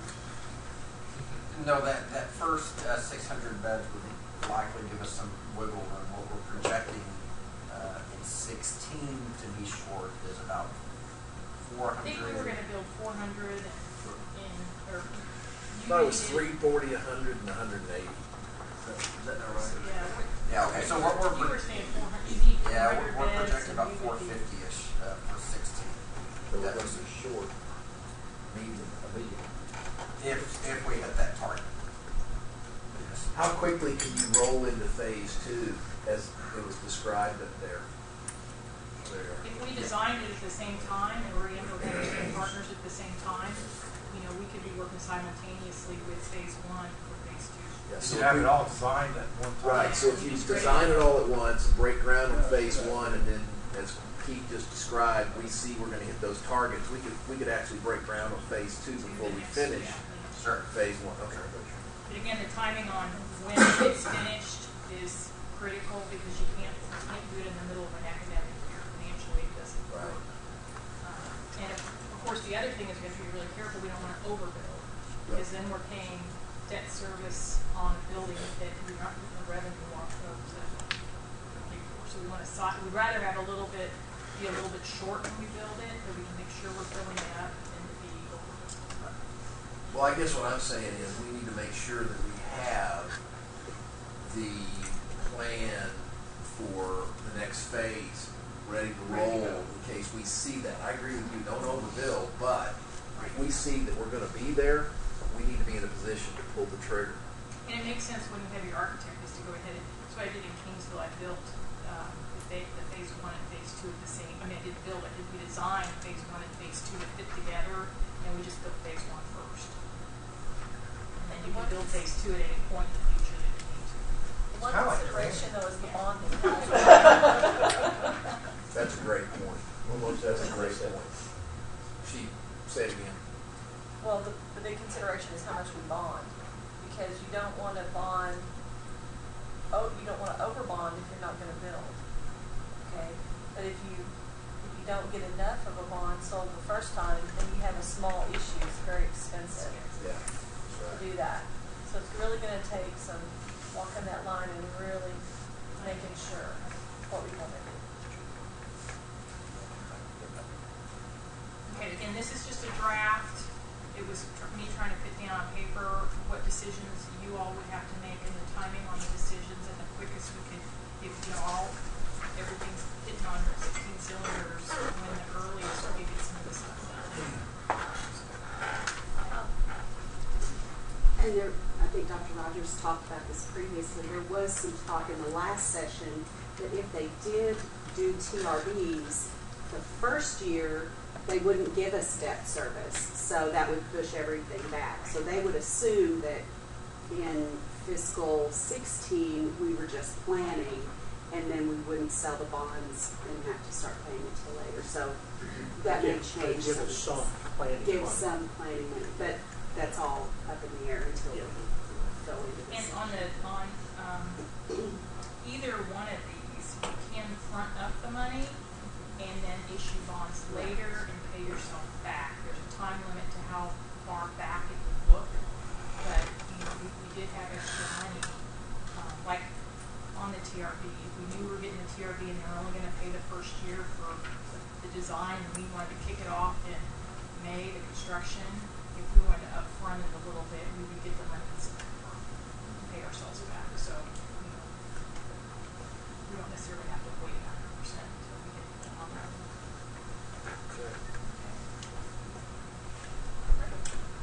A lot of information. Anybody have any more questions? And then I want to kind of ask Marilyn or Chris or Jesse, somebody to kind of give us the next steps. Anybody have any questions? Do they have conceptual drawing of the architect, like a stadium or Jesse, you know, okay, sorry. So Jesse, what's next? What do we need to be thinking about next? February is next. Before that time, we actually need a couple of days parking consultant. We need a couple of other consultants to come in. There are a few options on the building that we're going to recommend that I think can make before February, such as what we're going to do with mass communication. We've got to something out there, and we have some ideas, and I think we will have our own money to probably fix that with that building. We need to do something in the interim about our football coaches. They can't stay in this house any longer, and there's some things that we can do there interim that won't cost much money at all. It would be very, I think it would work for them before we can actually get this perfect project that we talked about here. So I want to have that ready for you in February also. So the type of building, who's in it, and parking, we need to clear up a few issues before we make a recommendation in February about the TRP. Additionally, I don't want to harp on this, but we have some really serious problems with our playing fields. We need to bring you a interim plan for that. We may try to raise some money to put in the turf field as quickly as possible because we have one more chance for rain, and right now our fields are dead. We don't have a place to play. We got to start playing very soon. I was going to throw it out. Okay, yeah. So mainly we'll have a few consultants in on a few issues that we've left sort of hanging here. I think the building we'll recommend, and we'll have to decide in that building that we're going to recommend who's in it. They're in addition to the health sciences. And if they're not in it, and we've got to take care of them, we'll have an alternate plan for that too. So in the meantime, you will have discussions with students and faculty about some of this as well, and so we'll be able to respond to that in February as well. Yes. Chris? I think as far as the building goes, at some point sooner or later, you're going to start programming it, and you're going to come up with a cost estimate to submit for that TRB. Right. So, and if we've got issues with both sites, because both have issues, or all three, but I think the top two, you got buildings that need to be removed on one, and the other has, sewer issues and parking and other things. So I'd suggest getting somebody to, one, develop a program, find out exactly what it is you're going to go in there, how big it's going to be, and then do some site analysis, figure out exactly what site issues might cost, and then that'll lead to a dollar amount that you're going to need that to submit. Well, I think we're going to have that to at least have some conversation about in February. I mean, we technically don't have to have a number until May, right? Is that correct?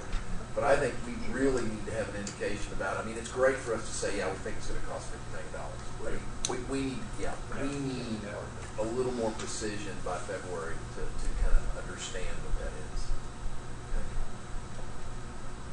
Okay. I tell you, I'd also like to know too if, and this is just me, but I would like to know soup to nuts. If we did this, soup to nuts, this, student life, academic life, athletics, all the way down the road, how much would that cost?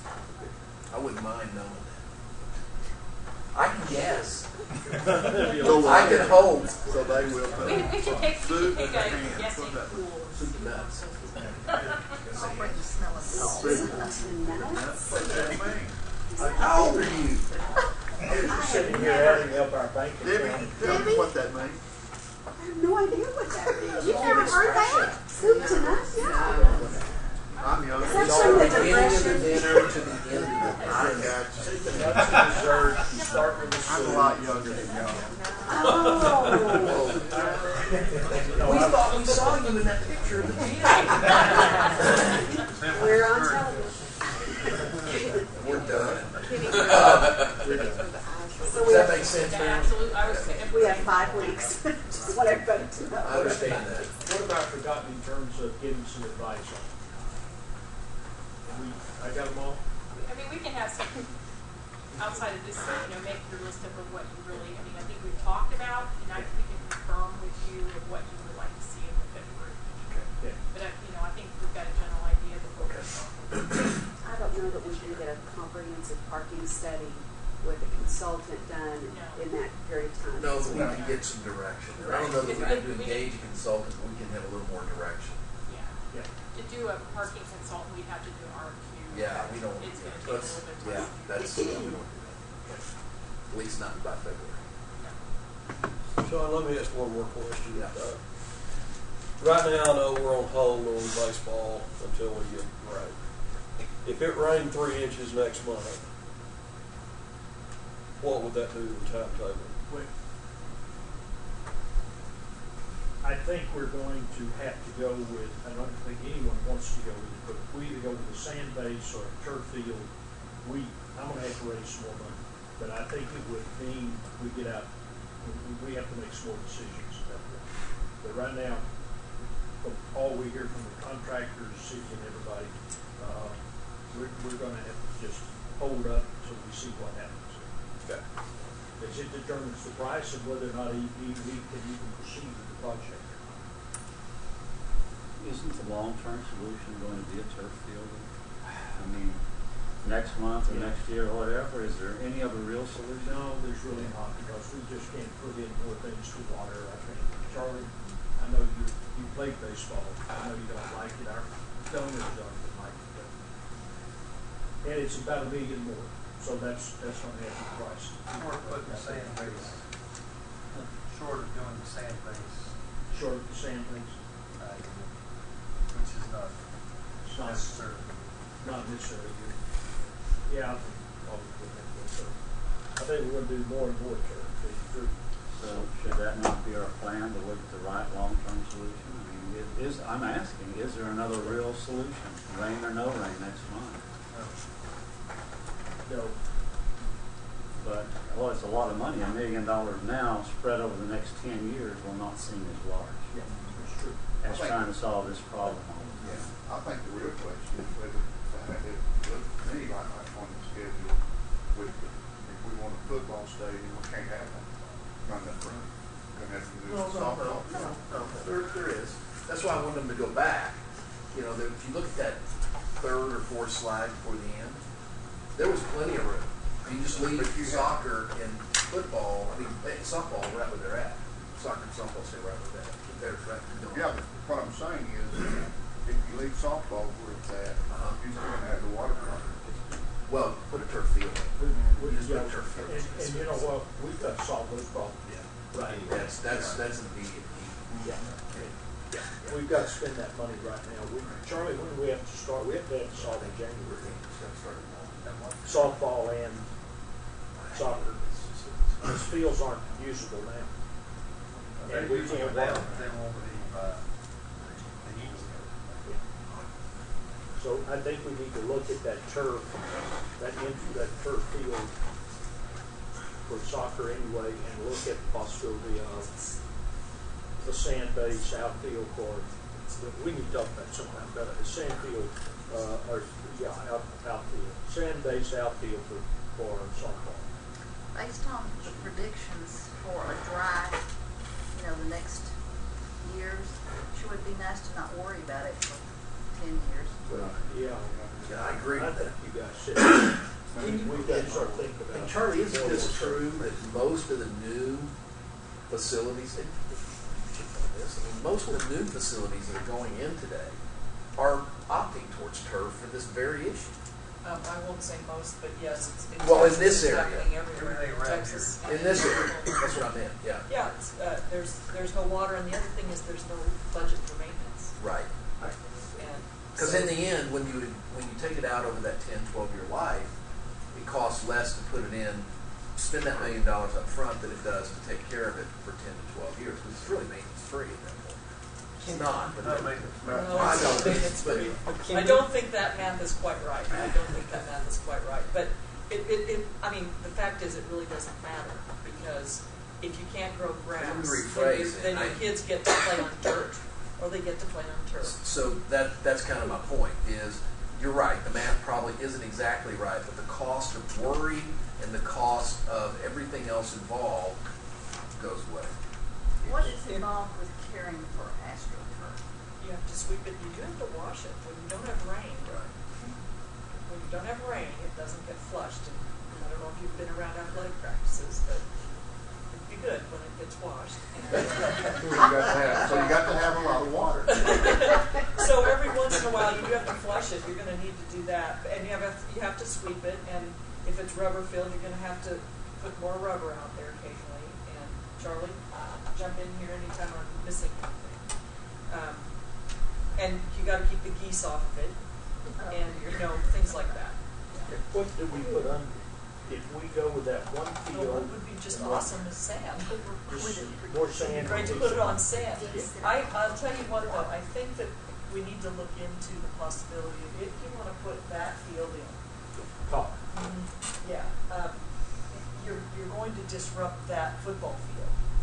And I think that it may be worth, to the extent that the turf is salvageable on softball, roll it up, put a good subsurface on there with that sand, put the turf back down, and that may make enough of a difference that you can last a few years. I was going to ask if we could move the sand grass onto the softball and put the artificial turf down. You're taking a chunk of that field anyways, and then you probably maybe move one asset to save you some time. Well, I think, I don't mean to rush this, but we're not going to solve it today. And what I think we ought to do is charge Charlie and Dr. Rogers, the rest of the team, to take a hard look at all those options and figure out what we need to do. I mean, you talk to Charlie and his team, they'll tell you we have immediate concerns and problems about that softball field and that soccer field. And if they go, we're done. There's not anything else we can do. We have an emergency situation. We need to deal with it. So I think what we need to do is have you guys take a hard look at it and figure out what our options are. I mean, I don't know if we can do that or not, but by the same token, let's figure it out so that we can have some meaningful solutions, because none of them are going to be cheap. None of them. I'd like to hear the right solution. Somebody say, if money wasn't what we were talking about, this is the right solution for Wichita Falls, for what we think is going to happen, because all these other options to me are not very useful.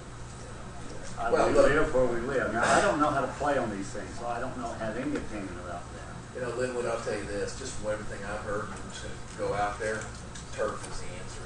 I mean, to me, I hear sand, I hear this. I mean, water is going to be limited here for a long, long time.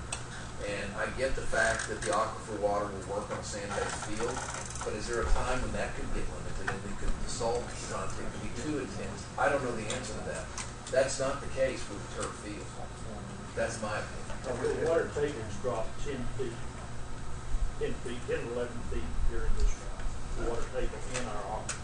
Rather than review several options, I'm just telling you my opinion is, I'd just rather see the solution and let's see if we can afford it. If we can't afford it and it's so painful, then we go back. And say, what could we do? But this is going to be, we've had this problem every year, really. I've started working on people who donate to schools. We know we've got to raise some money to fix this. My problem is there's so many variables here. Trying to focus on one, I'm trying to set that priority in my mind. You won't hear me say this too often, but it's hard for me to get my arms around all of these variables. So we've just got to decide on what our priorities are that have to be solved first. That's a big issue. And then what does it cost? Is it a long-term solution? I'm with you. Have we got to quit going to too many different directions? Well, I just answer a quick. Have we looked at a filtering system on the salt? Oh, gosh. I don't know. Yeah. I don't know. Probably This is. That could be done. Right. I'm going to check with the agronomist that I work with and see what our options are about pre-treating the water, post-treating the water after it's on the grass. And so I'll have some information for you about that. Secondly, I want to share with you that a football field, soccer field size, and probably baseball sized turf is about $1 million a pop. Okay? I mean, that's ballpark. Sorry, bad metaphor. and I will look into that in a little more detail for you, but that gives you a sense of the money. Thirdly, I think it might make sense to also look into what we can do with your current softball and your current soccer fields. If we do put in one turf field, we have all that sand. Now, we'll want some of it underneath that turf, but let's see what we could do about converting the two softball and soccer fields. Go ahead and use that sand underneath there and just see how much. I'm sorry? The sand is under the football. Yeah, she's talking about I south. understand, but if we're messing one of them up, if we're tearing one up, then we could reclaim that sand and put it where someone really is going to play. If we put dirt in. Yeah. So, I don't want to try to solve this now, but I'm getting some ideas. If we could get that turf down, Charlie, you told me you could schedule practice and intramurals. We could get that, that's a million. Perhaps we could convert, using that, well, we could put sand on that. Perhaps we could convert the softball field to a sand-based outfield at a quarter, which I said. You've got to have lighting, though. And the lighting is the other thing. The lighting Oh, is yeah. the other thing. I will put together some cost information for you to the best of this stage. So what I'm hearing, go ahead, Charlie. Well, if the water table's dropped 10 feet already, it's going to keep dropping, I'm afraid. Well, and that's why. Who else is using out of that single Our water? water table was 11 feet per year over the Redwood building is, it's what, 21 feet now, something like that. Where our wells are about 29. 29, ooh. So that's all our use, or do you think that's the area use? Because I know a lot of people drill That's area wells use, it's not just, near here. it's basically a big lake under there. Yeah. The neighbor right across Hampton, there's usually Plus, probably. we're not getting rain. That's what I mean about, we need to push, we need to set our priorities, focus on that, because I can't focus on as many things as I've been focused with, and we're gonna have to raise some funds to do this, and we have people that understand the importance of this program and enjoy it and so forth, so I don't mind being responsible for that, but trying to do too many things at one time, we're not gonna get anywhere, so yeah, we're gonna have to slow down on some things and solve those things that are critical first. We'll have it. So I think you've got plenty to do between now and February. Does anybody else have any more questions? Because we are not set to vote on anything. This was clearly informational. Does anybody, Sam? Last question on baseball. Money that has been donated, is it all only earmarked for baseball? Yeah. Now, I talked to a major donor, and quite honestly, the answer was, I'll think about it, of converting it into the turf field. Or a football stadium? Or a football stadium, yes. Yeah. So I get another. Which one brings the most money to the university? Football, baseball. Football, yes, football. Football stadium? He asked which was the biggest revenue maker for the university, which athletics. Baseball is zero.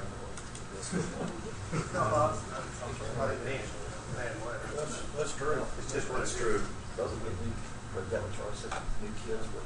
Like he said, to bring it zero. We'll get new kids in football too. Yeah, you did something like that. You have a lot of people coming out. You can Still great. Well, who would go attack if it weren't for the football field?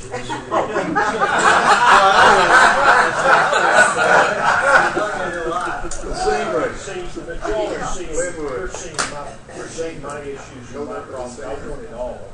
The reality is we can't have it all. I appreciate y'all seeing that.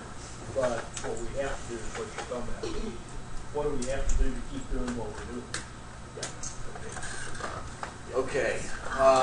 Any other questions, Jane? I just want to thank you, your team, for all the preparation work, and it's really, you've not only given us a direction to go, but it's exciting to hear the possibilities, and I just appreciate all of your work. Thank you. Thank you. Debbie, what else do we need to do? Nothing. Okay. Those of you that I've sent minutes to, you can send me your signature pages whenever. Okay. All right, then, we stand adjourned until our February meeting. 13th and 14th.